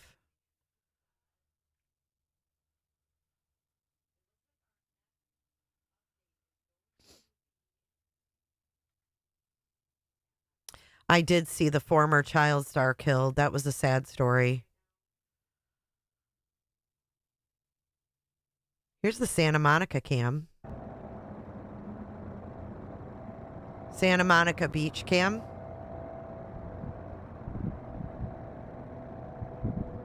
I'll tell you what.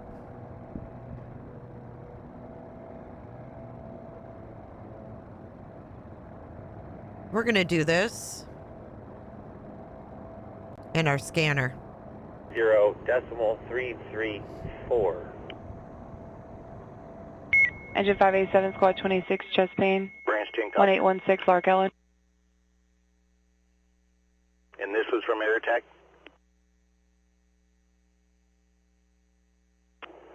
Message came in from Deputy Ops, but it was by the IR flight. We're going to find out the latest from this scanner. Zulu, Branch 10 on command. We've got one fire helicopter that just went up. I'm going to pull up the flight radar. Only on your TAC.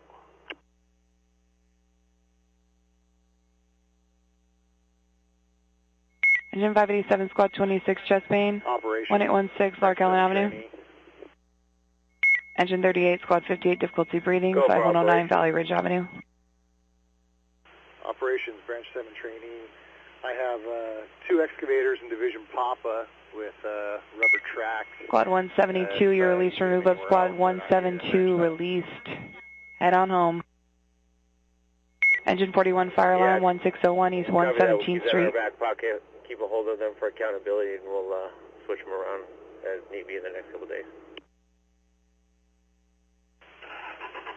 Copy.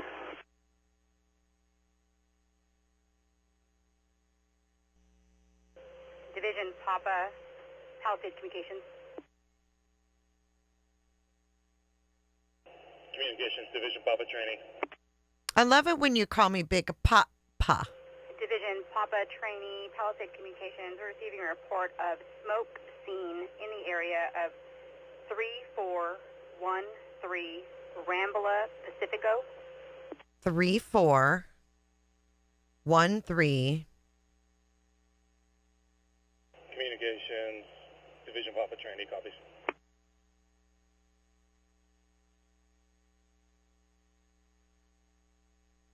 It's Malibu. Rambla Pacifico, sorry.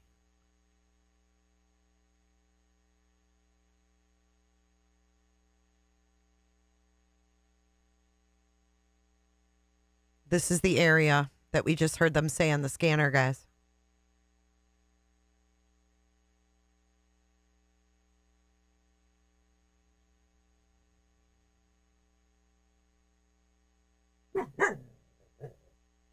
Bella.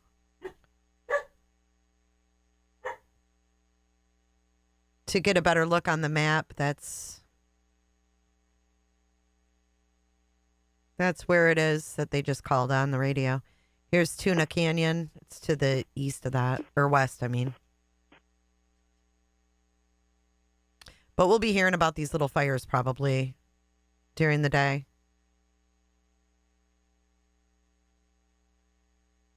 Oh, now they're just going to show this?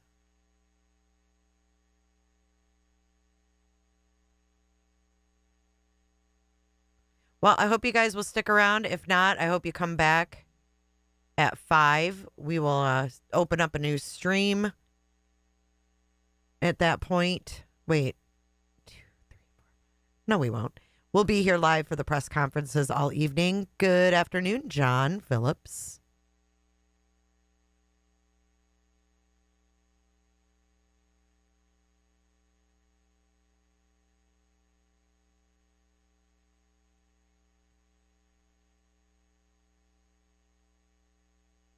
Yeah, shout out to them for sure.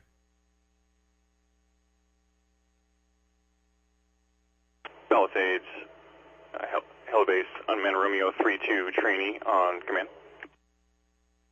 All right, guys, I'm going to take a little break. I will see you guys in roughly in 2 hours, probably. I'll come back to the mic.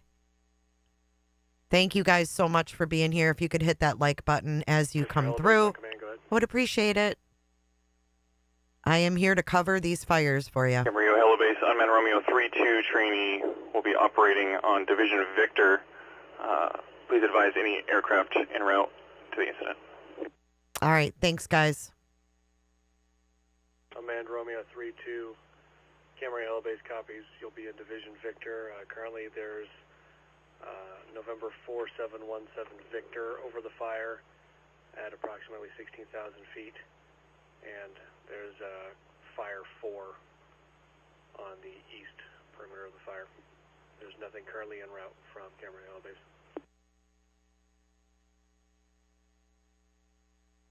Thank you, Ruffy. Rough-eyed Spud. What's your name? Is it Ruffy-eyed Spud? Camarillo Helibase, unmanned Romeo 32 trainee. Yeah. Helibase. Sean, just for you, Sean. Yeah, I'm going to keep it on. We'll stay live. I'll see you guys in a little bit. Thank you so much again.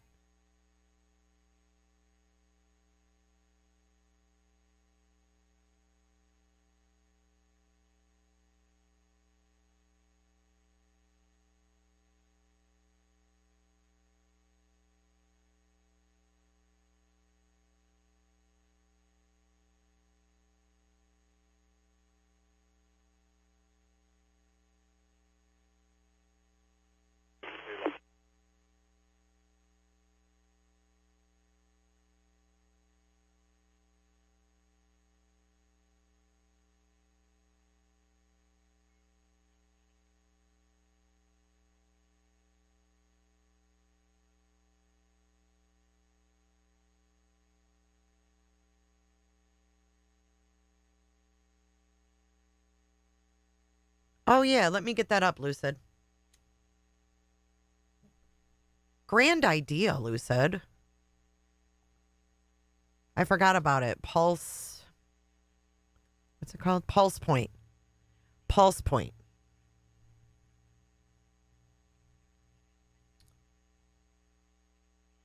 Watch Duty is the app that everybody's using. It's called Watch Duty. I think you asked earlier, Lucid.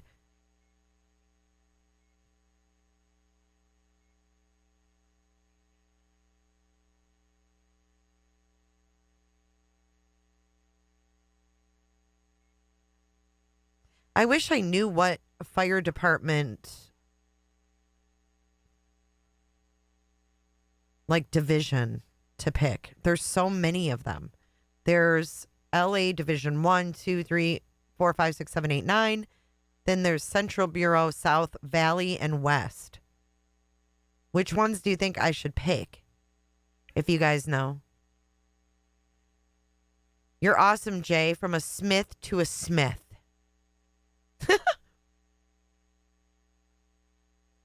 Thank you, Sean. Anybody local know which divisions? Like I said, there's LA County Fire Department Division 1 through 9.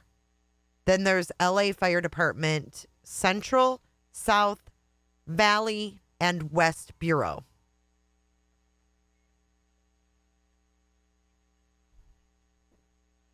Let me know in chat.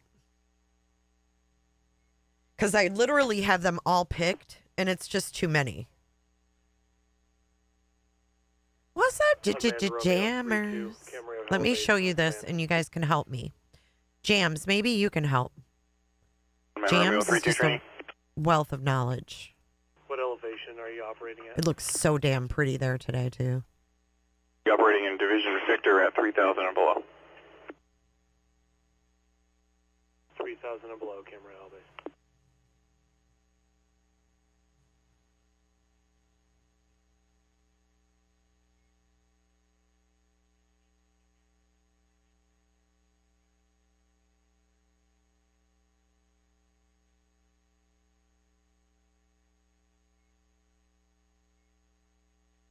Thank you. Ah!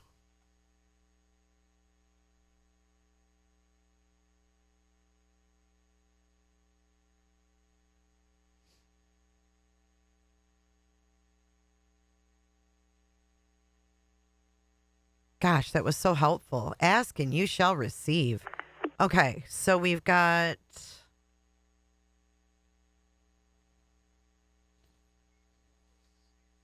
the Valley Bureau for sure. Okay. We're going to keep that one up there. The West. Okay, we definitely don't need South. Okay, let's get that one out of there. We've got Valley. We need West up there. Oops.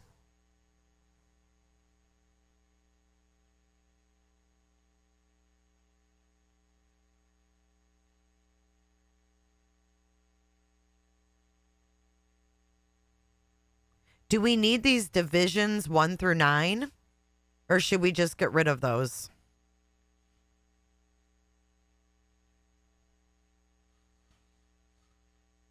Oh, I see. Okay, 1, 2, and 11. I see. I get it now.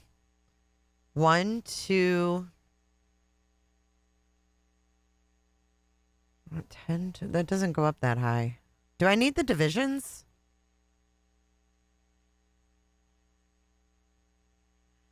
Gone Girl. Gone Girl's been here every day.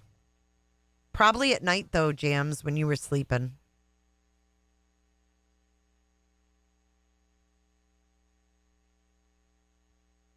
All right, we'll put those ones up. Display.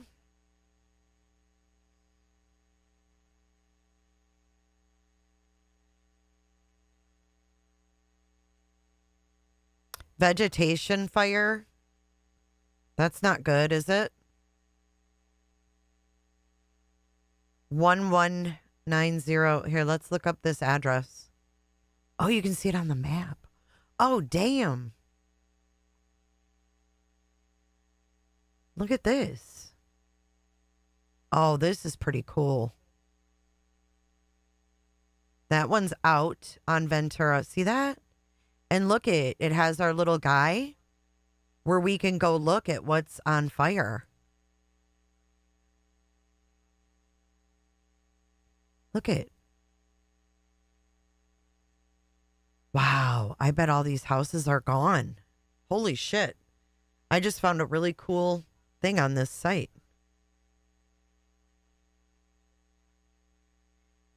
Okay, how do I get out of this? Go back. Okay, let's zoom out. This is called Pulse Point, web.pulsepoint.org. Tarzana, emergency response.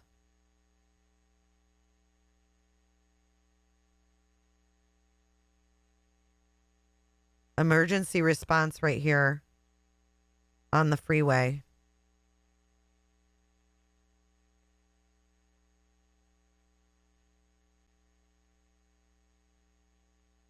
I like it a lot too. It's pretty cool. Let's go back out. We have a traffic accident over there, but let's go see what this is. This is a garbage fire. Let's see where that's at.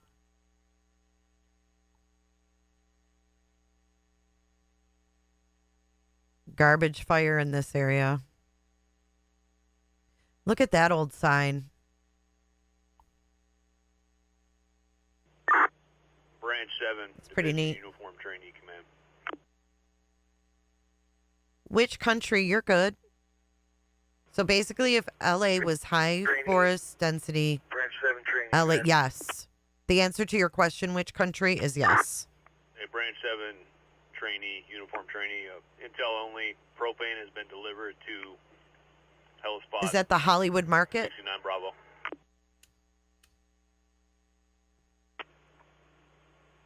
Branch 7 Trainee copies.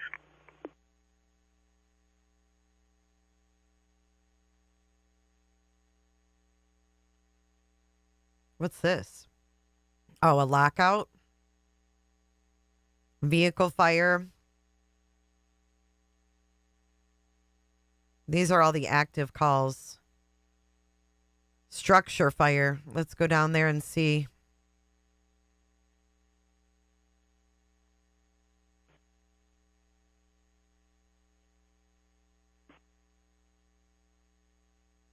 What the hell? Why am I so close? Oh, this isn't good. Structure fire in here.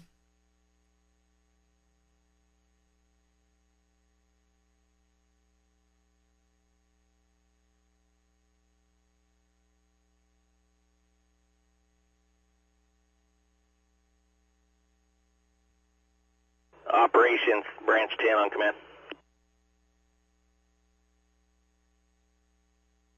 Branch 10 operations, are you going to say this is more likely There's in the another Mandeville structure area fire. Alpha? Industrial Street. Let's see what's on fire Well, here. we put it in, it doesn't even show it on our map. So I was going to ask you to clarify that long or maybe the format. If you can, give me a call.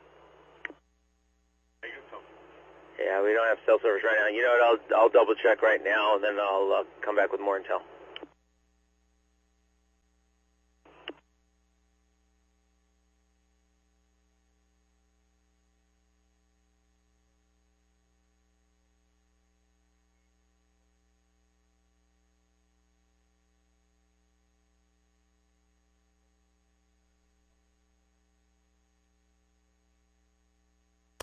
It is web dot. I'm on a computer, so I don't know if it's an app on the phone, but it's web.pulsepoint.org.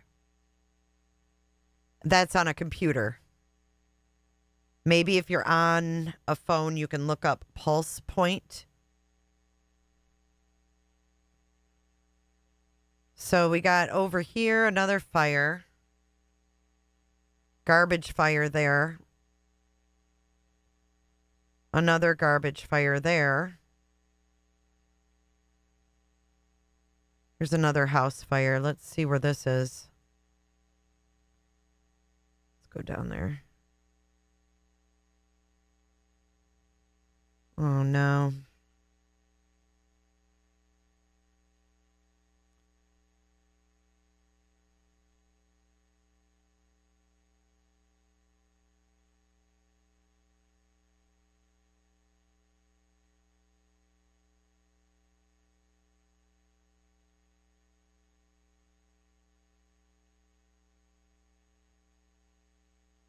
Let's see what this power line wires down.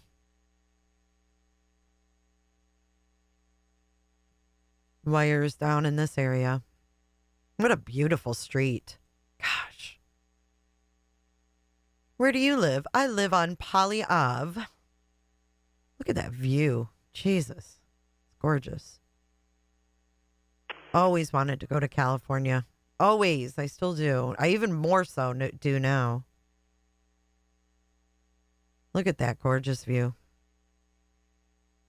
This is where the power lines are down right here. This is pretty neat how we can pinpoint this.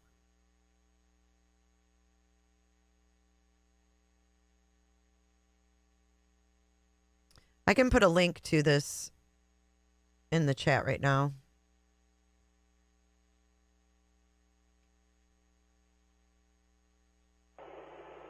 Branch 10 operations. Oh, this is a cool view. We got to go back to this for a sec. Hold on. Hold on, guys. You got to see this. There's planes taking off. Disregard. Oh, man, they moved branch it. 1 along in Mandeville Darn it. Canyon. Break. Well, maybe you'll see the plane come into view. Branch 1, operations on command.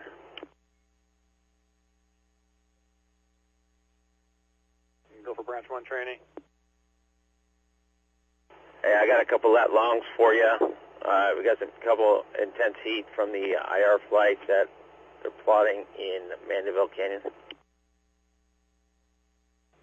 Copy, go when you're ready. 34 degrees, 5.563 by 118 degrees, 30.334. Second spot, 34 degrees, 5.418 by negative 118 degrees, 30.333. That's good, copy. I've been corrected on my verbiage. The second heat location. Bear with me, guys. Spot. They're in the line. No, I copy that. I'm on a high point now. We're got eyes in the canyon. There's nothing visible for us. But, Hopefully you can read that we'll okay. zero in on that, sir. Copy, thank you.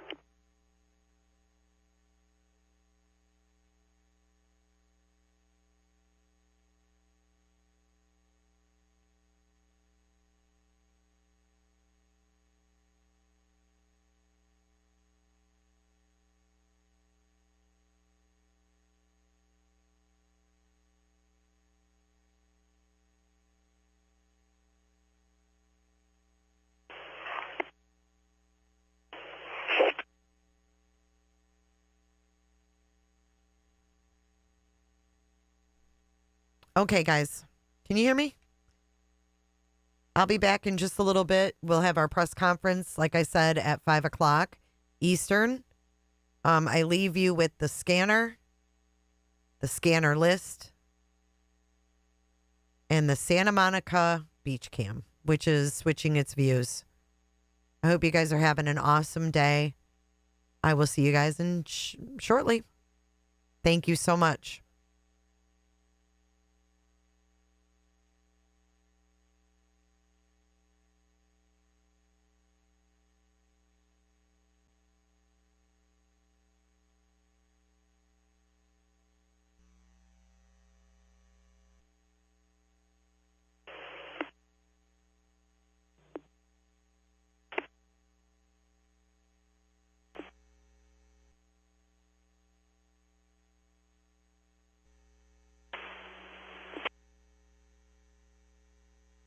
Launch you up.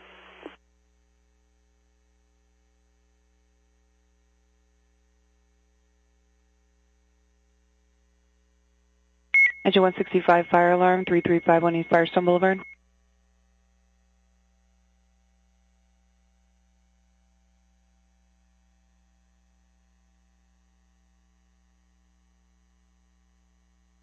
Launch you up.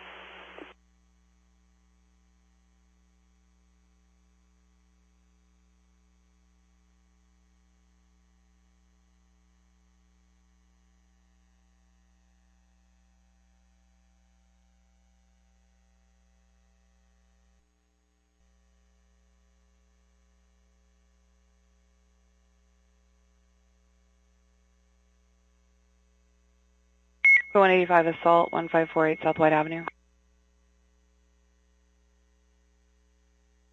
By the way, notice the flag or the flags on the roller coaster that will show you the winds.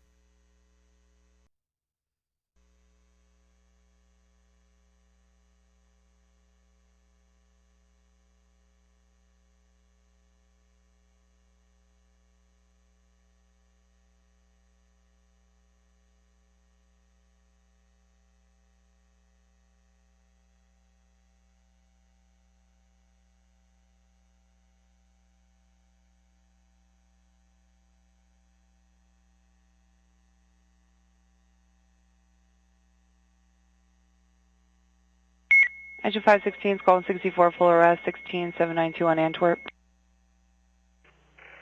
Go for 50 Alpha.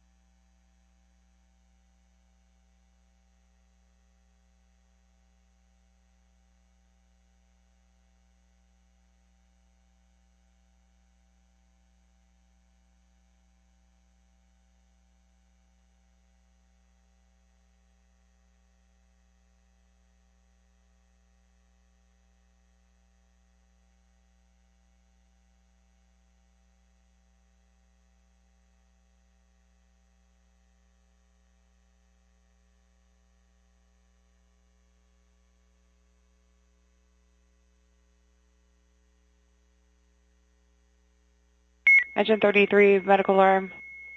Action medical rescue, 44338 Date Avenue.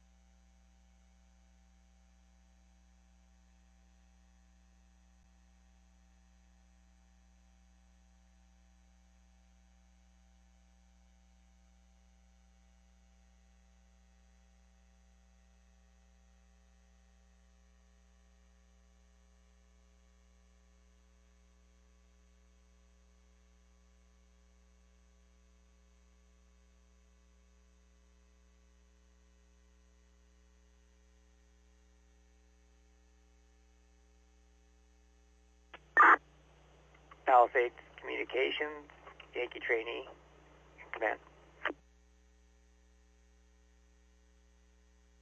Engine 163 is calling 63, difficulty breathing, 6513 South Atlantic Avenue. Yankee trainee, Palisades Communications.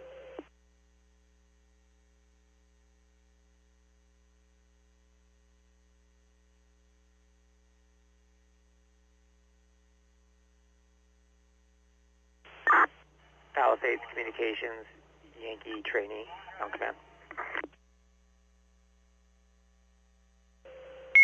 Engine 93 is call 131, medical rescue, 4160 East Avenue R. Engine 59, outside investigation, 8437 via Verde Drive. Type 1 helicopter for flare-up in Division Yankee.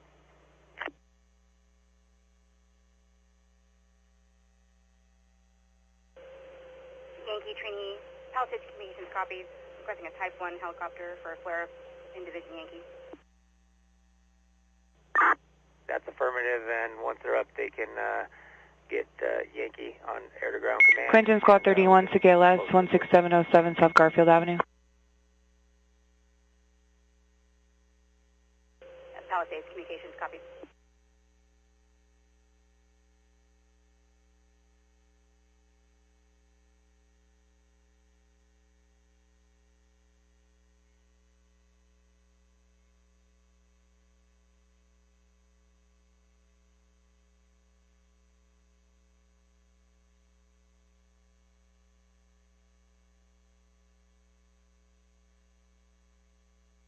Engine 95, call 47, CKLS 41, 218 West 123rd Street.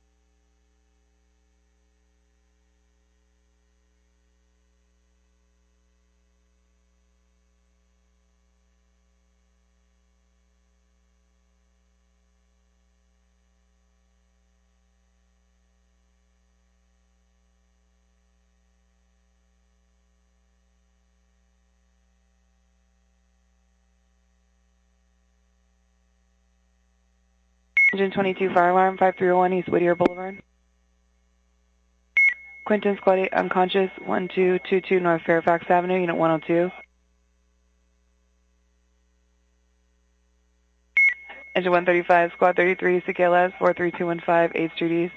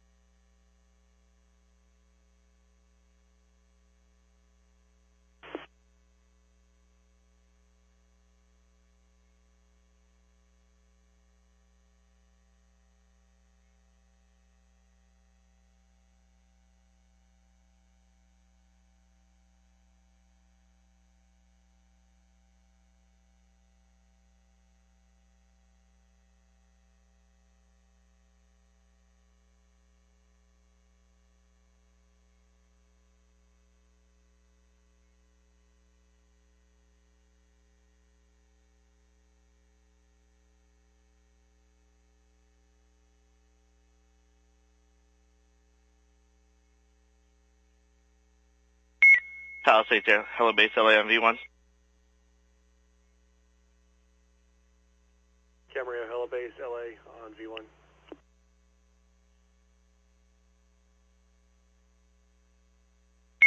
Camarillo, Hello Base LA, copies you loud and clear. I believe Palisade comms have a relay for you. Engine 244, Squad 32, Injury LS, 1763 Royal Oaks Drive North. 147, Squad 54, full arrest, 41s, 1670 East 120th. Engine 587, assault, 26s, 16023 Seymour Road. Engine 119, public assist, 2723 Pepperdale Drive.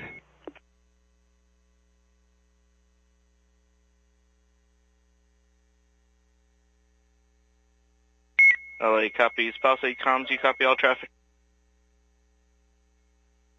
Palisade Communications copies.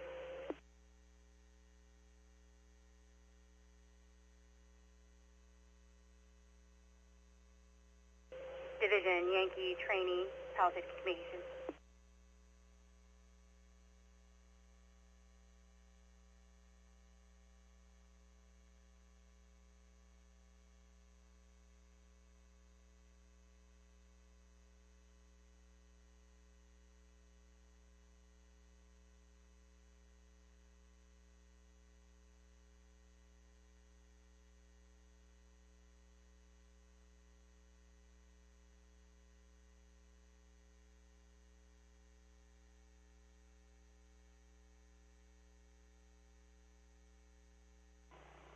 Squad 115, SICK ALS, Engine 115 on scene, 15514 Benfield.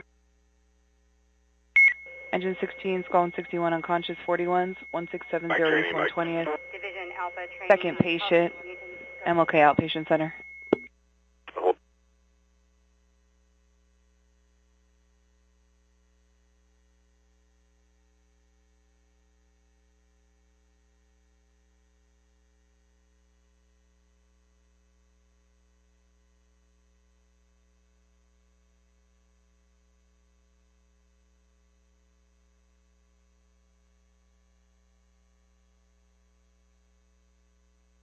Communications Division Papa Training.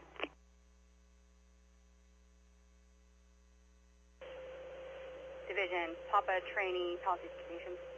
63 Outdoor Fire, Florence at the 710. Division Papa Trainee, the smoke at 3413 Rambla Rambla Pacifica has been mitigated. Division Papa Trainee, Palisade Communications copies. Break. Division Yankee, Palisade Communications.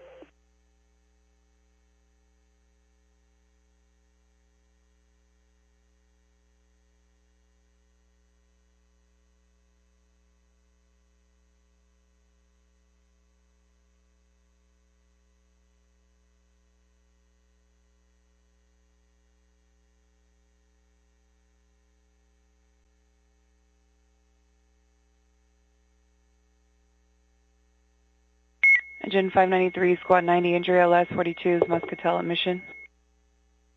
Quinn 31, Squad 98, difficulty breathing, 8062 2nd Street.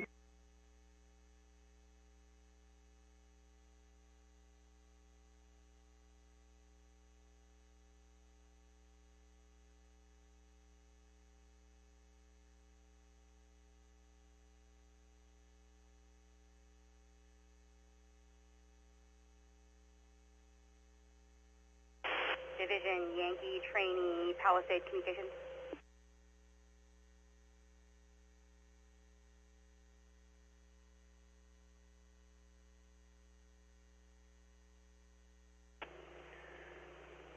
Hey, Division Yankee Trainee, 4226 Task Force.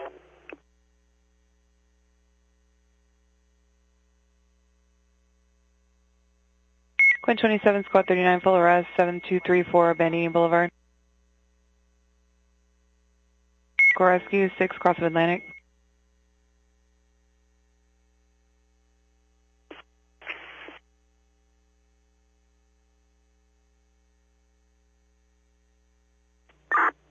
Communications Division Yankee with traffic.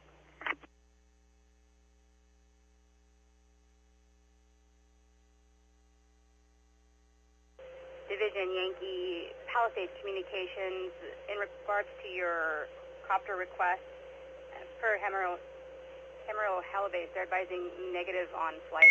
Engine 49, water flow alarm 15221 Canary Avenue. Copy that. Thanks.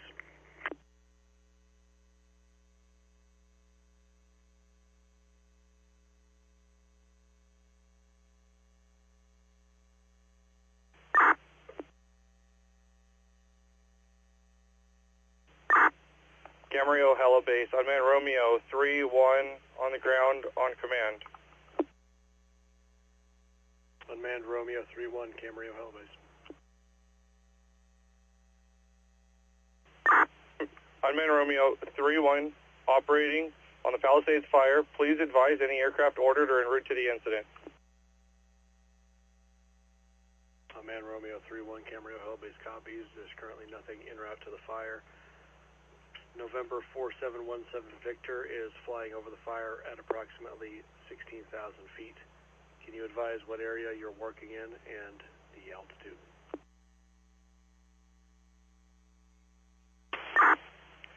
Camarillo Helibase, unmanned Romeo 3-1 will be operating in Division Victor at or below 3,500.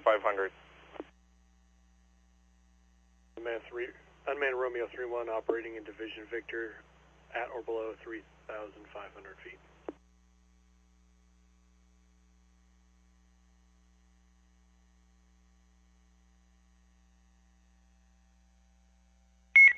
Quentin, squad 118, SIC ALS 17078 is Kalima Road.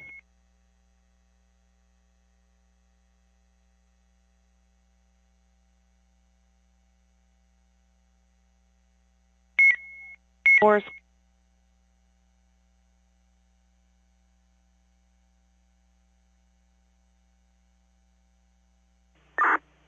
Blind call, unmanned Romeo 3-1 on the Palisades fire in the blind. Altimeter 3024 operating at or below 3,500. Please advise on air to ground.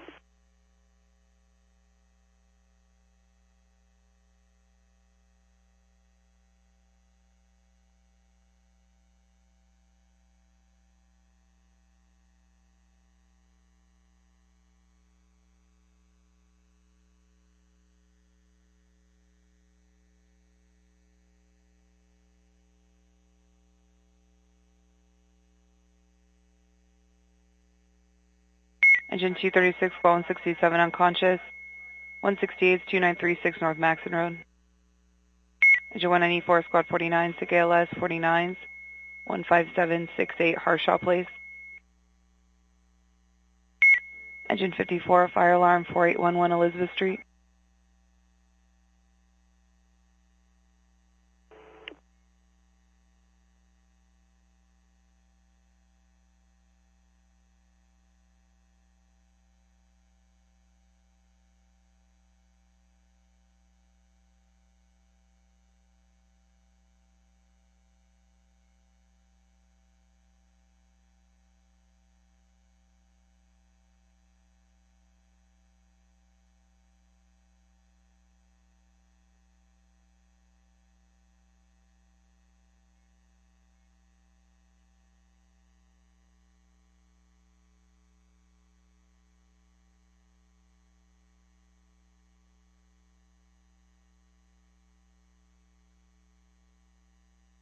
Just calling 34 SIC ALS 44029 Fenner Avenue.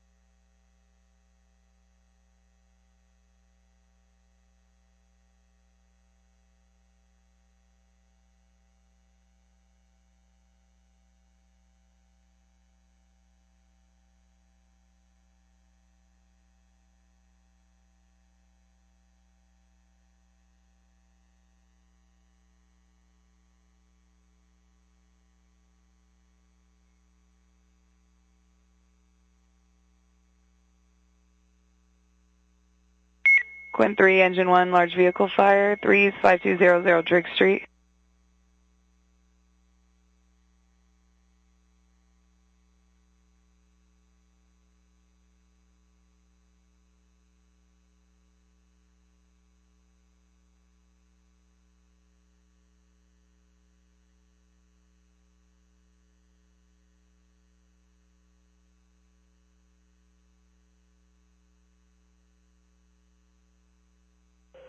Division Papa, Palisades Communications.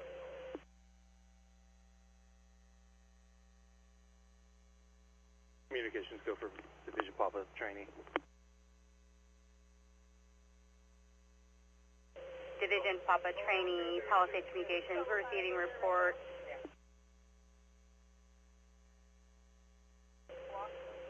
Palisades Communications continuing smoldering vegetation, Sycamore Elementary. RE762, abdominal pain with engine 7563, 5688 Ridgeview Drive.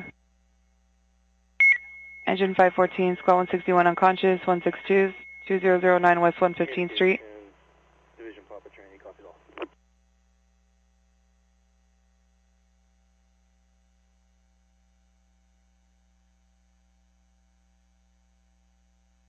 Engine squad 111, SIC ALS, 23385 Beaumont Street.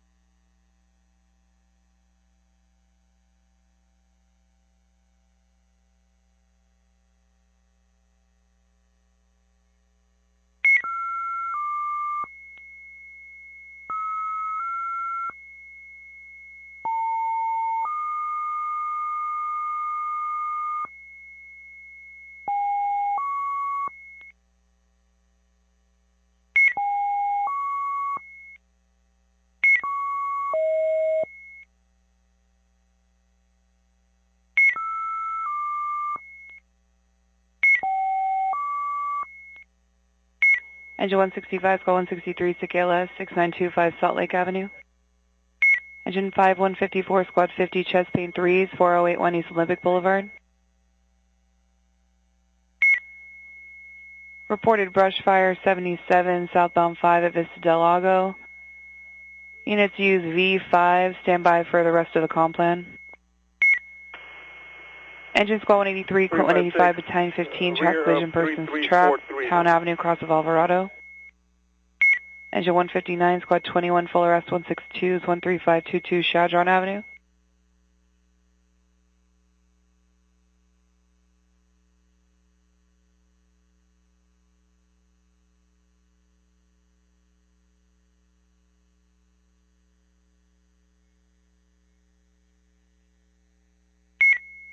Engine 54, Firestone Boulevard, 710 freeway.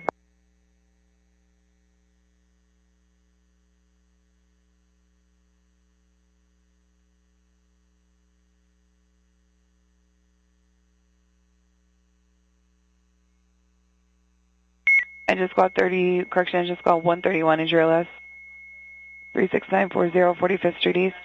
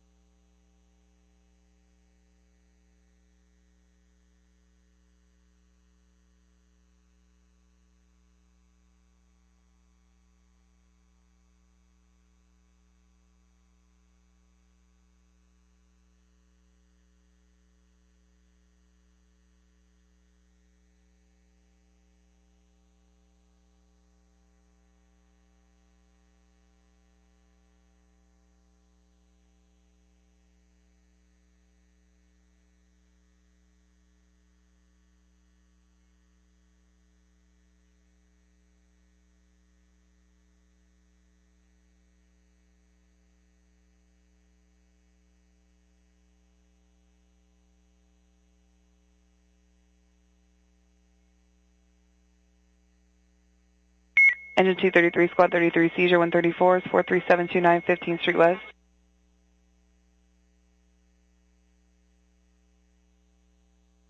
Engine 40, back pain 4161 Acacia Avenue. Engine 8, outside investigation 58, Stalker at La Cienega.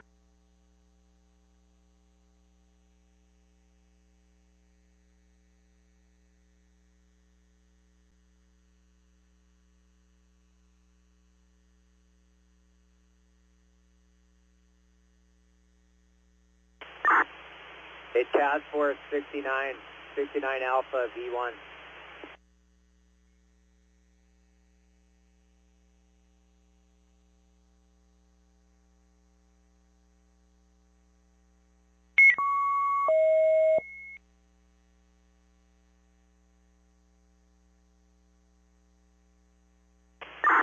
Hey, Victor trainee 69 Alpha V1.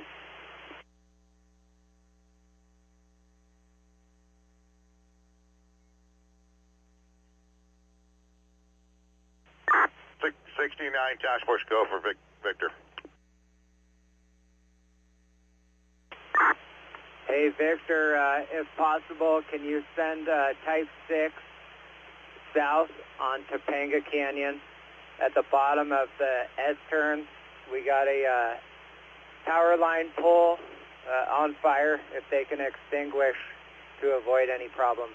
Engine 580, Squad 20, injury LS 98, 15128 Eucalyptus Avenue. Hey, Task Force 69. Engine 59, SIG ALS 16417 Whittier. Wind 33, SIG BLS 501 West Lancaster Boulevard. I'm down in the hole. Engine 83, Squad 36, unconscious, 1322 West 6th Street.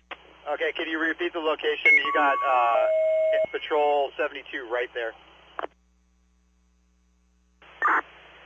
Yeah, I'm near the bottom of Topanga Canyon, just past the S-turn. Once you get into the flats, there's a power line pole on fire at the base. If they can extinguish, it'll be on their right side. Engine Squad 71 unconscious, 1091 South La Brea Avenue. Okay. I'm tracking all. You want to prevent that road from getting closed permanently. Engine 21 Squad 58 unconscious, 162 14120 South Yukon.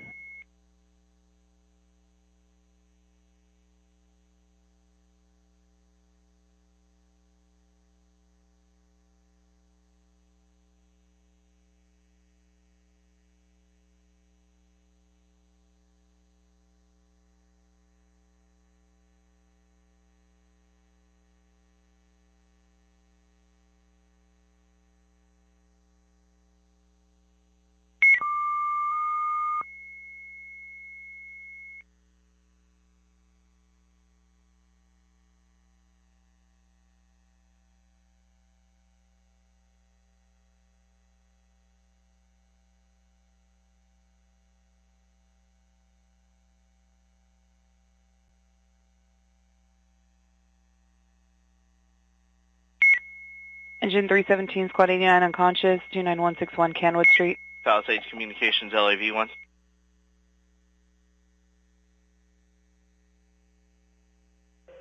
LA Communications.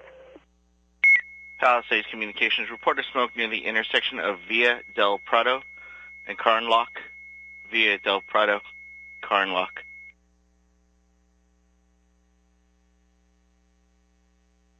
Communications copies, reports of smoke, Via del Prado and Carnlock.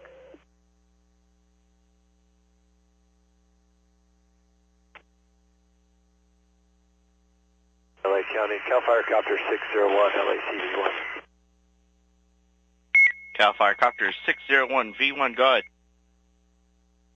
Cal Fire Copter 601's off of the Hela base in Camarillo. We'll be en route San Ynez Airport and then to San Luis Obispo. ETA to San Luis, approximately 12:30. We'd like to flight follow with you for a while.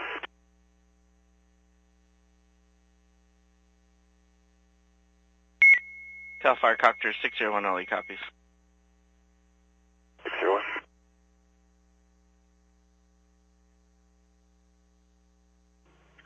Victor Actual, Branch 7 Trainee, Command.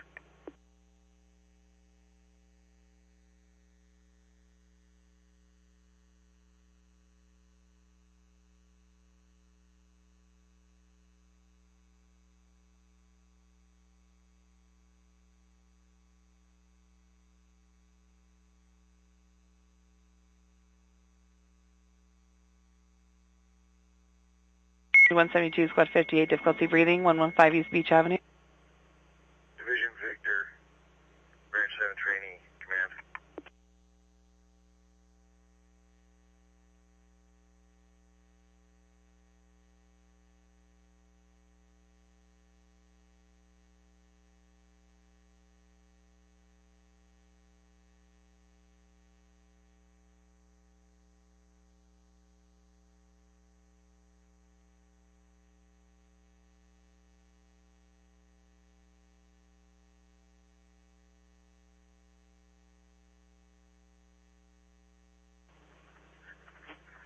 Division Victor, Branch 7 trainee, command.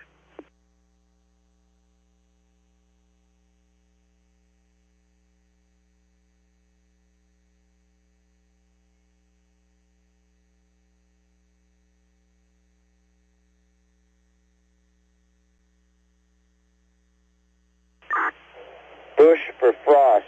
Bush for Frost.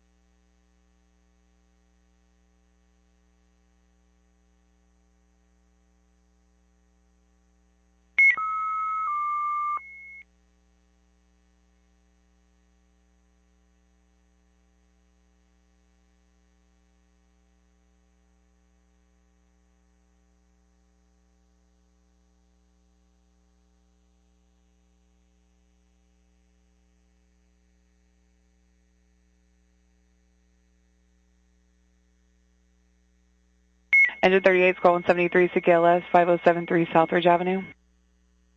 Quit 161, Grassfire 21, 3302 West 147th Street. Engine 34, injury BLS 20137 Pioneer Boulevard. Engine 135, outside investigation, East Avenue M, a Challenger.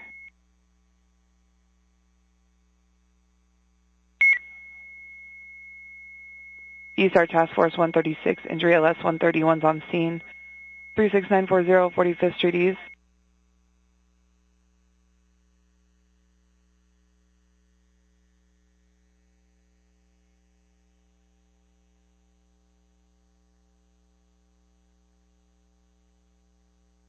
Engine 122, outdoor fire, 60s, northbound 405 at Orange.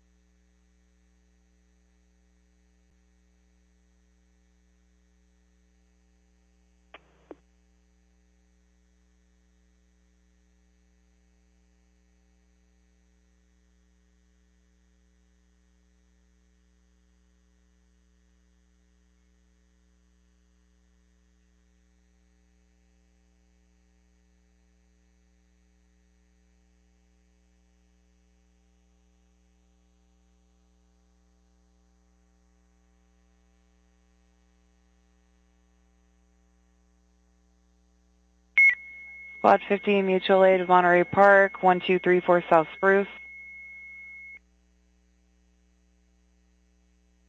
Engine 24, Squad 37, person choking, 430 West Palmdale Boulevard. Engine 42, Squad 90, injury LS, 3352 Arrowjet Avenue.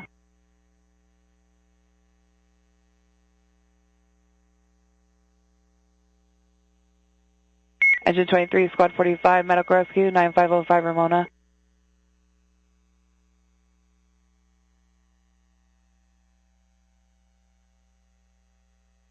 Engine 5154, outside investigation 22 is Atlantic Boulevard at Eagle Street.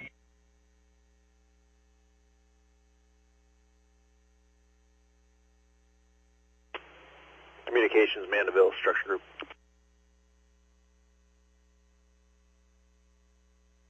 Mandeville Structure Group, communications. Yeah, I'm 3495 Mandeville.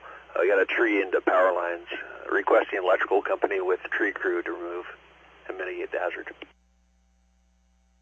Quint 27, Squad 50, seizure, 477 South Downey Road. Mandeville, go ahead with address. 3495.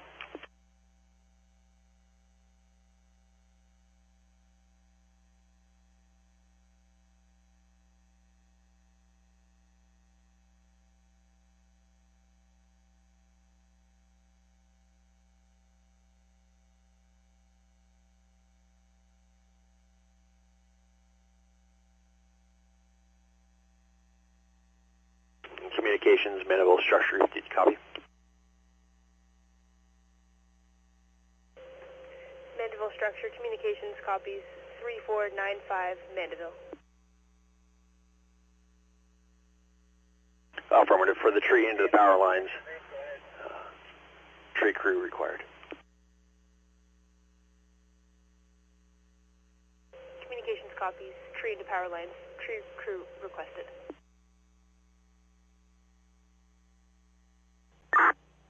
Communications, Yankee.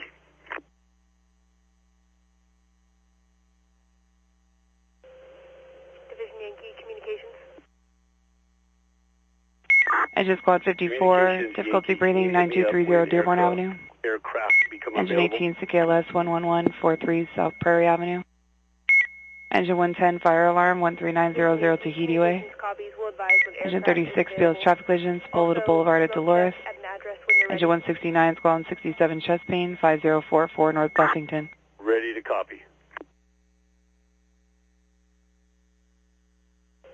Address is going to be at intersection Via del Prado and Carnlock Street. Via del Prado and Carnlock Street. Reports of smoke.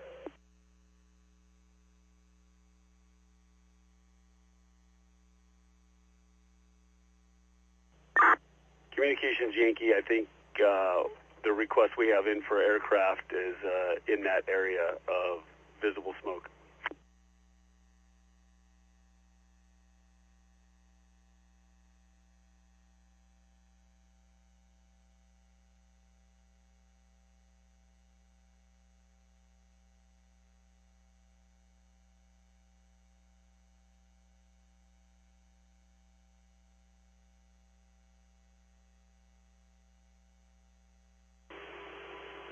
Communications, West Ridge Structure Group.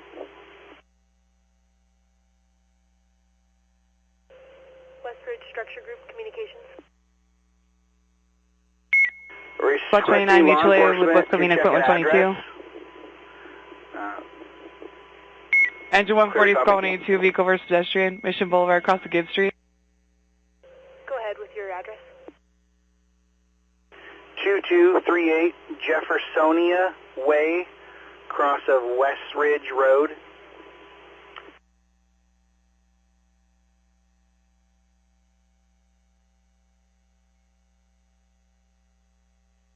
West Ridge Structure, communications, copies, requesting law enforcement, 2238 Jeffersonia Way, across from West Ridge Road. Affirm.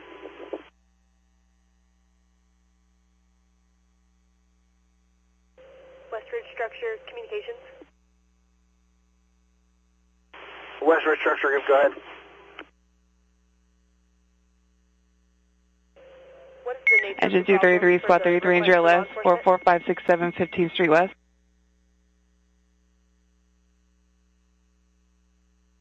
Communications, repeat.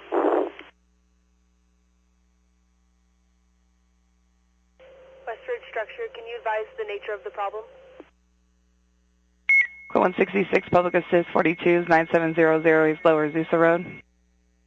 Engine 148, Squad 147, CKLS 54s, Tweedy Boulevard, Atlantic. Engine 514, Outdoor Fire 162s, Yukon at 119th Court.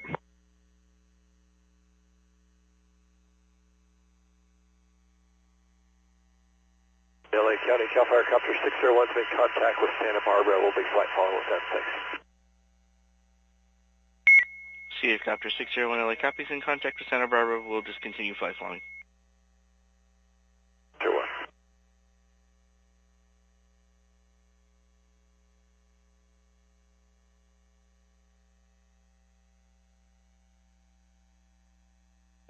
Westridge Structure, Communications, can you advise the nature of the problem?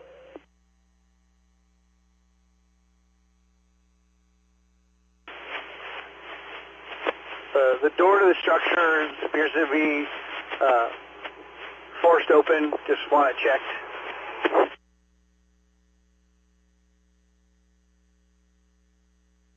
Communications copies.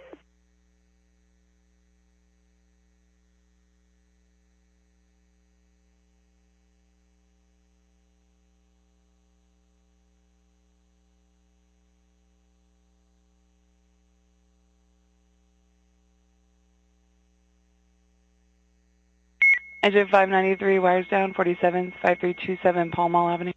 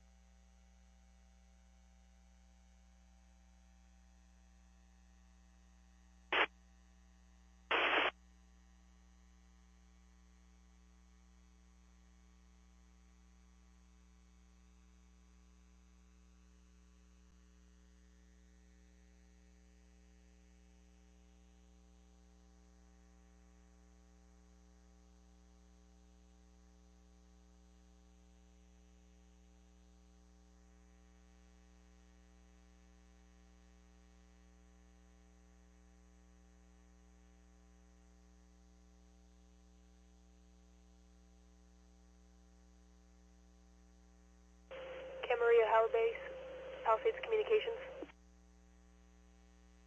Palisades Communications, Camarillo Halibase.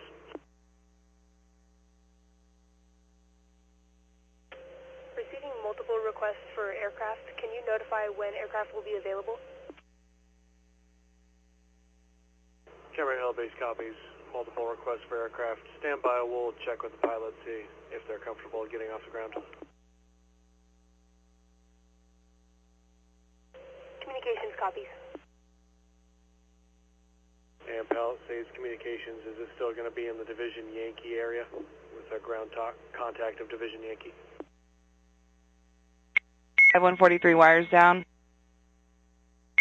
5648 North Huddart Avenue. Engine 5124, Squad 30, vehicle versus pedestrian, 12861 Town Center Drive. Engine Squad 87 unconscious, 333 South San Fidel Avenue. Camarillo, correction, Palisades Communications, Camarillo Halibase on command.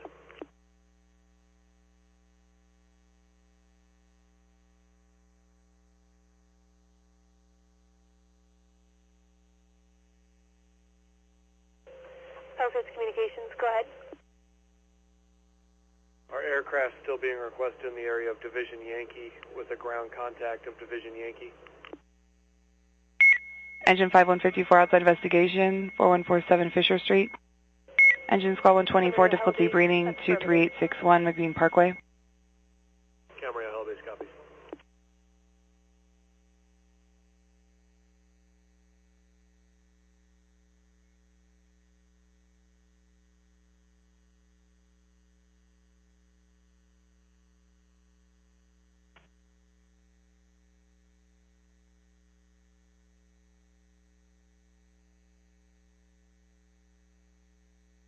Engine 188, quit 185. Large vehicle fire. Camarillo Phillips Ranch Road at the 60. Yankee. Division Yankee, Camarillo Halibase. Camarillo Helibase Division Yankee, when aircraft is available, I'll give you instructions Engine 43, now. Squad 26, injury LS, 13911 East Proctor Avenue. 9274 Gulf, looking southwest of the number 8 in tile 8.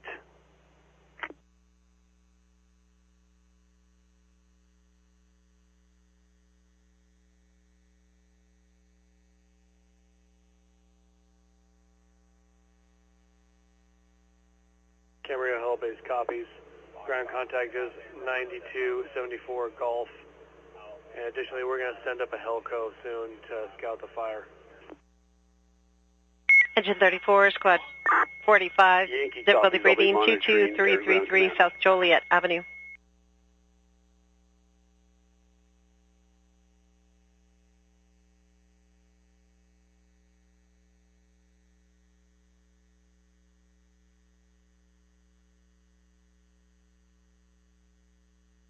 Engine on Squad 151, medical rescue, 415 West Carroll Avenue.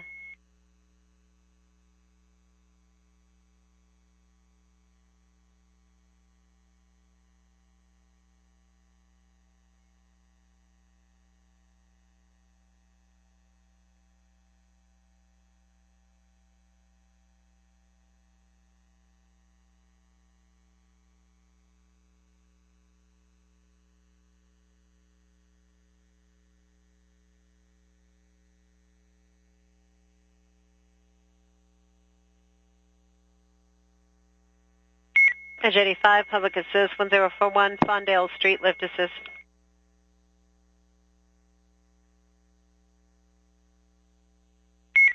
Engine 91, fire alarm 2020 South Hacienda Boulevard.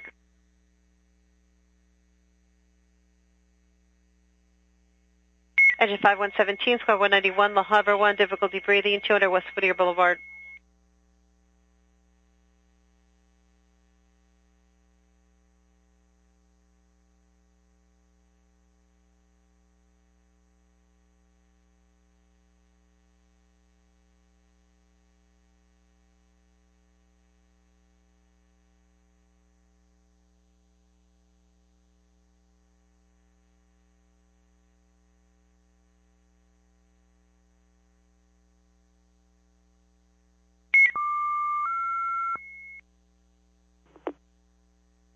Engine 112, Squad 130, ALS, traffic collision, 27th Street West, West Avenue, Che.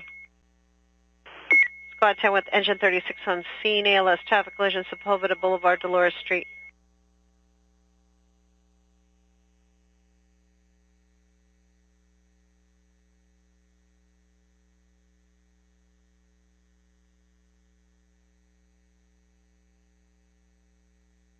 Engine 51, fire alarm, 3900 Lancashire Boulevard, building 5511, upper lot.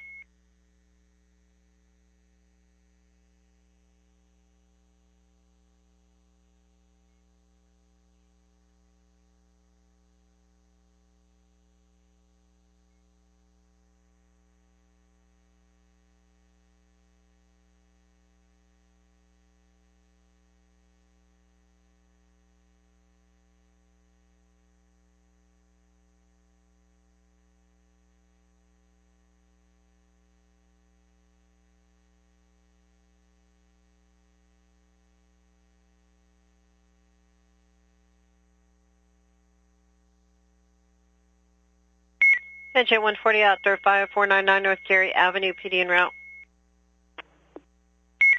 Engine 130 with Squad 130 en route, ALS, traffic collision, 27th Street West, West Avenue, J.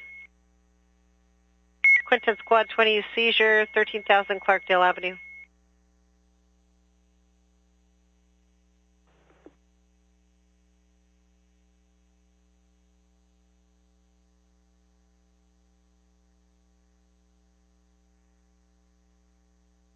Quint 15, Engine 115, elevator rescue, 20s, 12720 Norwalk Boulevard.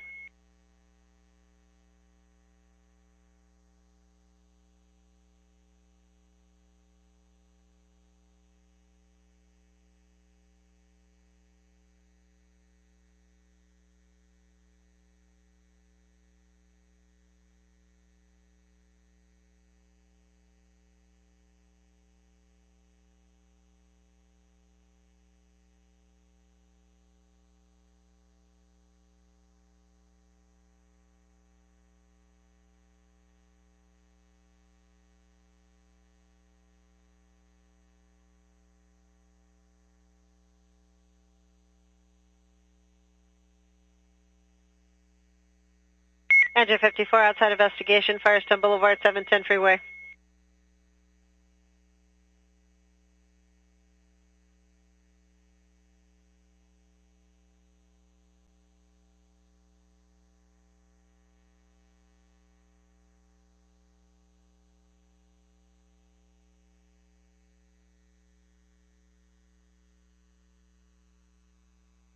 Quinton Squad 8, stroke 1234 North La Brea Avenue.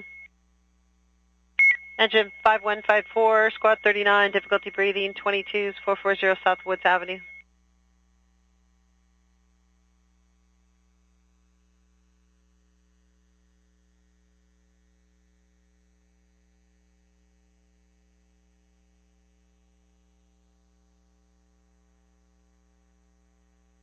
Engine and Patrol 83, Squad 106, seizure 1322 West 6th Street.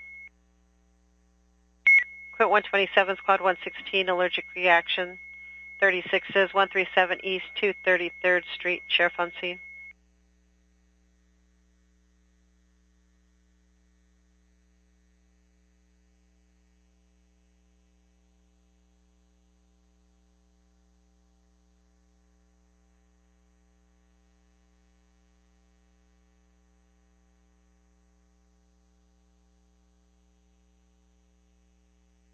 Engine 49, wires 35s 14100 Park Place, Sheriff en route.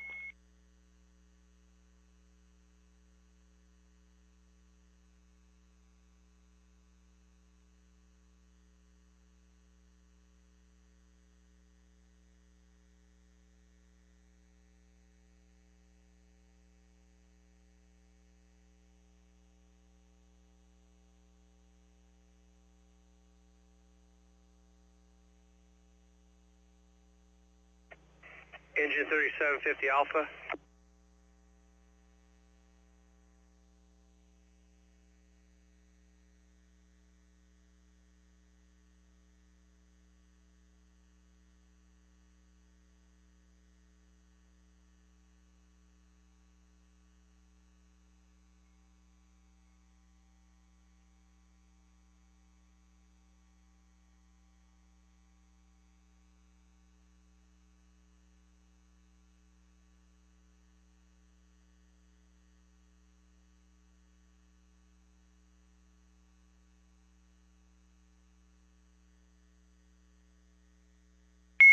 Engine 163, outside investigation, southbound 710 north of Imperial.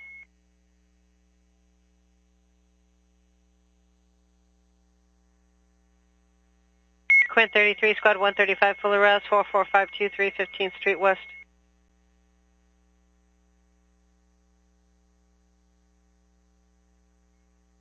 Engine 24, Squad 37, chest pain, 39529 Riverbend Street.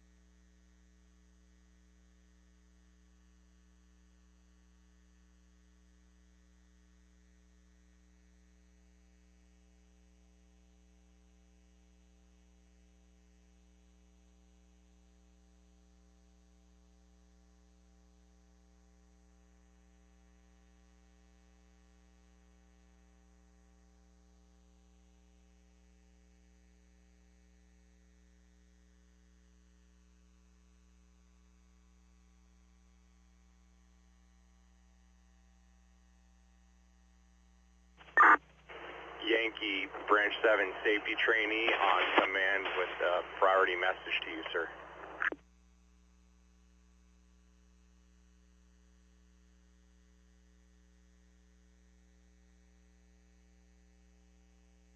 Branch 7 safety training. Engine 61, medical alarm, 763 Rocking Horse Road. Go ahead. Engine 86, Squad 64, SIC ALS, 1300 Longhorn Road. Safety, I'm jamming up Topanga Canyon behind she's outpacing me, but she's doing about 50 miles an hour driving erratically up Topanga Canyon. Anyone near drop point 69, use caution. And if there's any law enforcement, it's a mid-size silver SUV Toyota. I copy that. If you can go direct with communications for the law enforcement request, I'm going to start working on identifying the Victor folks.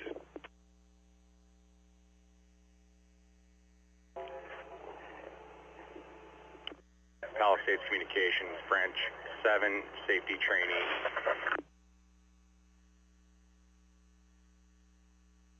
Branch 7, safety trainee, go ahead with your law enforcement request. Request for law enforcement, northbound Topanga Canyon, just north of drop point 69 for a Engine 186, abdominal BLS, 3107 Abbott Street, apartment 4. Nancy, Juliet, Victor, 323. Driving erratically, my fear is she's going to knock over a firefighter here the way she's driving.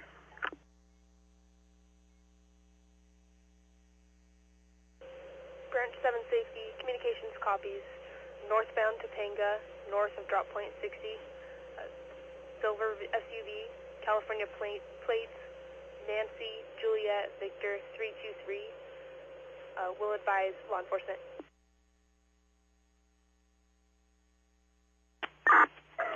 All units on Division Yankee on command, use caution, Topanga Canyon, she's set off.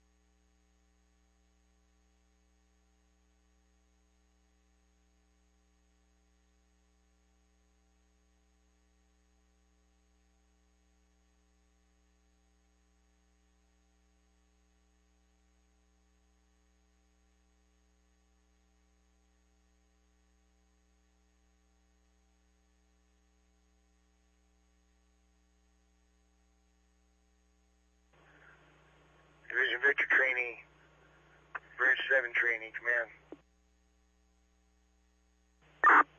Go ahead for Victor trainee. Yeah, I just want to confirm you copied the safety message from Branch Safety about erratic driving up there. Yeah, affirm. And I got a hold of Topanga Structure Group as well. They're advised. She's already passed Fire Station 69. Okay, copy. Thanks for that. I'm up at 3233 Tuna Canyon. In case you get any more calls about it, there's a smoking shipping container, but it's no hazard.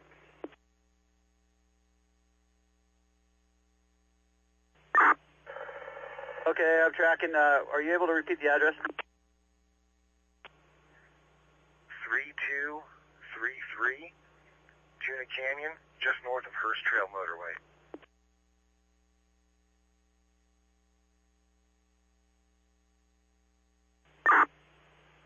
Okay, and do you need a resource over there? I know you say it's a non-issue. No need for resources. Copy, clear.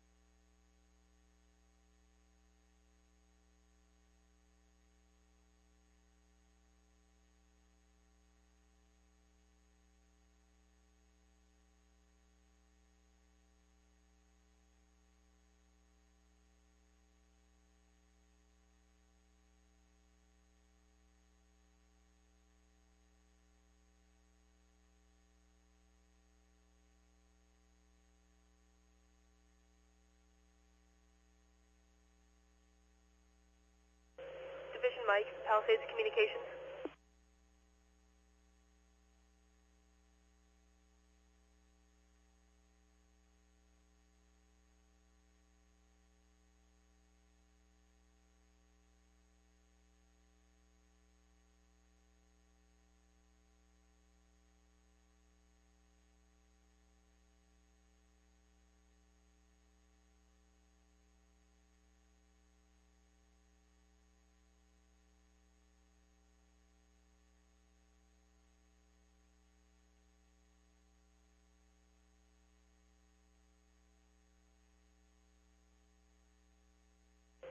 Division Mike, Palisades Communications.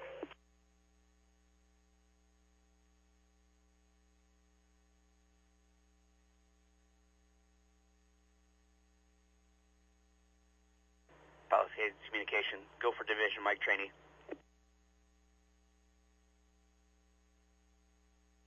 Division Mike Trainee Communications, reports of a grass.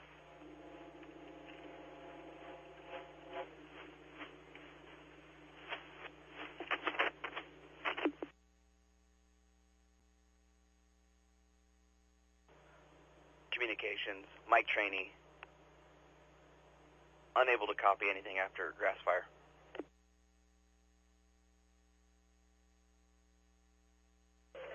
Division Mike Trainee Communications, reports of a grass fire on the hillside.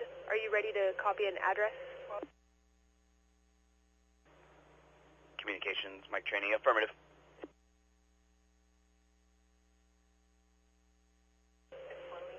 Report is at the cross street of Sunset Boulevard and Pacific Coast Highway.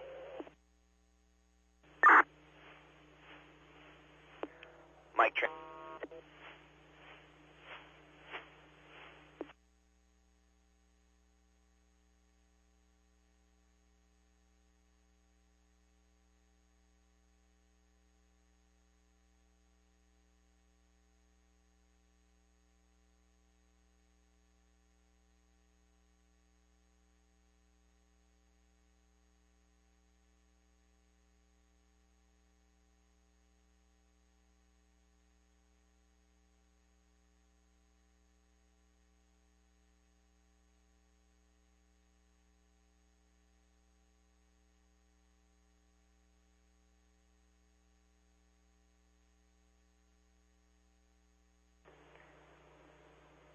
81 Alpha.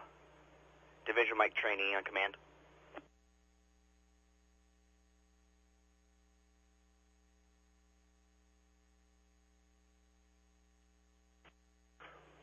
Mike trainee, 6005 Alpha on the command. Mike trainee. Cam, it's Sunset PCH. I've got nothing showing in the area. I copy. Thanks for checking.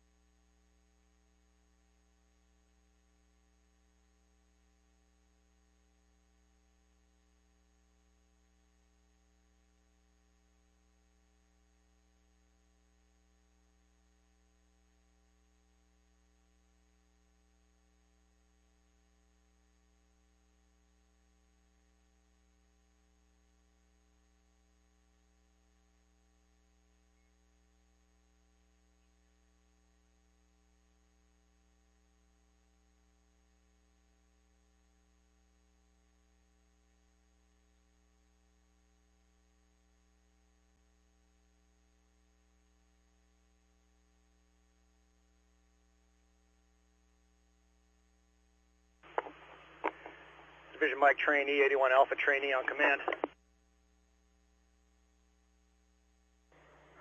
Go for Mike trainee. Trying to reach us? I was, but 6005 Alpha handled it. There was a report of a smoke at PCH and Sunset.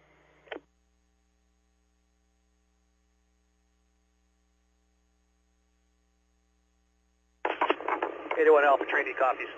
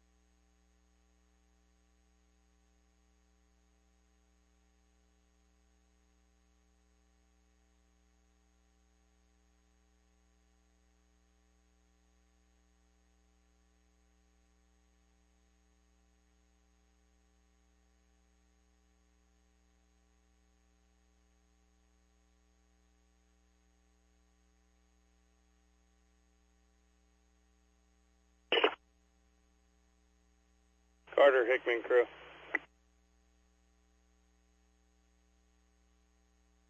that for Carter?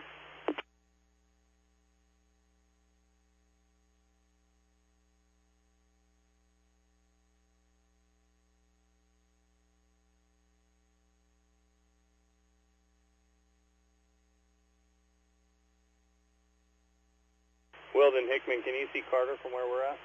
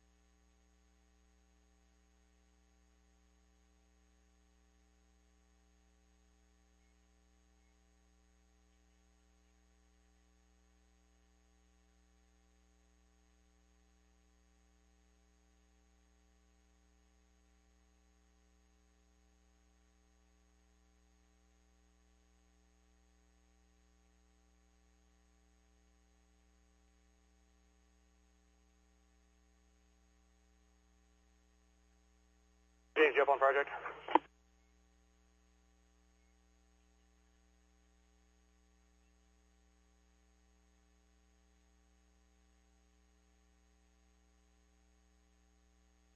Palisades Communications, Camarillo Helibase on command.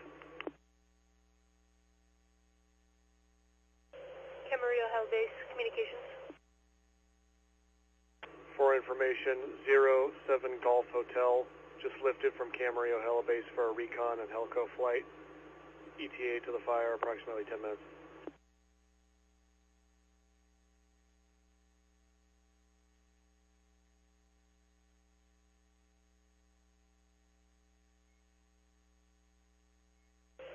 Camarillo Helibase Communications copies. 07 Golf Hotel, lifted for and off to recon. ETA unknown.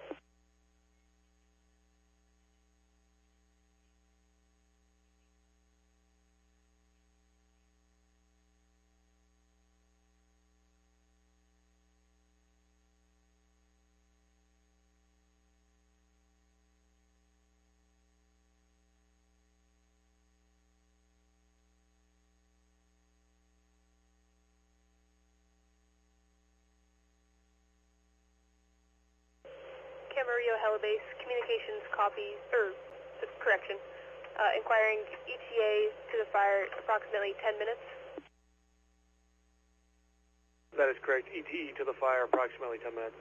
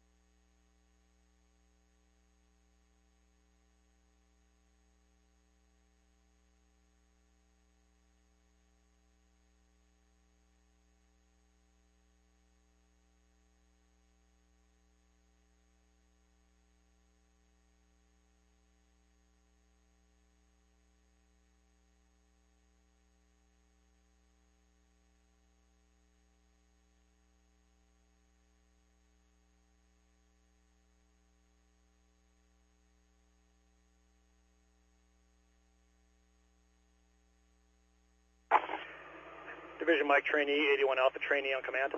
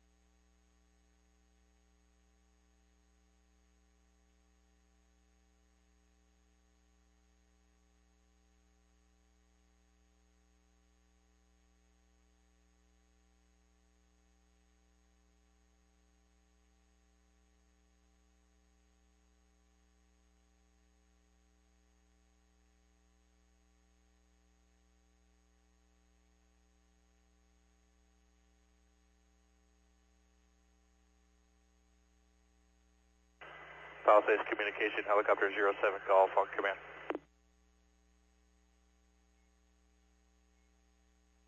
Helicopter 07 Golf, go ahead. 07 Golf, assuming Palisades Helco.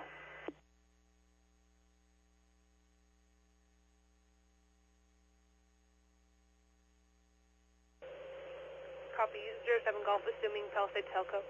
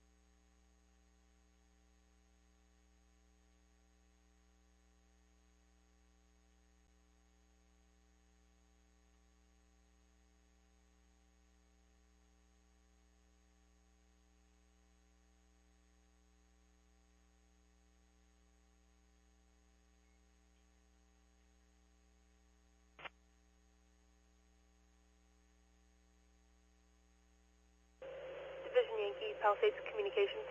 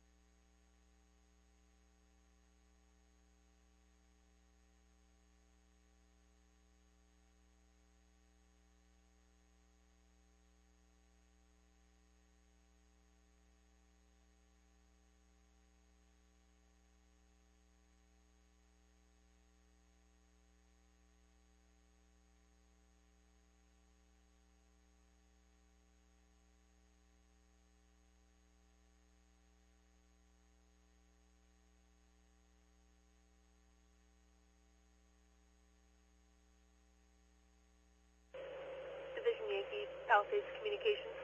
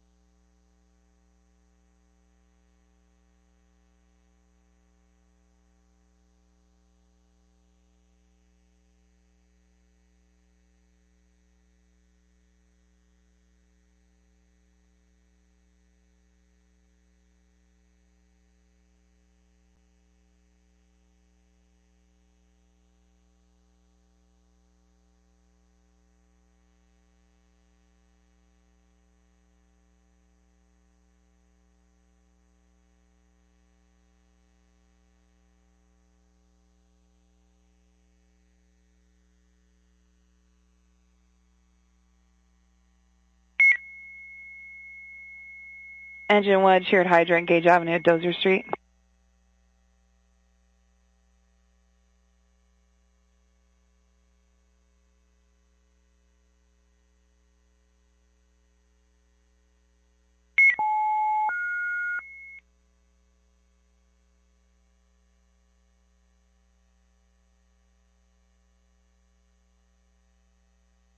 Engine 5124, you're released back to 35. 5124, released back to 35.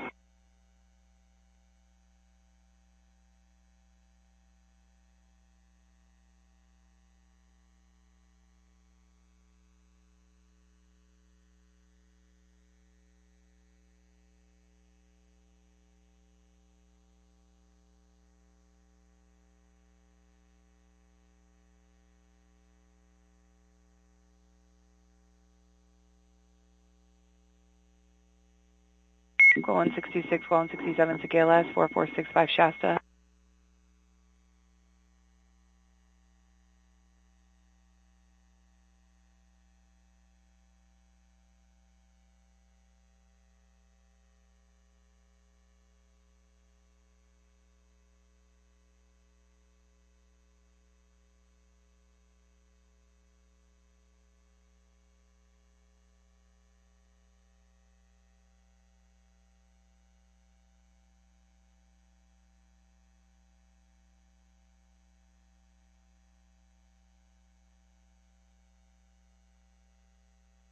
Engine 5, car 47, chest vein, 3500 East Colorado Boulevard.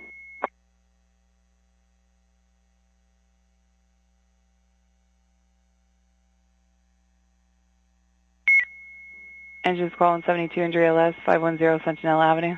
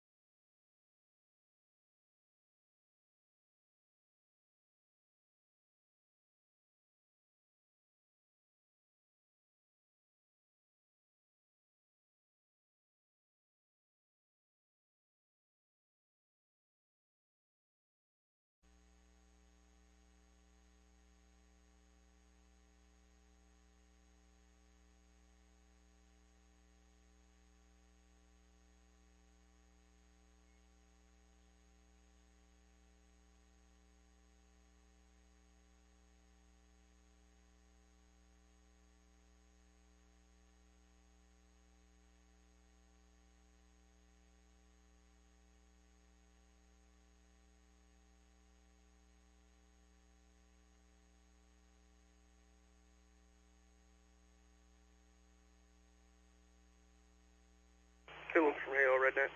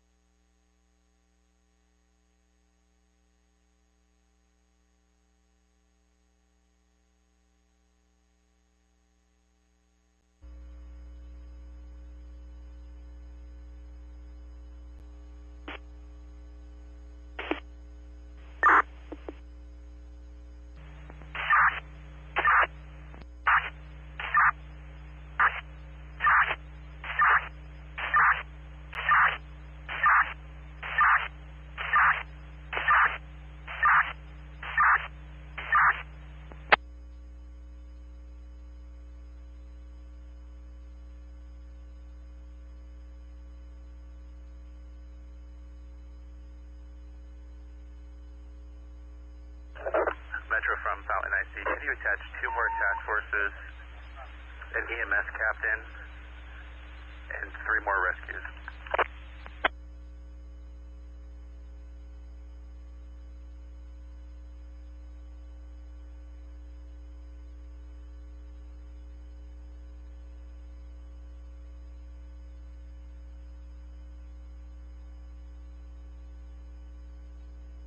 Fountain IC.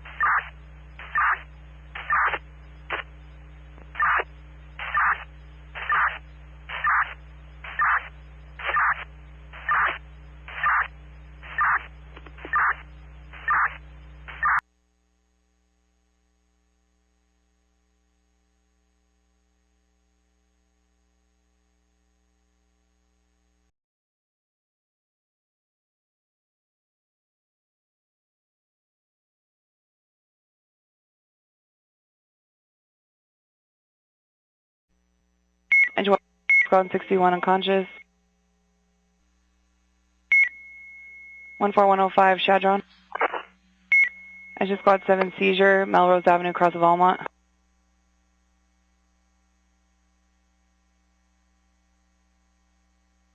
You have an AP82 on scene. Last company checking in. Quintus Squad 31 seizure, 14925 Atlantic. Squad 153, Squad 154, difficulty breathing 141, 1458 Cayaros. 152, Squad 32, injury less, Zeus across of Arrow. 4, restricted around 6%, 4117, down Lorenzo Drive.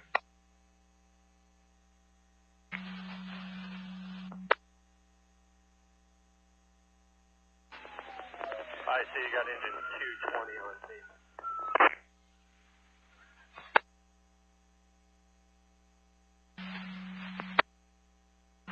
Yeah, everything looks good.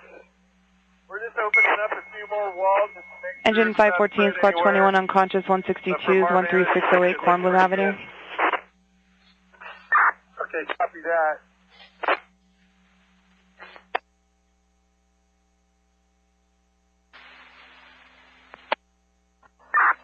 Engine 220.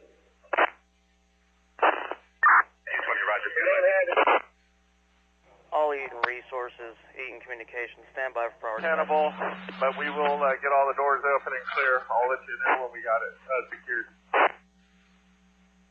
Division 4 from IC, copy. All All Eaton companies, we Resources, have 20 please minutes on validate your that your clock. radio is not in emergency mode or that you do not have an open mic. Yeah, Division 3 copies 20 minutes. Validate that your radio is not in emergency mode one of my or you companies on have an Division open 3. mic. Very clear conditions on Division 3. Engine 120, respond, brush fire, man helispot 120 Alpha. Roger, let's redirect. Brush fire will be at Phillips Ranch Road in the 60, 120 to man 120 Alpha. Resume normal traffic, 1303. Copy that. Division 41 to Division 2.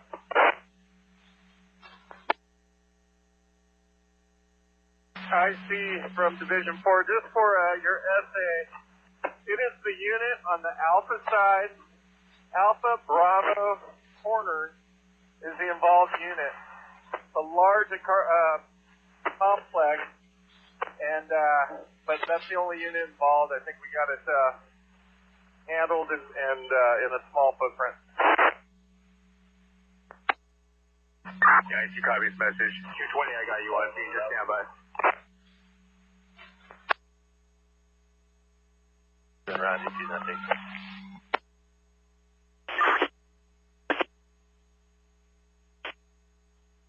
One route. That's the 91, Roger.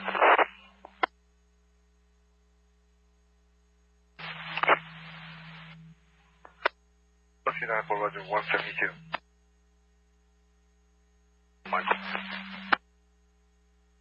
That one canceled. Metro team cancel battalion 18 as well.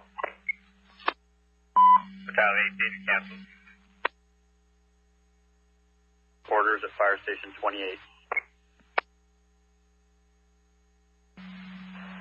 Go for IC roof. Yeah, for the roof, I'm going to go ahead and call knockdown up here. As long as interior support concurs. Copy, Division 4, you concur with the knockdown. I see from Division 4, concur with the knockdown. Copy, all companies on the Felon incident, we have a knockdown. Division 4 for medical group. Yeah, go for Division 4. Hey, when you guys get a chance, can you check on Unit 421, Unit 409, and Unit 422?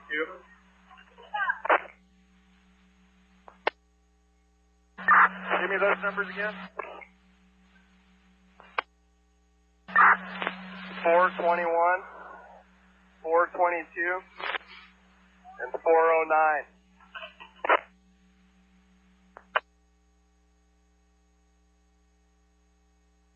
I see Avenger 52.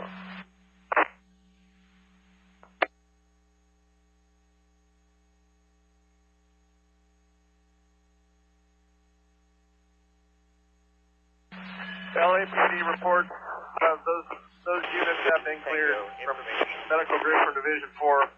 Those 3 units have been cleared.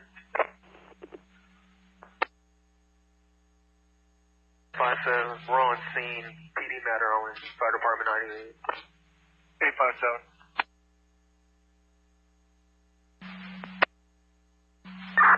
Yes, and they're not involved as well. Roger.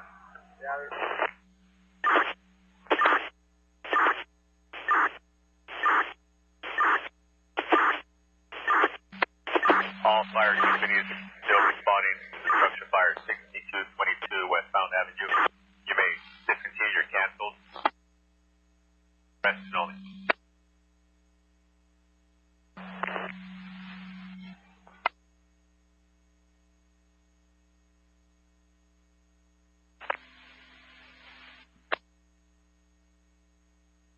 Get a blower up to the 4th floor.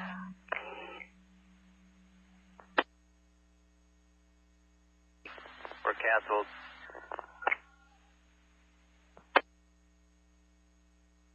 T from Rescue 6 coming on scene in 30 seconds. Rescue 6. I'm going to tie you in with a medical group. You got AP82, RA82. Rescue 6, Roger, medical group.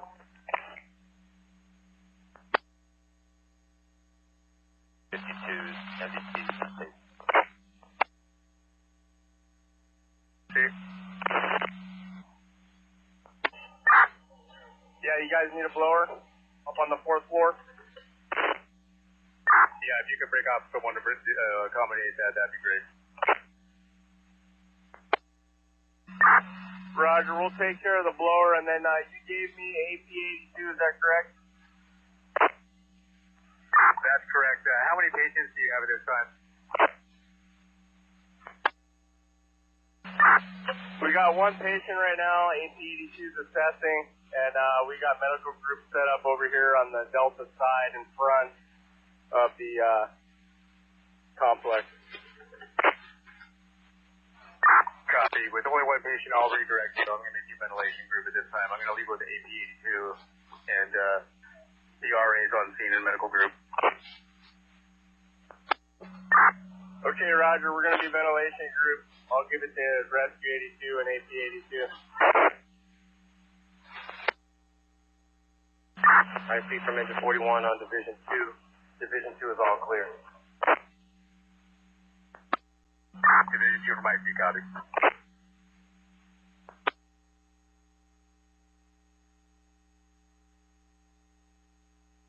In the section 56 Cathedral.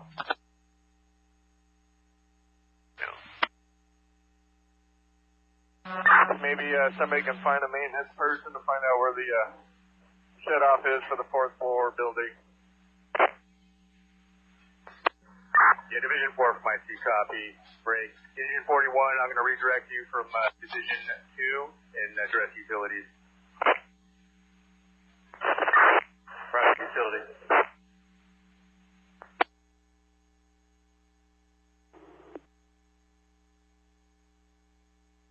Engine 233, you made this Branch 7 trainee, Topanga Structure Group trainee, on command. Non-rescue 88 seizure, 5829 Tobias.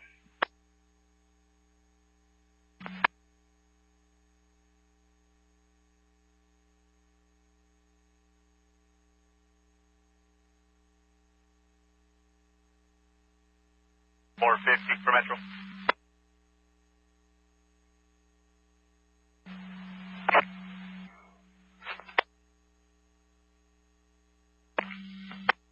Engine 450, need you move over to Fire Station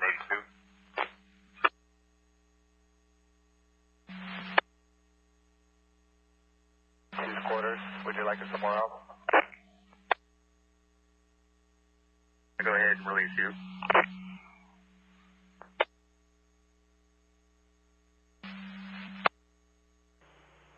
Branch 7, I see from Division 4, Structure Group training. Made entry into all the adjacent units that are behind the pony door that could potentially be affected by smoke. All are clear. Topanga Structure Group all training. have no buddy inside.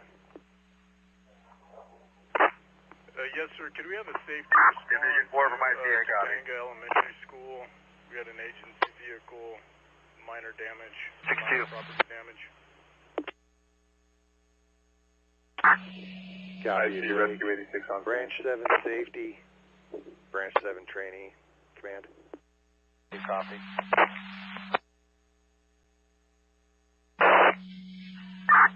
IC Rescue 86. Roger.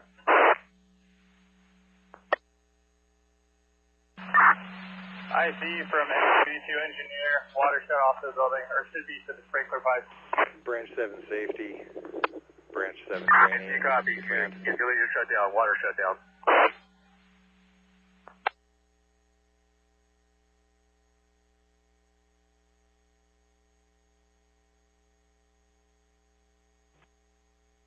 Line EMT read. Eaton Communications. Mr. Route.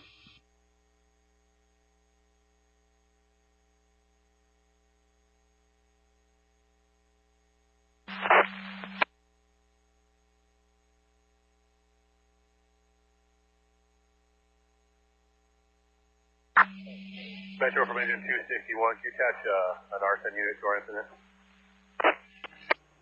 Branch 7 safety. Line EMT read. Branch 7 training on command. 261, Roger.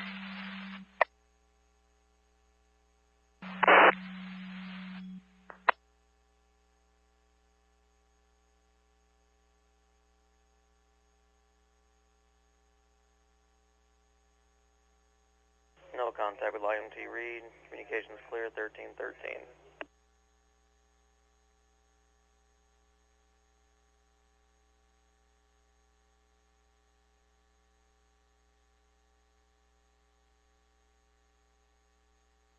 It's 261 for Metro.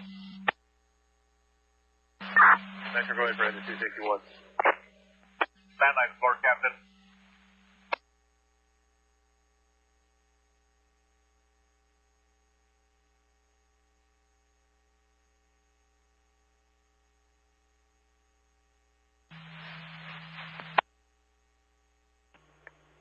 Communications, Branch 7 trainee.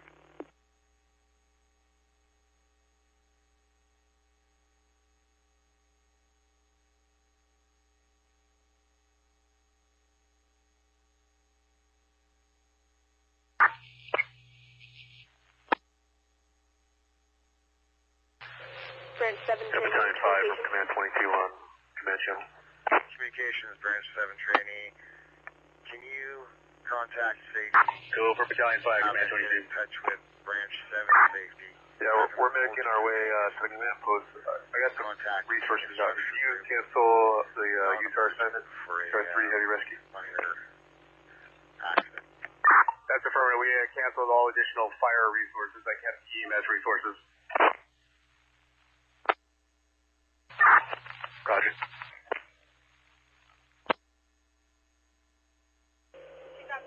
26, go ahead. Branch 7 training, communications copies. Inform safety to get a hold of Branch 7 safety for a minor accident at Topanga School.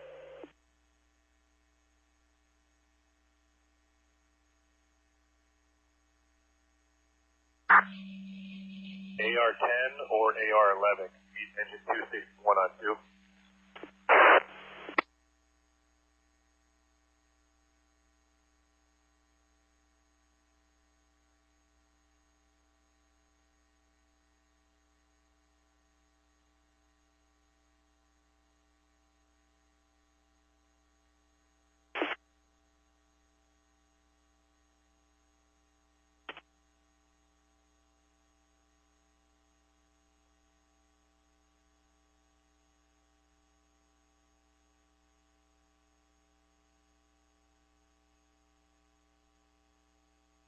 I see from engine 41, all our gas is shut off. We're currently working on the main shut off for electric. Engine 41 from IC, copy. IC from Division 4. Mandeville Structure Group, 5210 Charlie trainee on command. Yeah, disregard. I'll go straight to Division 3. Division 3 from Division 4. We are going to have a water pop. We got a significant amount on the floor of the corner unit or the involved unit. Yeah, we currently have room. Mandeville Structure Group, 5210 Charlie on command. We do have a good amount of water coming in. The Mandeville Structure Group. Yeah, copy that. It's, Unit 402. What's your location? Majority of the water Need to make is a cooled by the face-to-face. front door, so that's where you're going to have your water problem. In front of the address, 2425. Division 3, copy.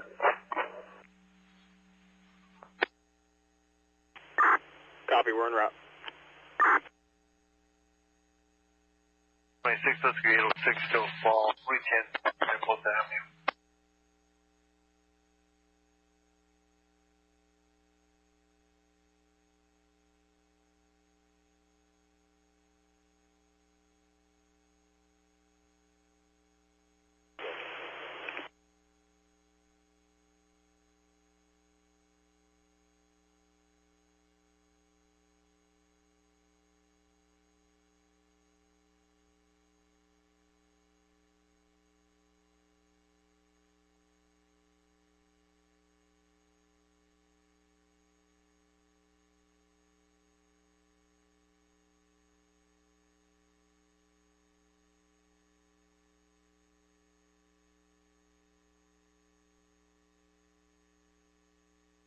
Roof from Division 4, we got the blower going. Let us know if it starts to push smoke anywhere. Roof, roger, looks good.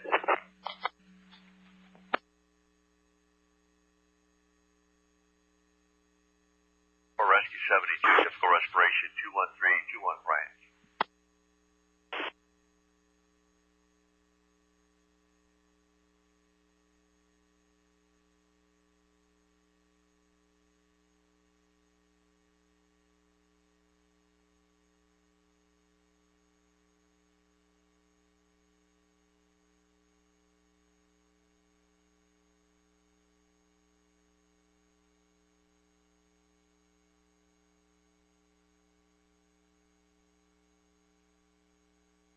Out of your engine.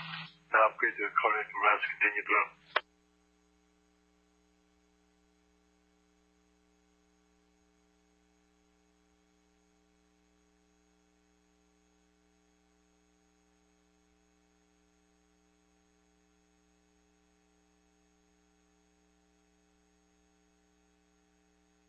Hey, all companies on the Fountain incident, we're going to give the TAC channels back. We're going to give 12 and 13 back. We're going to move it to 1, and we're going to cut down the chat on the command channel.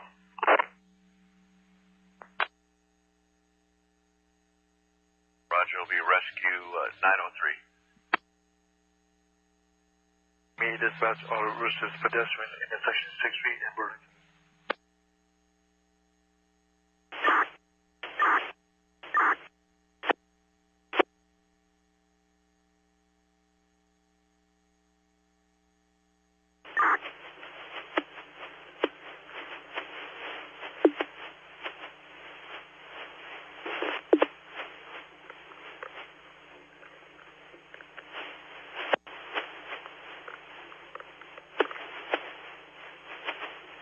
E11, abdominal pain, 737 South Union Avenue. Dispatch for Institute E11, Rescue 10, auto versus pedestrian, intersection 6 feet in Burlington. Gate 10, abdominal pain, 737 South Union Avenue.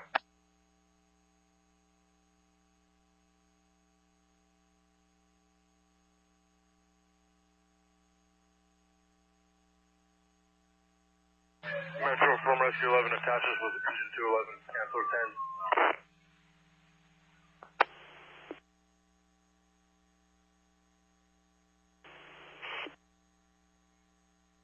10. For water flow 40, 18, South Buckingham Road.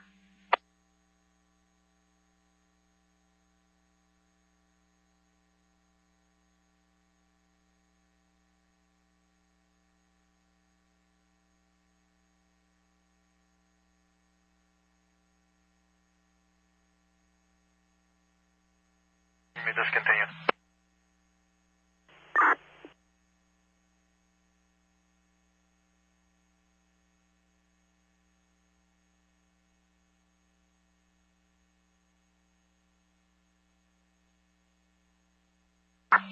Metro Fresh about 19, we're going to get that 13, 12. We're also going to handle with all the 27, 35, engine 82, and engine 41 and truck 61 will be making themselves available shortly. Take it back, TAC channels. Copy the company's Romeo.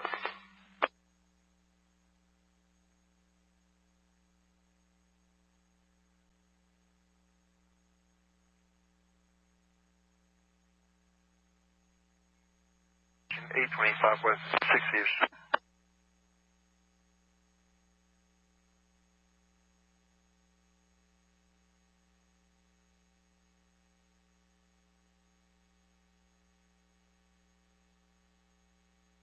Or Rescue 4, just main 1060 Wigman Street. Metro from engine 211, can you verify what parking lot on 6 in Burlington? Engine 211, Roger, standby.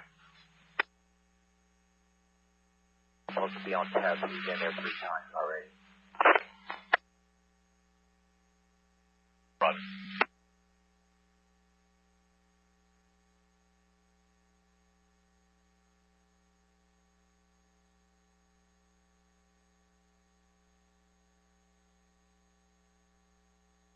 Report to an injury, 319 West 6th Street.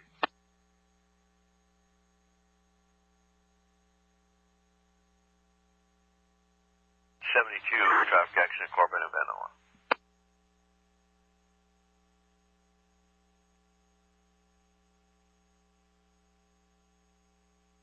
Till Falls, 2405, Pomeroy.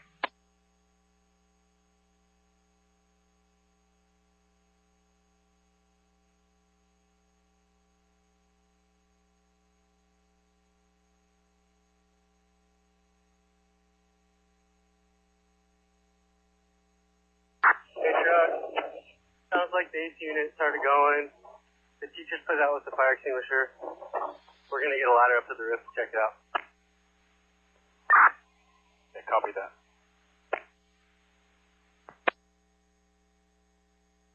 Unit that was involved is under renovation. It looks like somebody was wet pipe. If you can talk to management, maybe find out if there were workers up here. All their tools are up here. Roger that.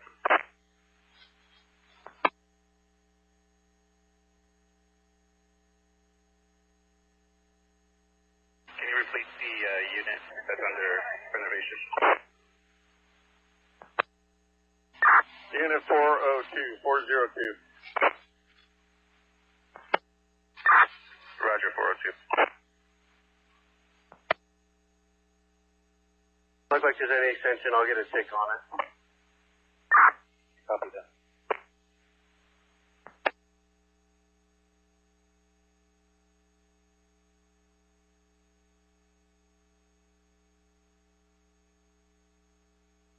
Rescue 839 to 6, 16450 Van Nolan.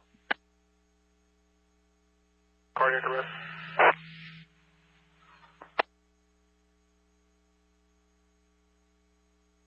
Six Roger.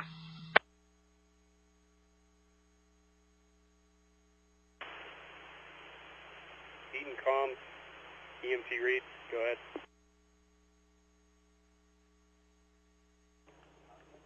EMT read. Comms. Go ahead.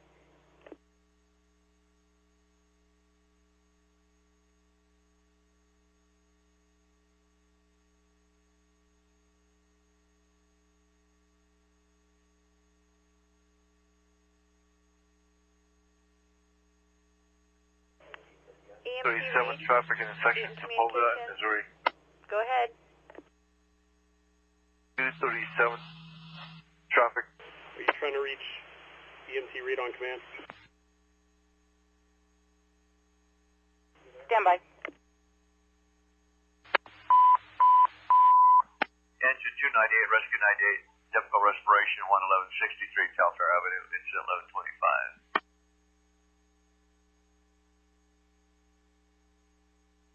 Now, 72 nozzle activated emergency trigger. 116. Engine 82 from engine 82 engineer. Hey, copy. Go ahead for engine 82.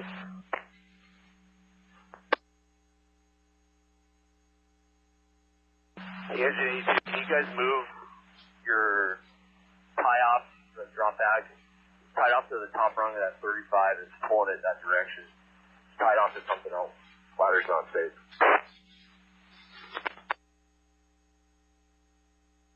Incident 1123. False. Roger, false.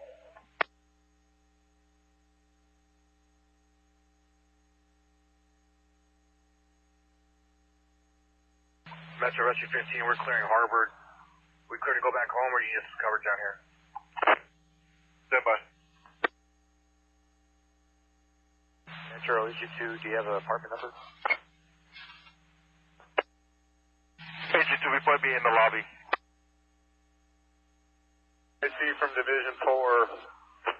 You want to come up and take a look? And we'll start the overhaul. Yeah, it's affirmative. I'm heading up there right now.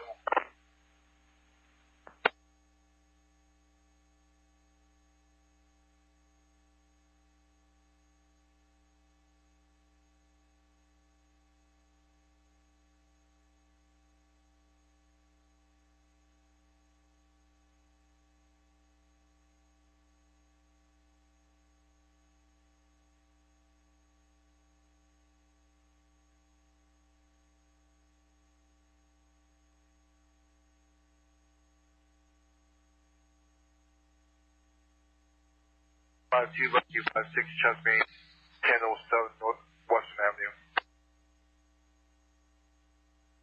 15.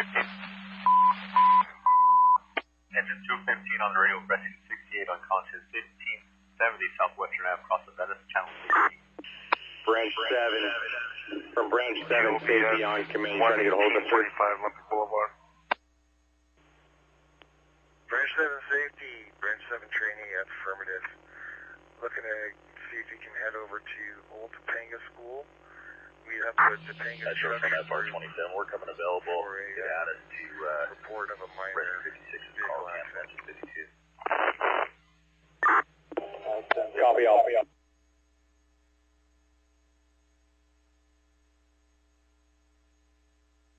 Chest main 12755 Sherman Way.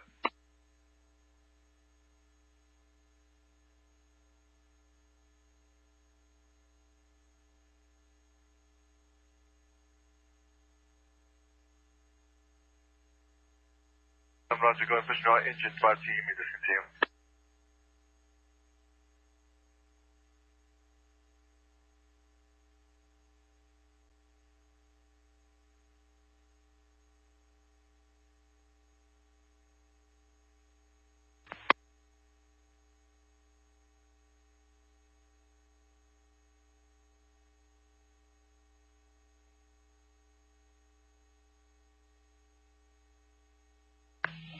Metro from engine 52, will we cancel?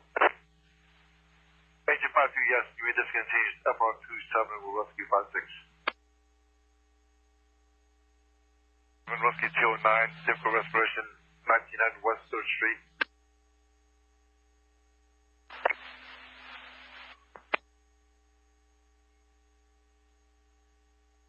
If you're able to make your way to this Alpha Bravo corner and open up that hatch, that stairwell in the corner is pretty charged with smoke.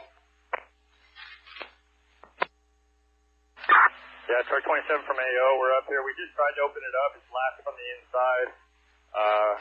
If someone can get up there and unlatch it, if not, we can force it.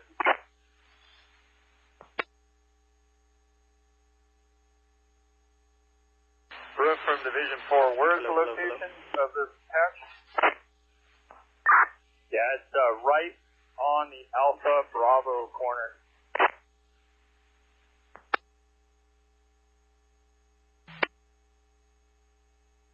Check it out, see what we can do from the underside. Roger.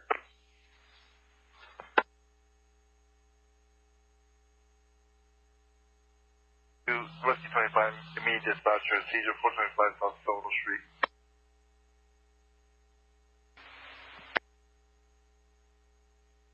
Ranger 6-4. Ranger 6-4. Ranger 6-4, reported be on the first floor. Is the unit for room 4. It does not have a number on it.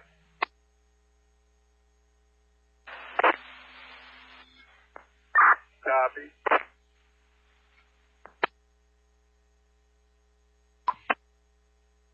Rescue 989.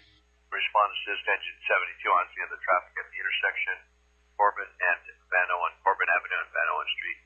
Incident 1117.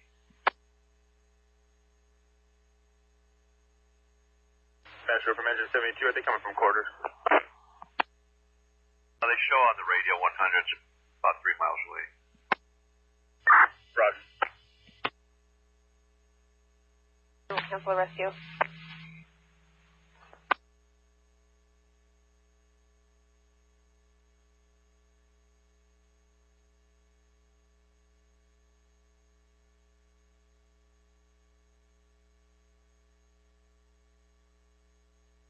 Beacon Rescue 801.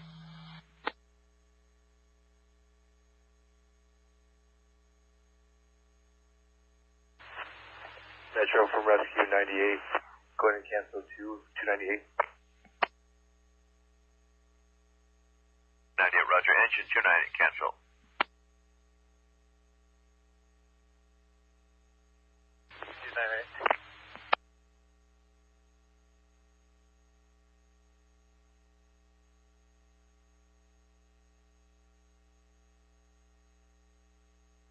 About 200. Attempt suicide, 351 East Temple Street.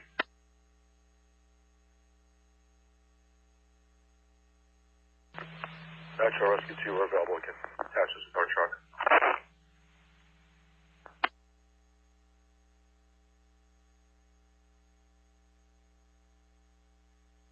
Keep coming up. I'm pulled over. Rescue 93, they're coming out of their quarters. Rescue 989 cancel. Rescue 25, can you just continue?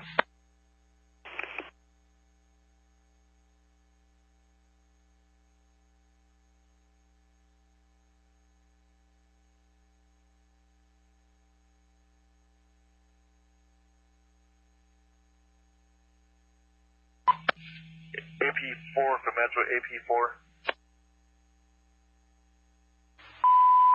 Rescue 91, abdominal pain, 12601 Pierce Street.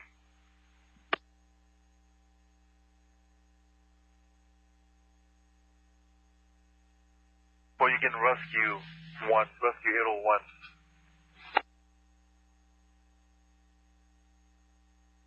Short copy. U34, unconscious person, 3422, Arlington Avenue. A less resource to our rescues for hypotensive. 27, Roger, rescue 97. We can cut loose truck 61. IC copies. 28 and 7th Street. Division 4, I'm with the property manager right now. Just walking the 3rd floor with her. Just a second, I'll be up there in a minute. Copy.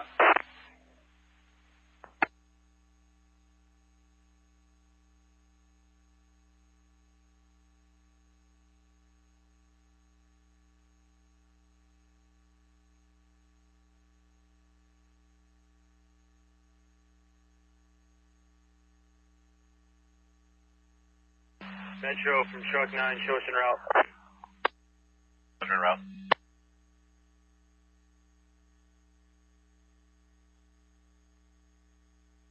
Anyone pressure route.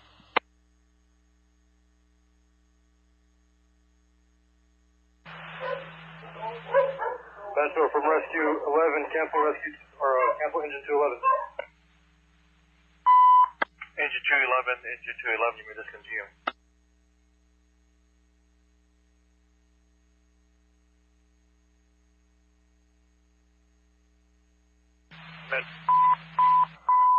FR11, were we canceled? FR9, 6%, intersection Pittsfield, Bond Gray. Rescue 844, citation 6267, Sailing Lane. Rescue 857, LA dispatch. 8730, Eaton Helco, V3. 66 to Fall, 67.3, 6th Avenue. Metro Fire from Fast Response 11. Were we canceled with Rescue 11?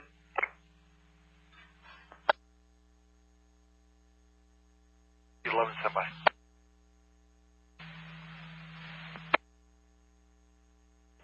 LA dispatch. Eaton Helco, V3.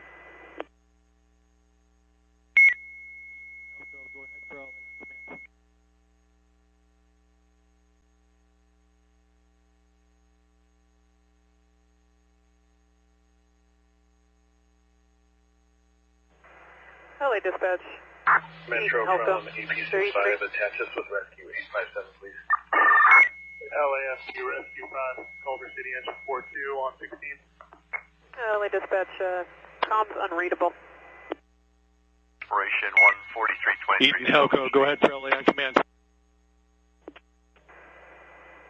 I'd like to order air attack over the Eaton fire.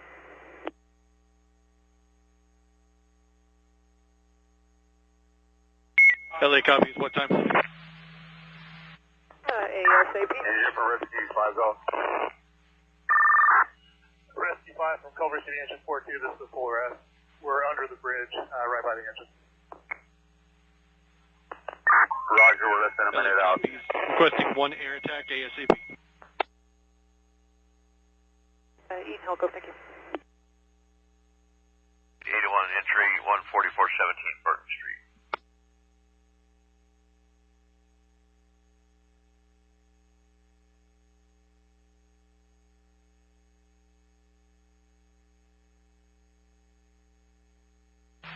Metro Fire from FR11, attaches in place of FR9, cancel them.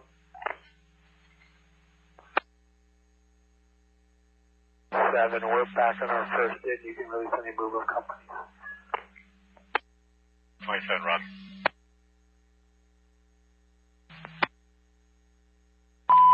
Truck 33, you may discontinue. FR9, you may discontinue. Cancel to the Dolphin 98.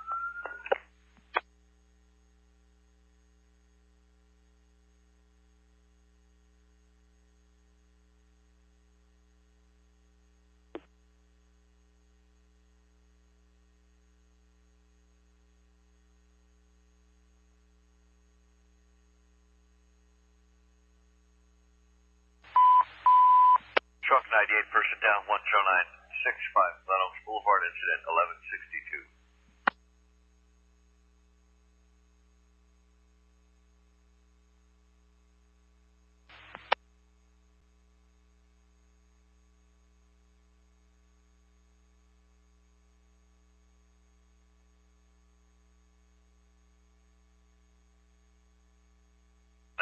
Say again, did you have a message?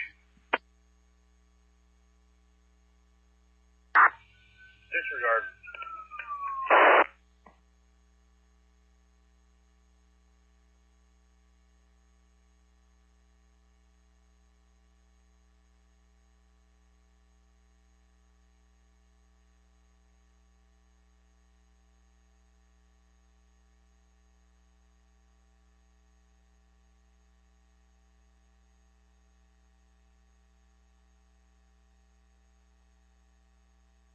Metro from Rescue 898, put us in place of Truck 98.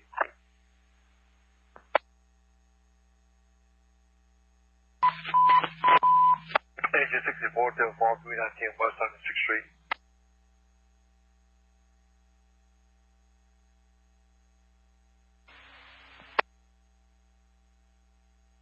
Metro from Rescue 898, put us in place of our truck.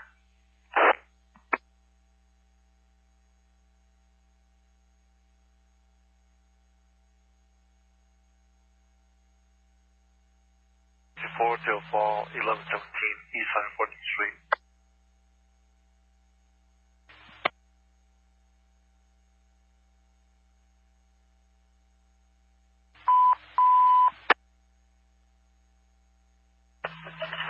Metro from Engine 52. Bravo Hotel, outstanding drop. I'll take one, maybe a rotor to lower, downslope towards the crew. And it should be looking pretty good. Metro FR27, 256. FR27, repeat your transmission. Can you cancel Rescue 56 and give us the cutter? Roger, Rescue 56, you may discontinue.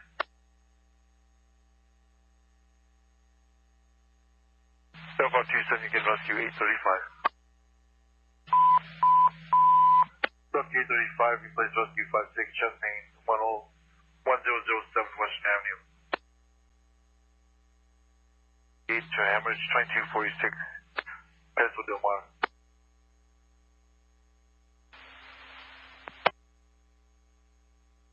Firestone 429 West 67th Street, across the Flower.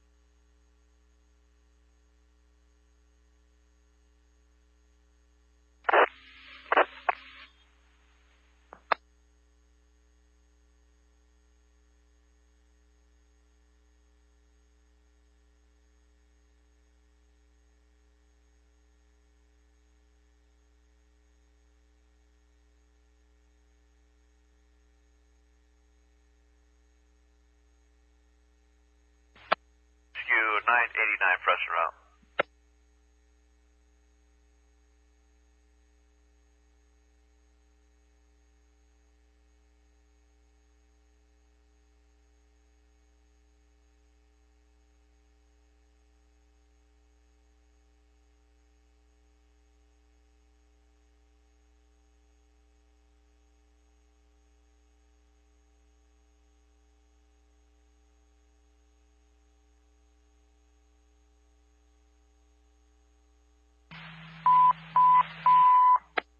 Q15, Sigmund intersection 289 Street, West Show.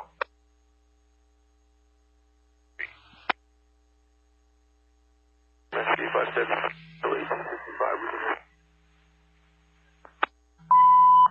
Rescue 835 route.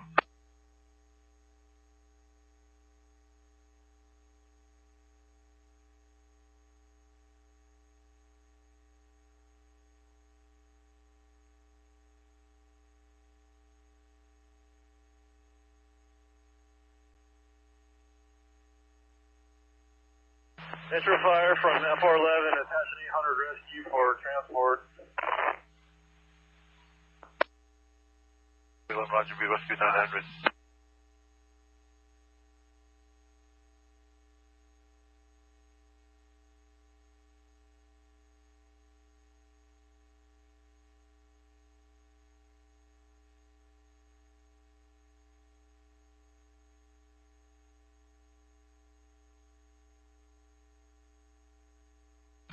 Metro from FR200, can you attach an 800 for transport?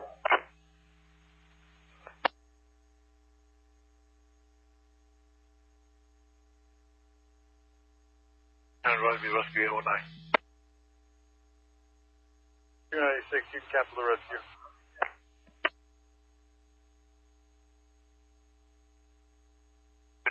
Roger, rescue 107, cancel.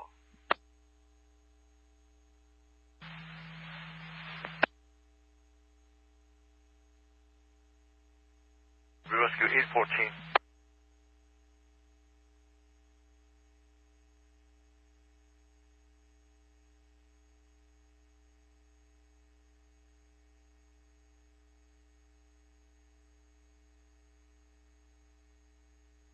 Metro engine 34, can we get an 8 RM?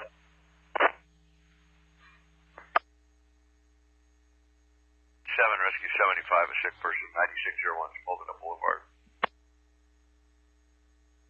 26. Time 705, Roger.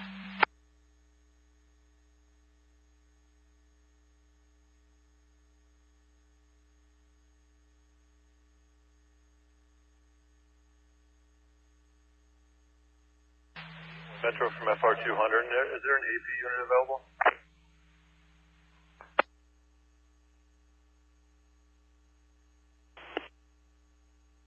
Roger, AP4. Roger, can you attach them as well? AP4, respond with FR200, rescue 809. Attempt suicide, 351 East Temple Street.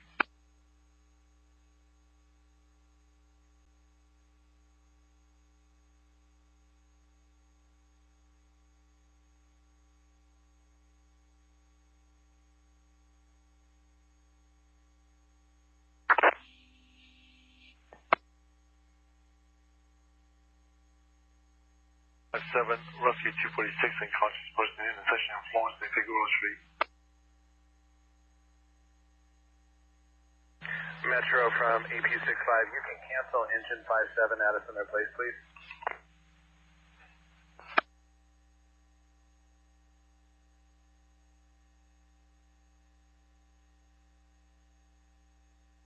Side Roger, go ahead and push him out.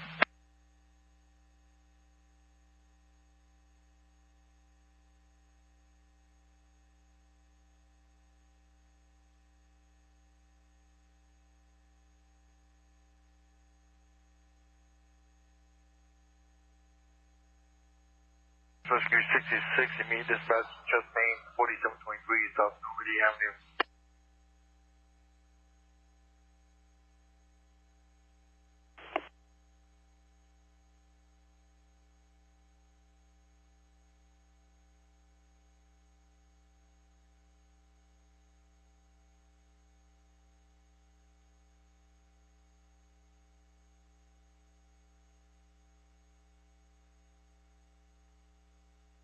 10-4 rubbish fire intersection, Roswell, crossing San Fernando.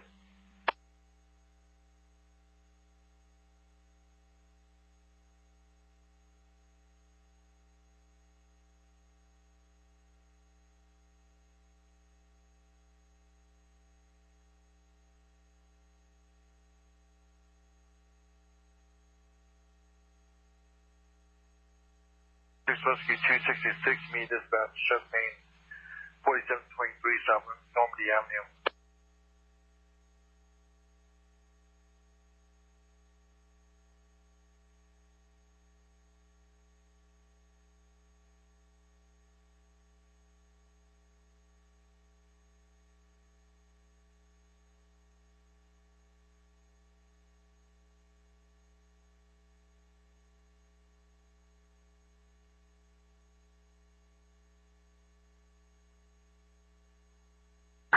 Metro Fire from truck 64, added 800 C's ambulance to this incident.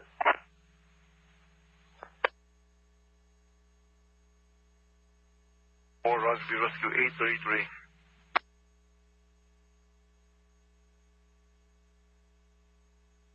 Hey, hold off on the Sawzall. We got one up here.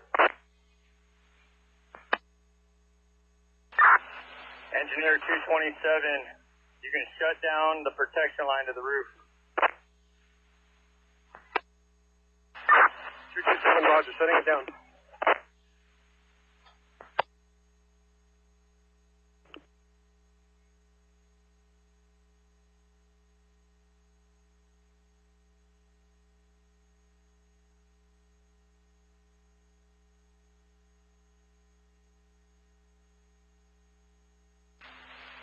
Stand by one.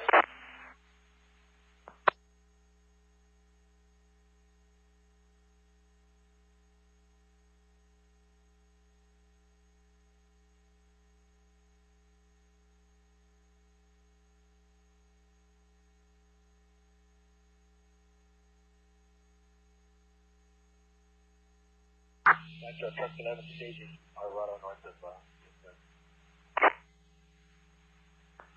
Truck 11, Roger.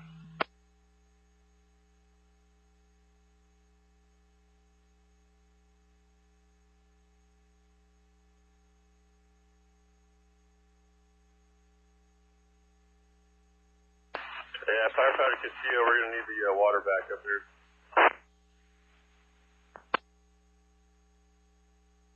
Okay.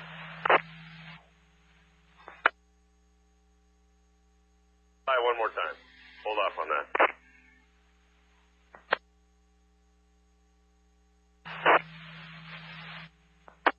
Truck 64, you can rescue 64. Final answer, 2 squeegees. That's all.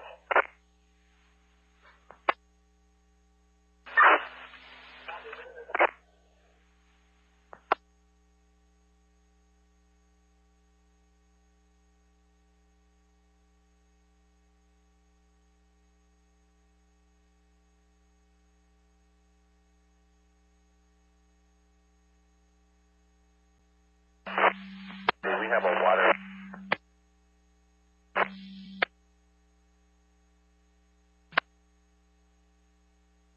Repeat, you're badly broken.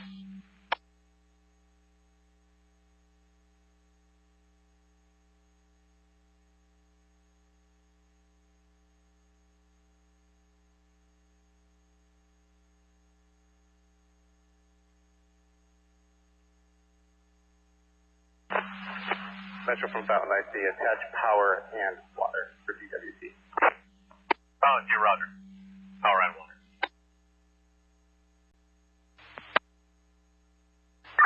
Metro LAPD for backup. Big backup.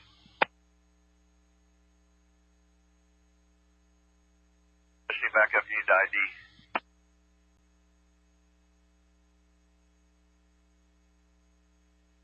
Seven, are you requesting backup? Engine 7.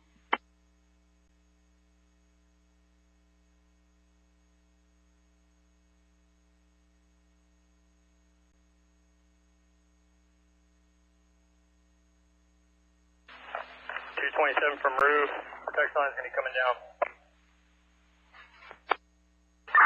227, Roger.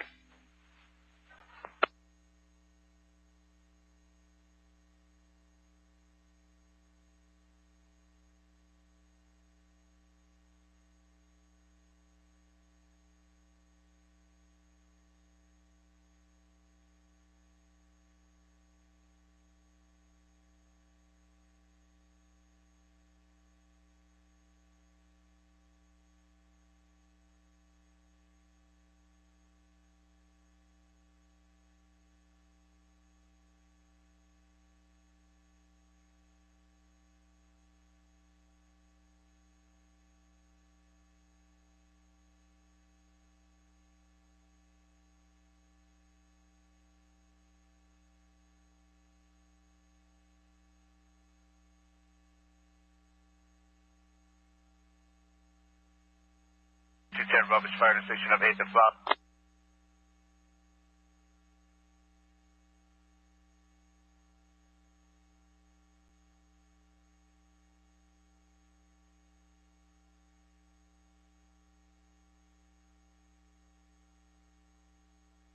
Metro from Rescue 989, can you show us staging just west of our location, of our incident?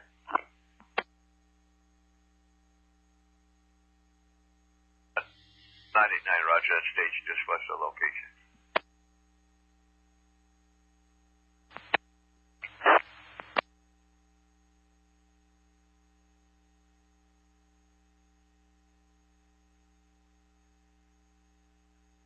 Due to injury, 335 North Stanley Avenue. I see. Do you have an ETA for DWP? I see, step by.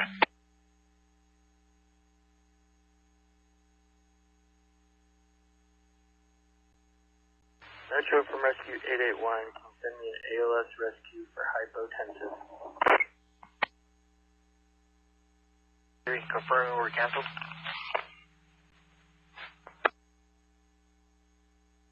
01 Beavis Avenue.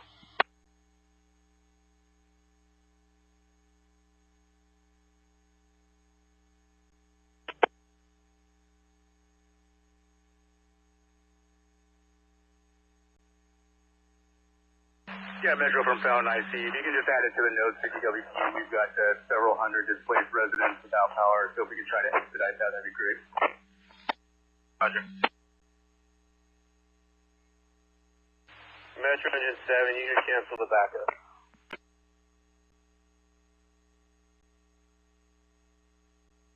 Roger that, canceling the backup.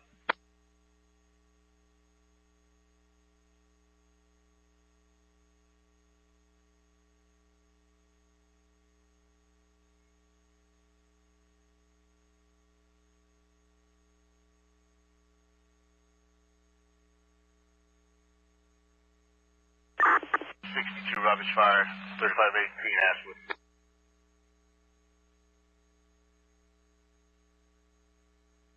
Ashwood. Who we have been relying on extensively as we work to bring you all of these updates and just keep you informed on what you need to know heading into this week, in which we are expecting some strong winds to make it difficult for firefighters that are currently on the ground working to contain and put out the fires that are already burning.